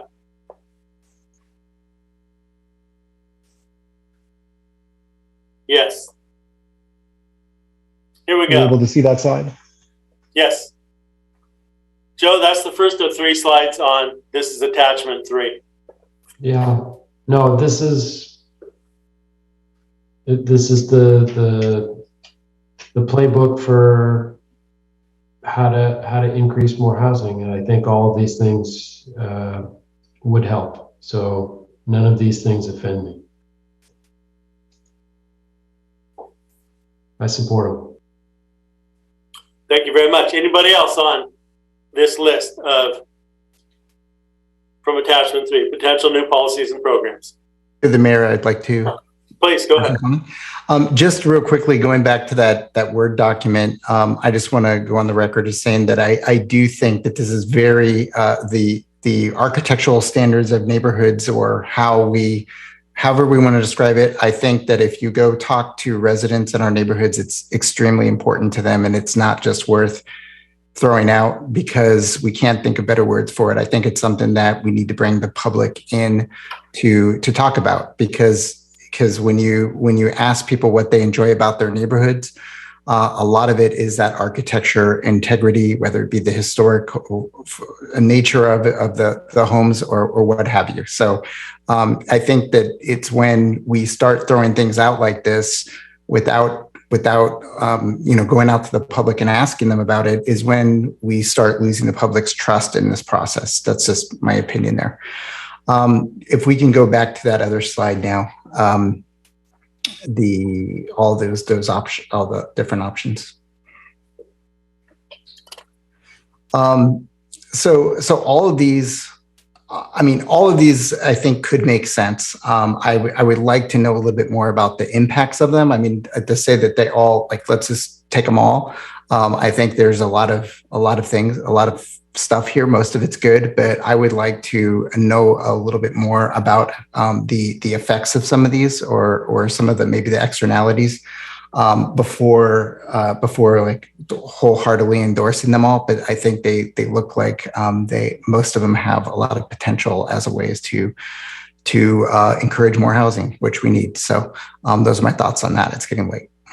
Thanks, Eric. If it helps, all those ones that are currently underway are things we've already proposed and they're being done. The required are things brought to us from the state, which we don't have much choice with. The last 4 are suggested. Yeah. Okay? That's the place where, you want to find more information about those 4. Well, like revised floor area ratio positions. I mean, so what does that mean? Does it? You can ask that. What's right that? Now. You can ask that right now. What does it mean? Well, I know what it means, but how far? Like triple, double? I mean, there could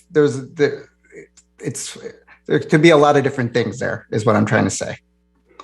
Can I just add a comment? Maybe this will be helpful. Somebody else mentioned it earlier that these are really general and there's no specifics. When we do the housing element, this will be a strategy and a timeline. So for example, revised floor area ratio might be a program for staff to study and make recommendations to relieve floor area ratio, and then we'll have a timeline that we do a study, bring it back. So even when we adopt the housing element, we're not adopting these policies, but we're setting timelines to implement them. And so that will give us the regular process of evaluating and having community feedback and so forth. So just that was very helpful. Thank you. And that's what I guess that's what it gets down to is right. They sound like they have promise, but we need to talk about them. We need to increase the commercial linkage fee. Well, by how much and what is its impact? Things like that is I guess what I'm trying to say. And that's all. Thank you very much, Eric. And let me see here who's got their hand raised now. I think Adam Nugent. Thank you, Mr. Mayor. I do also generally support these housing production suggestion lists. I think that they're a good way to go. Again, understand that it's broad. I wanted to talk about affirmatively furthering fair housing in relation to these and the other aspects, so affordable housing and fair housing, just as kind of an aspect of this.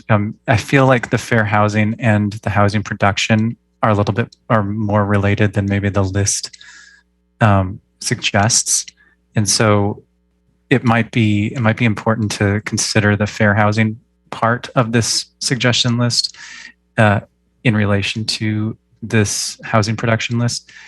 But anyways, I'm going to go into it. I think one of the things that we haven't had, stated out is that our duty to affirmatively further fair housing means that we need to take meaningful actions that overcome patterns of segregation and foster inclusive communities. And we need to do this in a way that maximizes the impact of our actions. And there currently are significant disparities in housing needs in our city, and we need to address that. Fundamentally, we need to replace segregated living patterns with truly integrated and balanced living patterns. And this includes transforming racially and ethnically concentrated areas of poverty into areas of opportunity. We don't have that designated as a state, that type of area specifically in the city, but we do have disparities. And I shared some maps from the Affirmatively Furthering Fair Housing viewer on with the city clerk. And I wonder if Sandy, if you have those maps, because I wanted to talk about those specifically with regard to housing production and fair housing. So if you can go, let's go to the top. Yeah, so let's go to the first one. Yeah, overcrowding. So overcrowding is a significant problem that's actually relatively isolated in our city. And so small residential infill and fair housing will have different impacts within different areas of our city. And so, looking at what we have in San Mateo, most of San Mateo is, less than 8% overcrowded households, which, we don't want to have any overcrowded households, but we have a portion of basically North Central that is at over 27% overcrowded households, like 27% of all the homes are overcrowded. And that is particularly in the area of south of Poplar. If you can go to the next one. Let's see, it should be Healthy Places, and that's directly related to Healthy Places Index that the city or the state has. And so there's a significant difference in the health of the healthiness or the quality of housing in that area. And so, you have basically some houses that barely have a functioning kitchen, and that has to do with just upkeep and long-term disinvestment. And so I'm going to go to the next slide, and that comes out as a impact in the actual racial makeup. You can see the racial makeup of North Central is different than the rest of the city. If you go to the next one, and it's especially concentrated in certain areas. So on the left, there is a portion of the neighborhood that is almost 95, it's 94% non-white. And to compare that to the most white portion of a neighborhood in San Mateo Park, and I don't mean to pick on San Mateo Park by any means. It's a beautiful neighborhood. It's 82% white. So it is a significant difference in the conditions for a racial a racially concentrated, majority minority neighborhood. And so the impacts of housing production and fair housing are going to be felt differently in around that space. And so I feel like it's important that we understand that we are tasked to implement place-based strategies to encourage community revitalization, including preservation of existing affordable housing. And we also need to protect existing residents from displacement. So like that's, I think everybody understands that. And we need to develop mixed income communities and make connections between affordable housing and healthy housing. And we need to do all this without displacement. So for my input on housing production and fair housing, I think we should look at what the AFFH, the affirmatively furthering fair housing actions are from the state. I've looked at the state documentation that they produced. Like I've read it multiple times. I've rewatched and watched their presentations. I've read through every single comment that we've gotten for this housing element from the community, every single thing that's been on the website. And I think that it's important that we frame some of our actions or policies on the AFFH actions. So there's 4 actions. They're create housing mobility strategies is the first one. The second one is provide new housing choices and affordability in areas of opportunity. And then the third one is design place-based strategies to encourage community conservation and revitalization. And the fourth one is protect existing residents from displacement. Now, I think that we're going in the right direction, but I have some specific things that I want to say about this particular aspect. And so I'm going to get a little bit more into the nitty-gritty about some of these things. So I think fundamentally housing mobility strategies depends on having more multifamily housing opportunities. We could do things in addition to that is like reduce fees for subsidized affordable housing, and then also improve accessible housing. So access to accessible housing, transit, and public facilities by making the city safer and more oriented to the needs of pedestrians and people with physical access needs. So that would be creating housing mobility strategies portion of this. Provide new housing choices and affordability in areas of opportunity. I do think that can happen through the small infill residential construction. But I would recommend that we use an affordable housing fund from commercial linkage fees and lieu fees, larger transfer tax for real estate over $1 million or other sources that gives property owners grants for development of small missing middle homes using SB 9 or a local missing middle program in exchange for designating a unit as a deed restricted low income unit.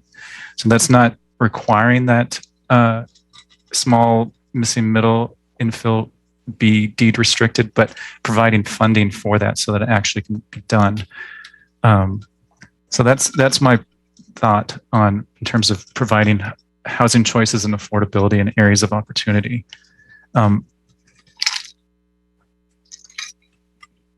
Second part of that, which is not on this potential policies and programs list, is to partner with churches and nonprofits to find opportunities to build deed-restricted affordable homes in neighborhoods. Similarly, we could be leveraging county and state public land that the unused county, like the unused county courthouse in North Central, see what the city doesn't own, but potentially, the county or the state has that we could develop. And then also, we should develop a more intensive missing middle program for lower density multifamily zones, namely R2 zones and up. So a little bit more intensive. Maybe it's through an SB 10 change to the zoning. And I think that's important in terms of getting some sort of value capture potentially. But this also relates to the fourth bullet, which is design place-based strategies to encourage community conservation and revitalization.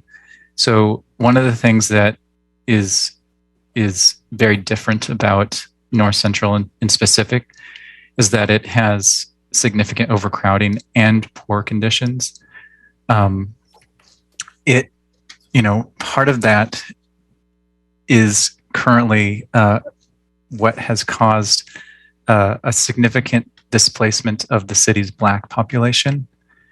It used to have a much higher Black population. So in 1990, North Central had 18% Black, and now recently it's down to 4%. That's a significant change, and I think a lot of that change is due not simply to the increase in housing costs, but the increase in housing costs and continued disinvestment in housing in that neighborhood. And so basically, people who grew up there are not willing to pay for the costs and get less housing, less quality housing than you could elsewhere. And I think that kind of displacement is caused by what's known as disinvestment or disinvestment displacement. So I think that we need to look at what we do in that portion of North Central, specifically the R2 zone. And I think we need a targeted investment program for the low density multifamily area. Adam, Yeah. I'm sorry to interrupt. Sure. Do you have much more left? Yeah, I've got another paragraph. So if you want, I can pause and I can open it up, but yeah. Yeah. If you think you can do it in just a few minutes, that's fine. Sure. There's a lot Sure. more we have to go through. Yep, I understand. So I think that we should look at a missing middle, maybe SB10 program that allows townhomes, plexes, and small walk-ups to relieve the displacement pressure while also alleviating the poor housing conditions currently in existence. This program should be paired with robust protections, including a tenant right to return program. And that program should probably be leveraging a new or existing multifamily building as designated temporary home for existing residents while a property is under development. So I think we need to actually actively get into this it involved creating a way that we don't displace tenants from, programs that, improve properties. I don't know how else to put it. We can also implement like a parking management program because parking is a major issue in North Central. And I think that's actually even a fair housing issue because of the overcrowding that exists. And so ultimately, you can't prevent displacement and integrate a neighborhood without really changing what options there are for people to live in. So if North Central were to, in a sense, become more integrated and more akin to the rest of the city's population dispersal, you're going to end up displacing people if you don't build more housing either in North Central or throughout the city. So that's my thought in terms of the small infill residential construction. I think it should be a two-pronged program that looks at, the small R2 areas and up, and then R1 areas through SB9. Thank you very much, Adam. Yeah. Next commenter, Councilwoman Lee. Well, tough act to follow. Going back to, I think the other slide about housing production, I just want to sort of double down, just using the categories that we have. I want to echo I think what we have is a strong consensus of support for all of the suggestions. And I really appreciate Adam's point about, maybe expanding on the the one requirement that we have, which is implement provisions of SB 9 for duplexes, but also, looking at how we can improve on our codes and incorporate some amendments to also support the coming wave of SB 10 development. That's something that we need to be prepared for, and so I think that should actually be something that we are planning to do and as a goal. I didn't see on this list something I think that we are actively working on, which is underway, defining community benefits. And I do see that as a housing production strategy that does belong on this list. And I just want to, I think I've heard the desire to think about sort of the architectural values of our different neighborhoods as it relates to neighborhood character. And I think that there's a clear way to do that, with incorporating form-based codes. And so I would just add to this list, when you think about adopting objective standards, that we also incorporate form-based codes as we can really reach for industry best practices in this housing cycle.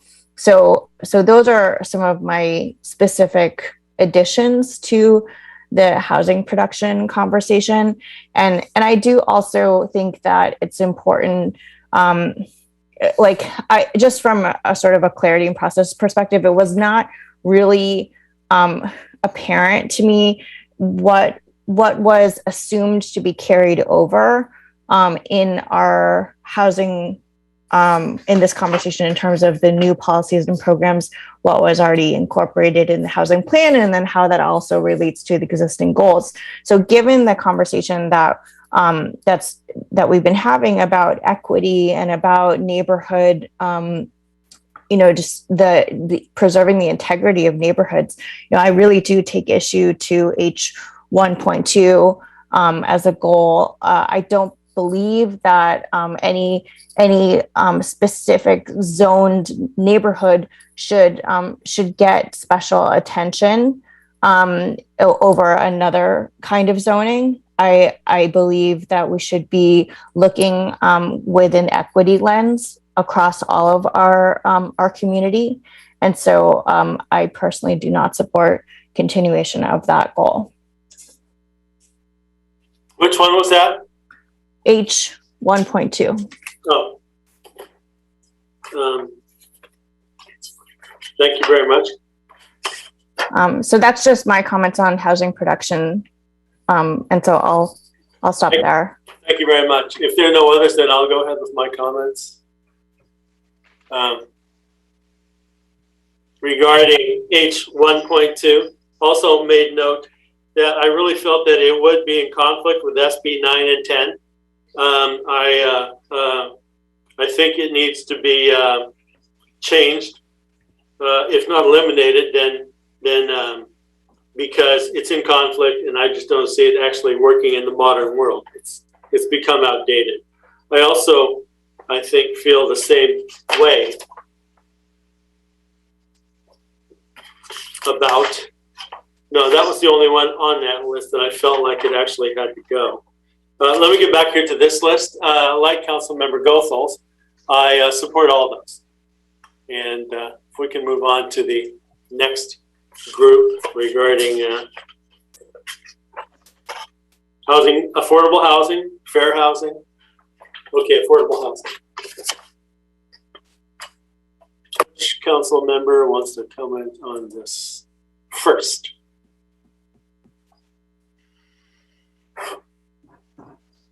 And oh, by the way, I want to mention what was just mentioned by Councilwoman Lee regarding defining community benefits. I think that belongs in the first section of housing production. Yeah, I think that was it. Through the mayor? Yes. Since we dived into attachment 1 and looked at attachment 2, I would think that H 1.1, 1.2, 1.4, 1.5,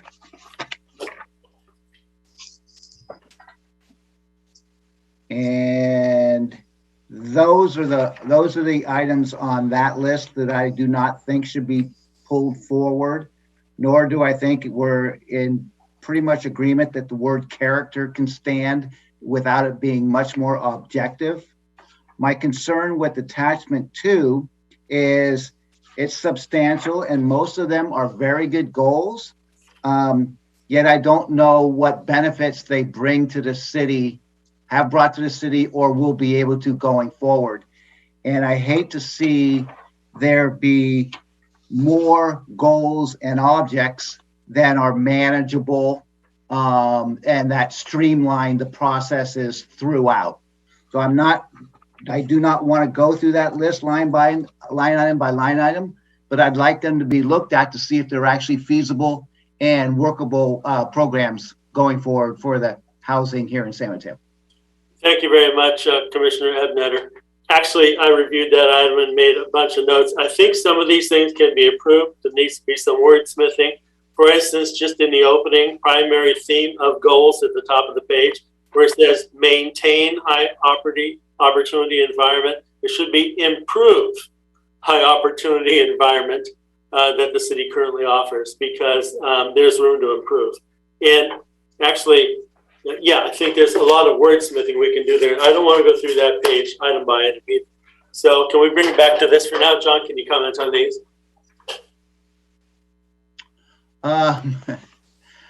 Develop countywide affordable rental. Oh, I love that idea. Perfect. It's actually underway. Prioritize streamlined planning application.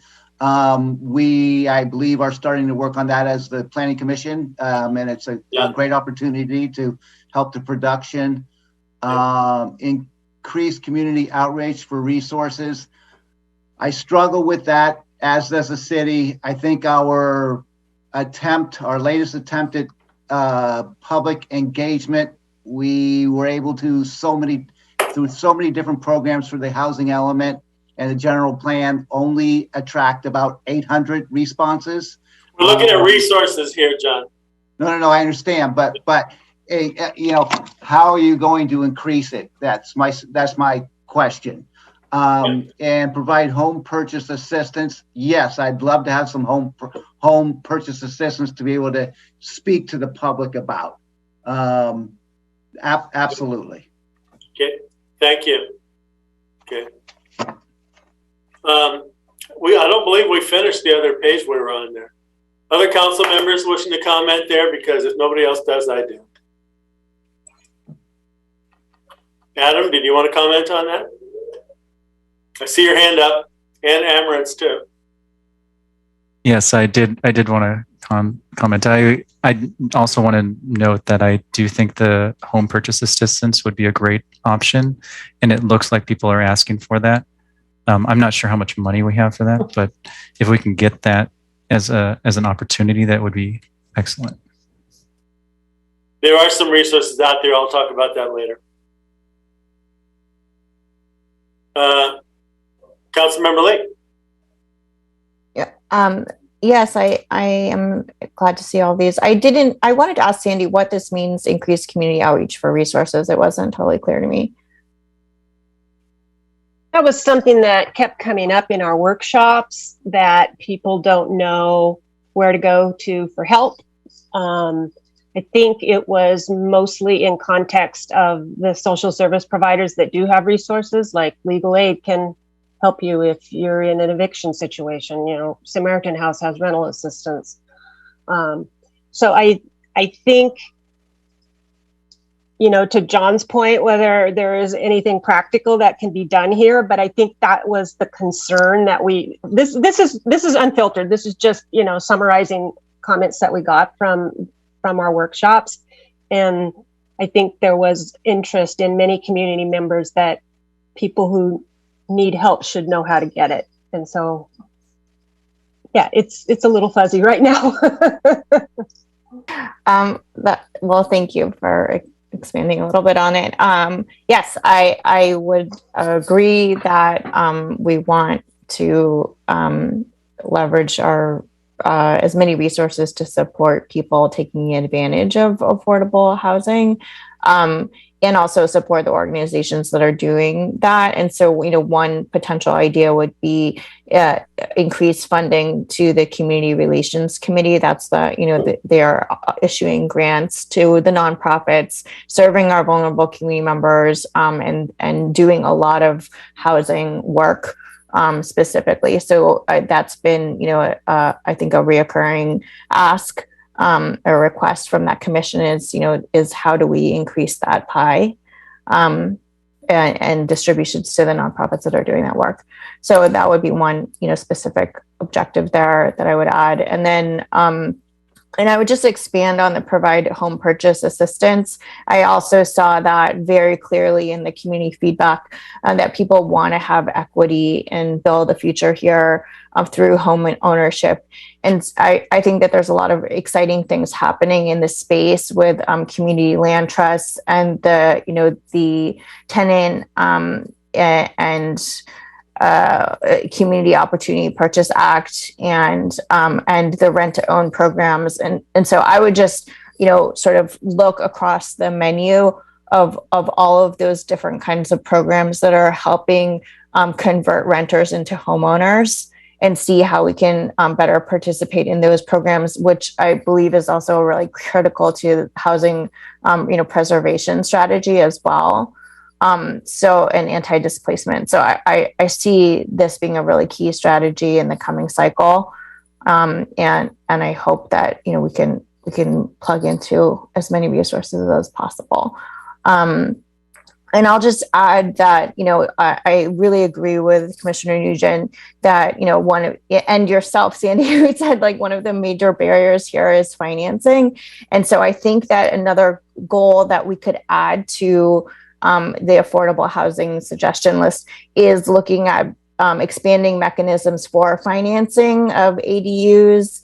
How do we, where are there spaces for us for the city to help subsidize and finance or support our community to access better financing tools to build affordable. And I really agree with the suggestion of inventorying our land, our underutilized land at the county level, at the city level, and also expanding partnerships with our faith-based communities to look at how we can better zone for and increase affordable housing through potentially density bonuses or housing overlays or whatever policies that need to be put in place to make sure that we're not leaving anything on the table. And then I would just add to that, I think, in addressing the missing middle piece, I think I would like personally to understand better how we can support more employee housing opportunities and workforce housing opportunities.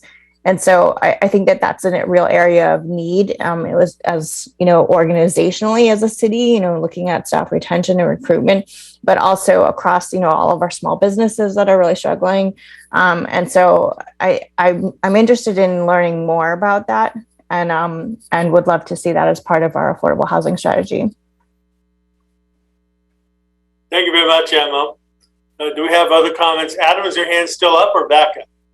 Sorry, it's back up. I just wanted to second a lot of what Councilmember Lee said. The other thing I wanted to note, in addition to the home purchase assistance, and I think that we should look at additional ways to get subsidized purchasable homes and then just more homes that are available for purchase out. So like maybe it's subdivision of properties or smaller townhomes type things. So I think home ownership opportunities are really, there's a great disparity from really furthering fair housing perspective between home ownership for certain minorities versus other majorities. And I think having greater opportunity to buy, especially at a affordable or naturally affordable way, would be excellent with home purchase assistance. And then also, perhaps adding some additional resources for funding, like a transfer tax on real estate over $1 million, could be an excellent way to add more money to that pot that we could use for small projects and large projects. Thank you. Commissioner Williams. Yes, thank you. I just thought I should make a couple of quick comments. The first item, I actually thought it already, well, I see it says underway, but I actually thought it already was in place. So I think that a countywide wait list, or, I would have assumed that was sort of the only way to manage that anyway. So I'm glad to see that that's underway. And then I just wanted to make a little bit more of a comment on the second item, because we've touched on it really briefly, just sort of for the benefit of the public or the council to know that we had a really good, detailed discussion at our last planning commission meeting. This was one of our agenda items to streamline the planning application process, because it is a cumbersome process. It's a long, not just planning, but I mean, that's sort of step one. You have the building department as well to get through. So to try to streamline planning department, the planning application process is something that is definitely being worked on, I would say. So that was good. I think I appreciate getting a little bit more information about the community outreach for resources. I also was kind of wondering what that was. I think there's a lot of opportunity there, or a need there to be worked on as well. So, and lastly, yes, I certainly do support providing home purchase assistance, particularly for, those in the workforce in our community, like teachers and healthcare workers and others. Thank you. Thank you. I see a hand from Councilmember Pappen. So one thing that I thought we already did some reduction of developer fees if you were going to do more affordable housing. Isn't that right? We've been doing it on a case-by-case basis. Okay. So we've negotiated it per deal, I think is the way we're standing. Christina can correct me if I'm wrong. I don't have anything to add. Okay. Yeah, and I had recalled that we had done some so that we could encourage that affordable housing be built, even though it would mean less revenue to the city. It was sort of our way of subsidizing, as it were, some affordable housing.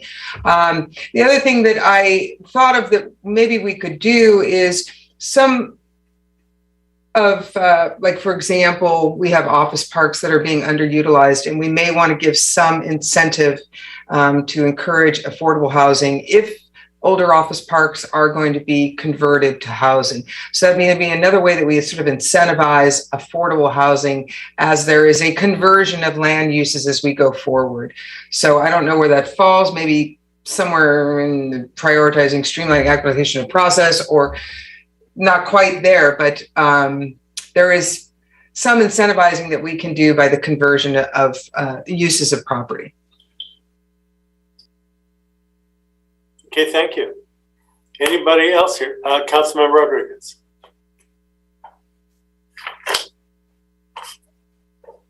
I will unmute myself. I'll make this really quick because I wanted to comment on an earlier slide, but instead of going back to it, I'll talk about it here in this whole concept of streamlining. And I think that there are many, many good opportunities that we have for streamlining to promote affordable housing and housing in general. But I just wanted to go on record that limiting community input, limiting meetings, and getting actual residents to work towards better projects that are more compatible with our city I don't think that that is what the majority of San Mateo residents think of when they think of streamlining.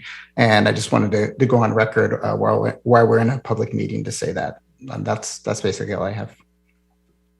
Thank you very much. And on the things that are there, do you have any opinion there?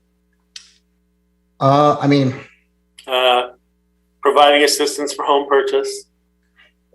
I mean, I guess it's like, you want free ice cream? Yes, I want free ice cream, but I would like to know how that's going to be paid for. I mean, is that just going to be, increasing taxes on San Mateo residents that also are trying to make sure that our parks get fixed and our streets get fixed and all that stuff?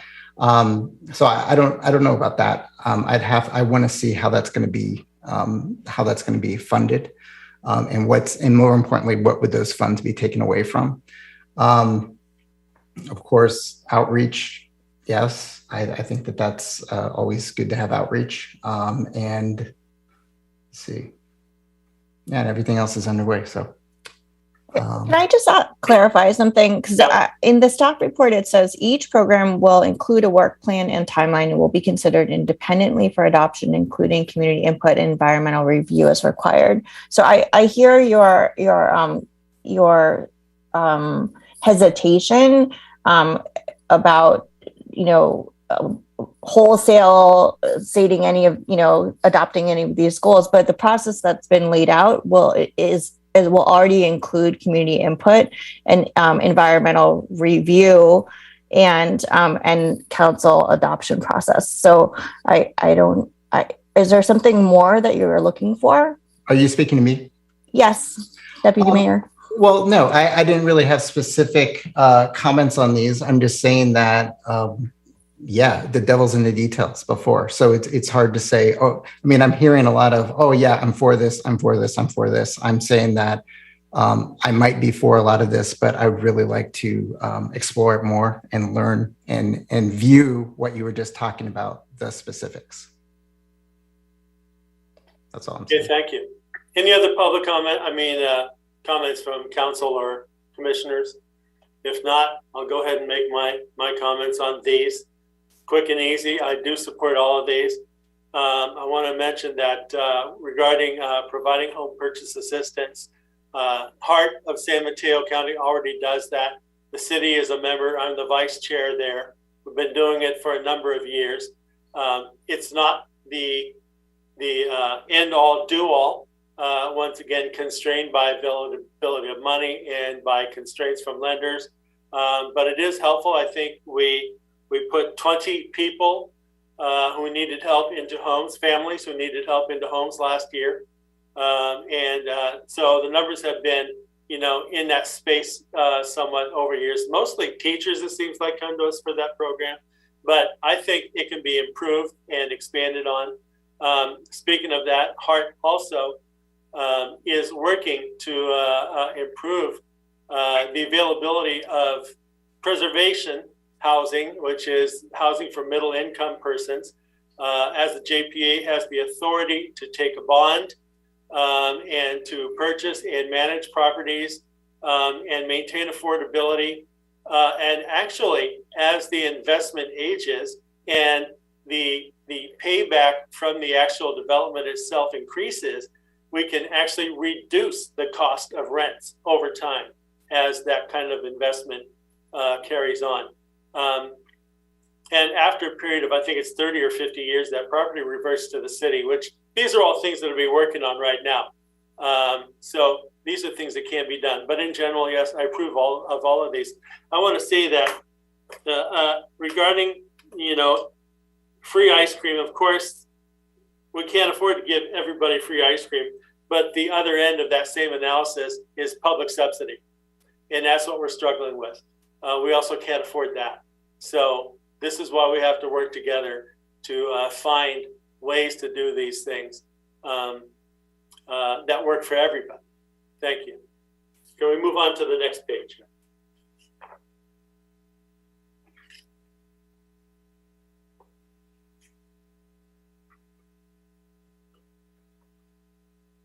Any councilors or commissioners want to start on this?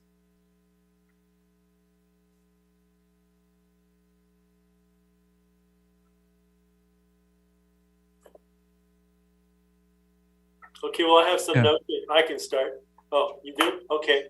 Go ahead, Adam. Yeah. I know I touched a lot on this on my earlier comment, but I do think that establishing a right to return policy for tenants displaced from homes due to demolition or substantial remodels, I think that that's really big. We're looking at building 7,000 units just in the next 8 years and potentially a lot more over the course of our general plan. And I think that having that sort of robust policy could be very big. And I think a lot of friction and a lot of hand wringing comes, very understandably about the active, dislocation of people who currently live in an area that's getting redeveloped. And I think that having a program for that would be huge. It's very important. I think that we could add to it with, substantial monetary incentives for tenants as well, like in case, not just moving expenses, but if it's paired with a zoning change, like we need to have, robust ways to encourage developers from, to avoid displacement of existing tenants. And then overall, I mean, none of these I would oppose. I think that I'm really want to highlight the required documentation from landlords who do a remodel, in order to evict tenants. Like, I think that having a building permit is really important. So it's not fake. Requiring tenant relocation payments for no-fault evictions for a tenure less than 1 year. Yeah, absolutely. And then establish a rental registry to track rents and evictions citywide. I think that would be very helpful with all the movement that's going to be happening in the city. There's going to be a lot going on over the next 20 years. So having a rental registry will help us understand what we're doing overall. I think just on a general high level, obviously we need more homes. And so fair housing is also part of, getting more homes for people because overcrowding is a major issue. And so that kind of gets also, brought back into the fair housing discussion. But yeah, all these are great. Okay, thank you very much. Who's next? And let me take a look here. Go ahead, Councilmember Lee. Okay, well, I want all this ice cream. So yes to all of this. And then I will just add that I think that it would be really important to add into this section the idea that was raised by Commissioner Nugent about figuring out a way to support displaced renters who are displaced by redevelopment. I think that that's one of the most acute pain points in the community that's really undermining the fabric of our existing community. Is that we don't have a place for folks in those transition periods. So even if we have a right of return, the chances are that after a 2 or 4 year, 10-year development phase, they will have effectively been permanently uprooted. And so I think that there are probably ways through acquisition that we could look at creating those kinds of transitional homes to support more redevelopment. I would add that to the list of strategies. Or maybe it's thinking about incentivizing different kind of phased construction processes where where a developer is able to kind of relocate tenants through a different phase construction process. So I would just add that to the fair housing list, and I would expand that one reference to what is it? Special needs, and I would just say that I think that a bigger goal or a bigger catchment for that goal would be looking at how we can incentivize or enforce or carrot stick more universal accessibility across all new development. I think that is that's something where, if we're looking, if we really want to support housing mobility and integrated inclusive spaces, then I think universal accessibility in our buildings and the way that our spaces are built is really important. And so I would add that to the list. Good, thank you. Next. Any council member, commissioner? Okay, then I have some comments. Thank you very much. I want to say that in general, I support all of these. And I support some more than others, such as the rental registry. I've been, ranting for a couple of years now about we can't help people with situations that we know exist that are unjust if we don't have data so that we can understand what's going on in these places. So I really strongly support establishing the rental registry, as well as requiring documentation from the landlords who use the remodel exemption to evict tenants. So under AB 1482, it doesn't require them to take out a permit before they undertake these remodeling or redeveloping of their existing buildings. I think we do need to require, and it needs to be established that, as the law says, it's substantial renovation, meaning someplace where the tenants would be gone for a month before the actual eviction is considered appropriate.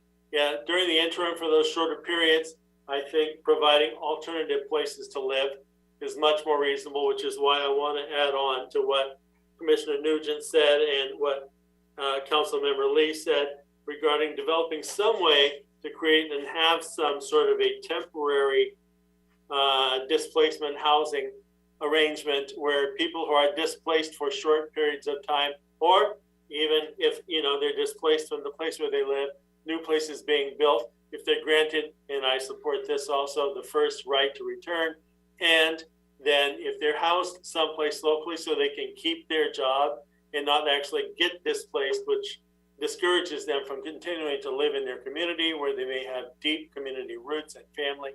I think that this is only the most humane and best, most thoughtful way to try and deal with this situation.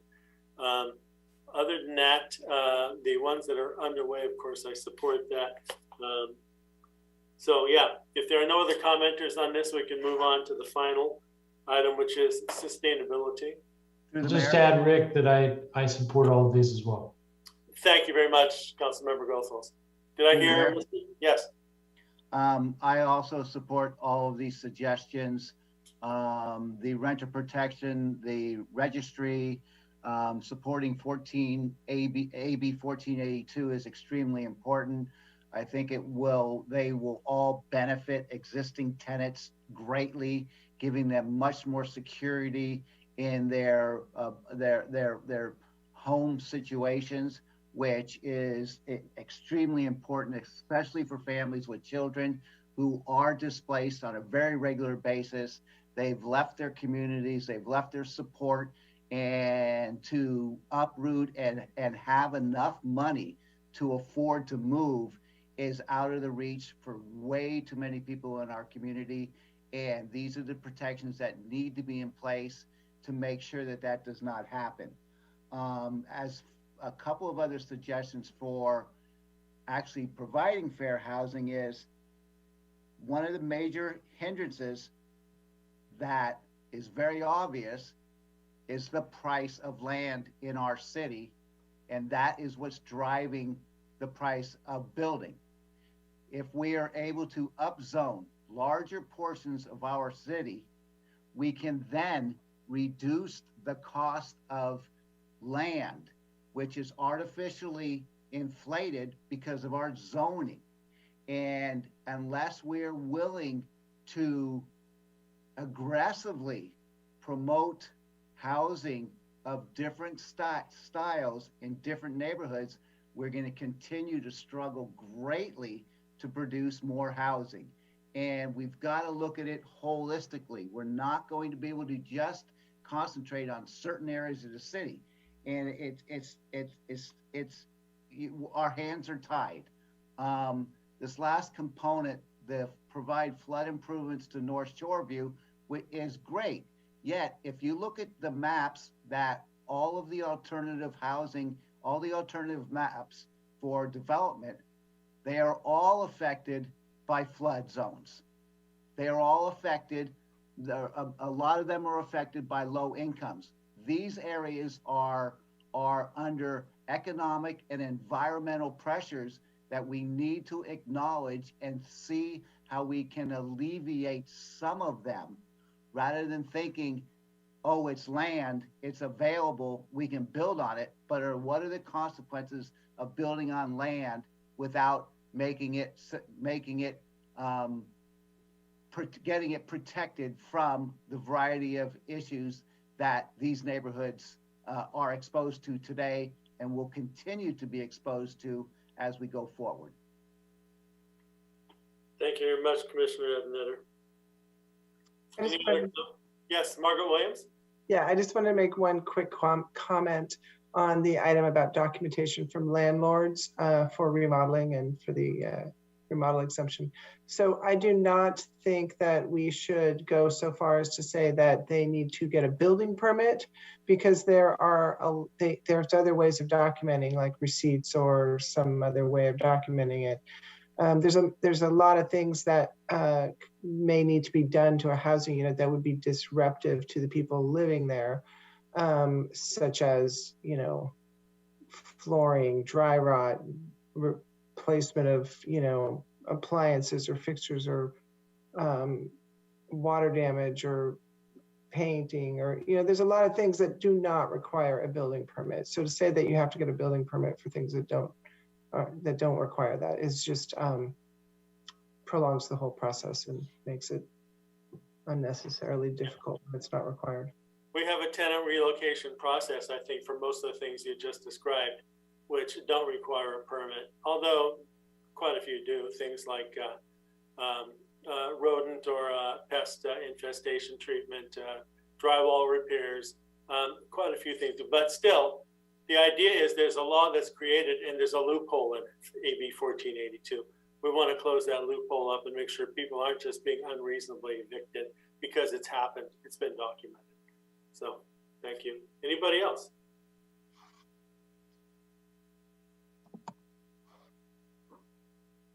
Okay, seeing none, then I guess we can move on to the last part here, which is sustainability.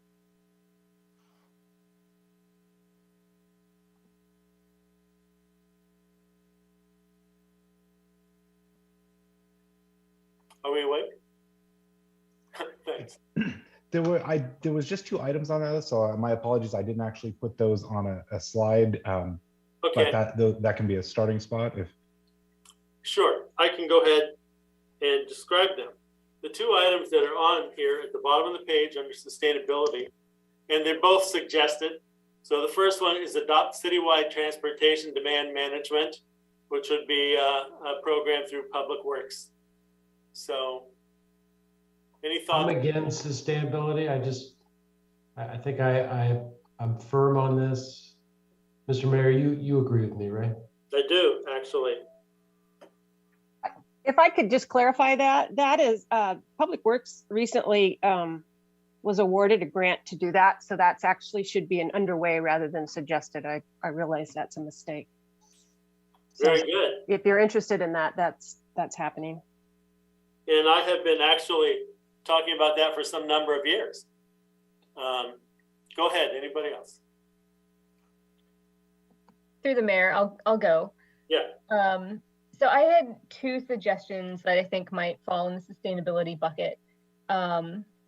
One is around and apologies of my ignorance on this topic, but it seems to me that implementation of our bicycle master plan is somewhat spotty. And my understanding of how pieces of it actually get implemented is due to funding that the city is able to obtain, perhaps from the state, perhaps from federal sources to implement pieces of the bicycle master plan. And so we kind of have this patchwork approach to doing so, although it's implemented in terms of priority and connecting the city.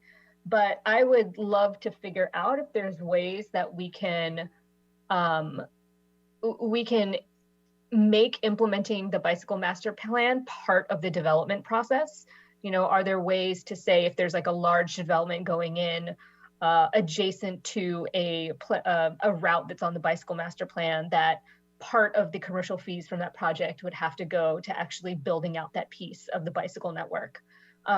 Similarly, many of our projects that we've seen come before Planning Commission will pay parking in lieu fees to either not produce any parking spaces or to produce less than the minimum required parking spaces, through the use of a concession. And my understanding is that those parking in lieu fees have to go into a fund that funds parking spaces elsewhere. But I would also argue that the creation of sustainable transportation infrastructure also offsets the need for parking. So is there a way we could create a program to use some of those parking in lieu fees to build out more bicycle and pedestrian infrastructure? I think the city attorney may have a comment on that.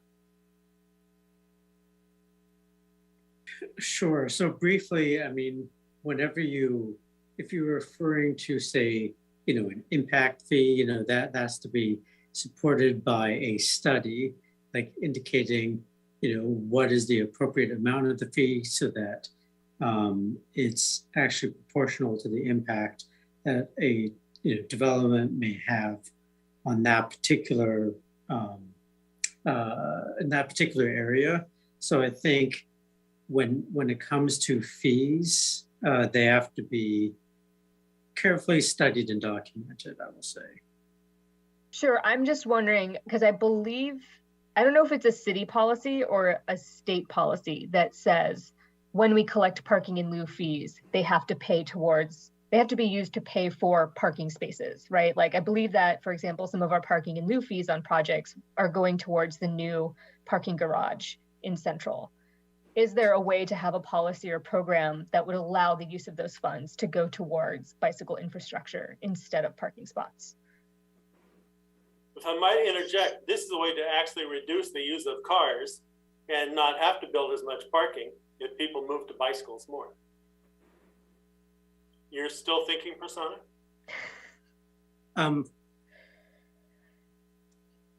Well, I think that's something we could potentially look into. I need to think that over a little bit.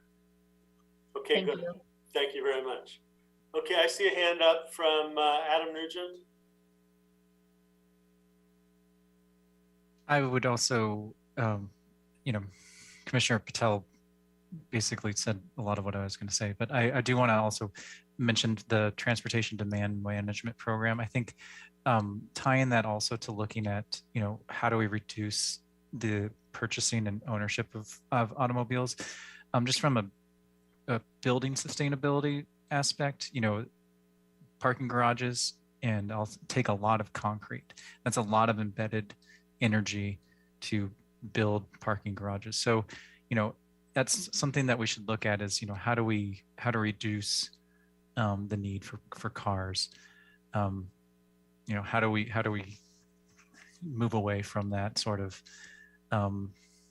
need, or maybe separate the parking areas from the building, similar to what's going on at Kiku Crossing, where eventually if people are no longer using privately owned automobiles, 20 years from now, using self-driving cars, things like that, we're not stuck with giant structures that are attached to our houses that are, kind of useless. So potentially tying parking to more, separated garages and more, separating the actual structures so that the buildings are not, stuck with something that may not be used in the future. Thank you, Commissioner Nugent. Do I see any other hands up? Anybody else want to comment? Okay, I want to, yeah, I see Councilmember Lee. Yeah, so actually, I was thinking about how we just went through our goal setting session and how it could be valuable to thread through some of the adopted or the proposed goals from the Blue Sky session. And Mr. Mayor, one of your very bold goals was to eliminate methane gas use by 2030. And I was thinking that is a really exciting sustainability goal that I would love to see reflected in our housing element plan and goals for specifically for sustainability. So I think that having those two, sort of like our short-term plan, which is very bold and aspirational, and thinking about how we can take steps towards it in the next 8 years would help bring us closer to operationalizing and implementing it. And then another goal that was raised in the Blue Skies was the point about like looking at urban agriculture across new development. And so I think, I just want to raise that again. It is sort of a cross-cutting interdisciplinary goal that intersects with the several different components of the general plan, but to the extent that it has an intersection with housing and new housing construction, I would like that to be reflected in our sustainability goals. And I would just kind of offer a way to kind of hone the point I think that Commissioner Patel was making, which is as a goal or an intention that we can set is prioritizing funding for implementation of the bicycle master plan through new development. So, maybe that's some language that we could that would capture the ideas that were raised in this last conversation. Right. Okay. Thank you very much. Any other commenters here tonight on this? Okay. So I want to say that. Well, let me just add the next one. There's only one more item left, and it's establish shuttles or other ways to encourage use of transit. Should that be one of our sustainability policies or programs?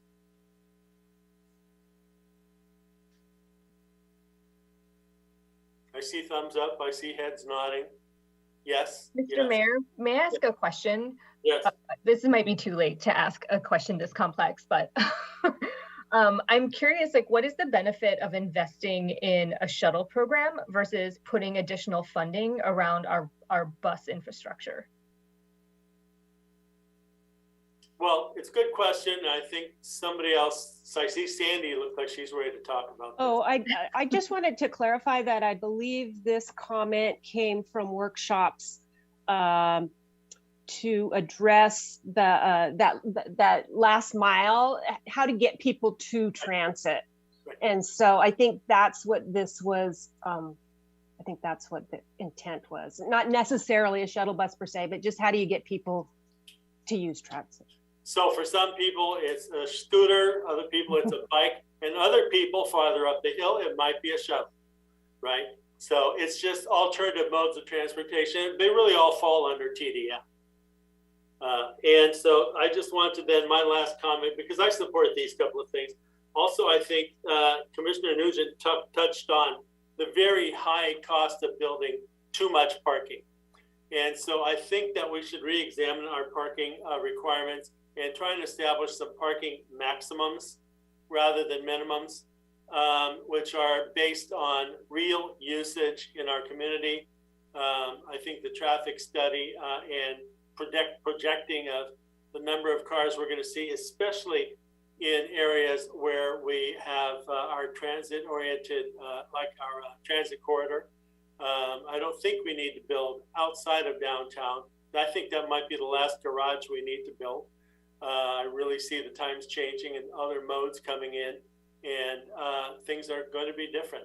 But for future garages that come in, let's say between Bay Meadows and downtown, or between Bay Meadows and going south, we should really consider cutting and reducing the amount of parking that's required to be built, because it's a huge waste of resources, and the actual production of concrete is highly polluting, except we're now developing a new method of producing concrete that actually encapsulates and sequesters carbon.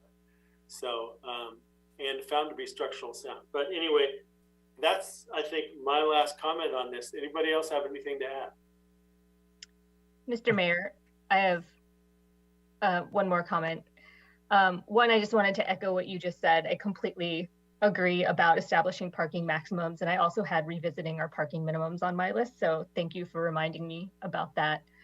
The other thing I wanted to mention really quickly, and I'll try not to take up too much time because I know it's late, is I know the topic of today's meeting was not our site inventory. However, at the start of this meeting, staff said one of the goals of this joint session is to align on priorities. And I just wanted to note that, like Commissioner Nugent, who has immersed himself in affirmatively furthering fair housing, I have tried to immerse myself in this creation of site inventories. And that includes viewing all the webinars, reading the site guidebook, and recently reading some of the response letters from HCD, including the Davis response letter on December 8th, the Redondo Beach response letter on January 5th, and Fullerton's response letter on January 27th. And I'm calling out those response letters because those cities employed methodologies that are very similar, if not exactly similar, to methodologies that we are using in our site inventory. And all of those methodologies were rejected. And I think we have some strong signals between the very clear instructions in the guidebook and the webinar, between letters like Mr. Bookbinder's from the Campaign for Fair Housing Elements, and from these response letters to other cities that are using similar methodologies as us, that we have some pretty big concerns, potentially flaws in our methodologies. And I would ask if there is a way to prioritize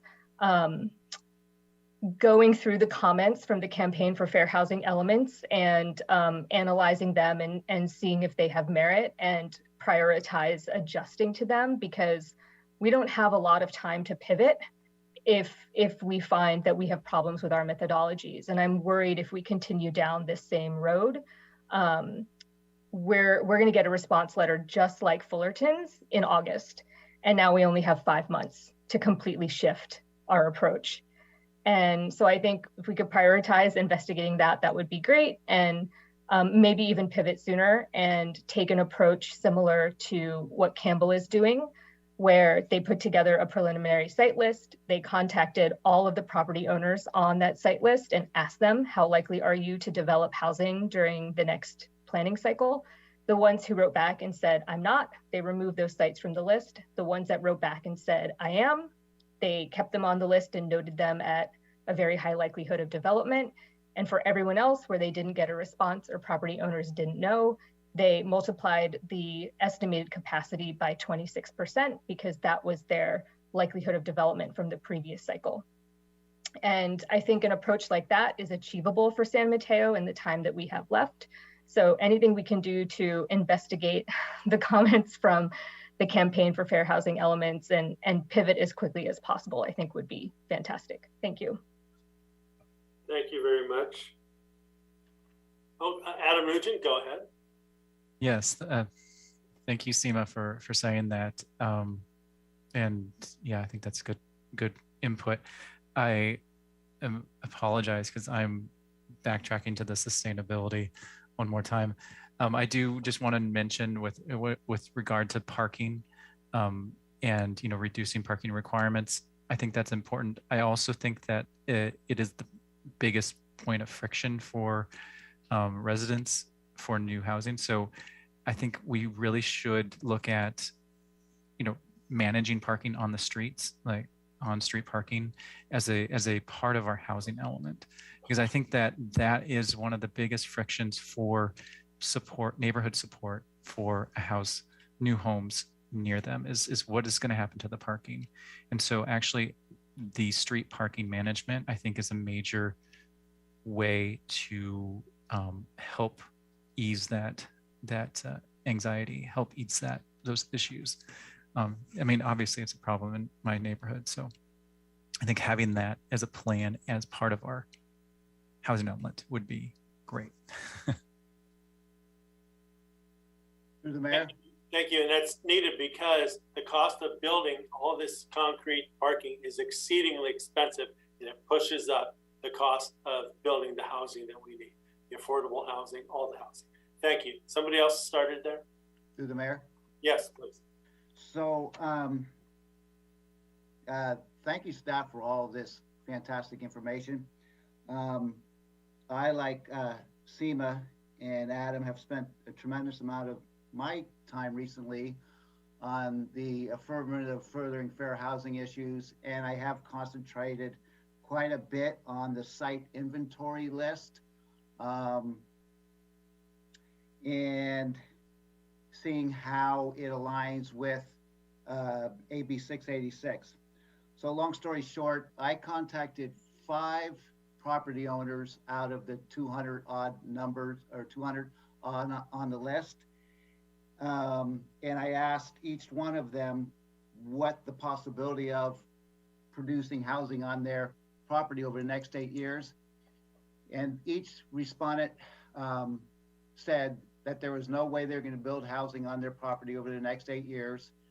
And they had not any idea that the city had identified their sites. Those 5 properties have 796 projected housing units on our list. So to Seema's point, I am very nervous that we are going to be able to submit a list, a housing element to the state in time, get it certified, and all produce the housing that we're trying to do. It's a big concern of mine that we don't have the documentation or the reference in place, and to get that information in place over the next few months is going to take a tremendous amount of effort. So I'm hoping we can make it, but it looks like time is really becoming an issue. Okay, thank you, John. And I see no other comments. It's getting kind of late. Staff, what's next here? Anything else? I think that covers the range of topics we are looking for feedback. Much appreciated. And that will definitely help us as we craft the housing element and align it with where you want the priorities to be. Thank you very much, because we could go a couple more hours. Okay, well, I want to thank everybody for staying with us this long and putting forth so much effort and sharing in this very meaningful process that's going to get us hopefully to a much more equitable and inclusive, sustainable future here in San Mateo. And with that, if there are no other comments, I'll adjourn this meeting. Thank you. With my gavel. Thanks. Good night.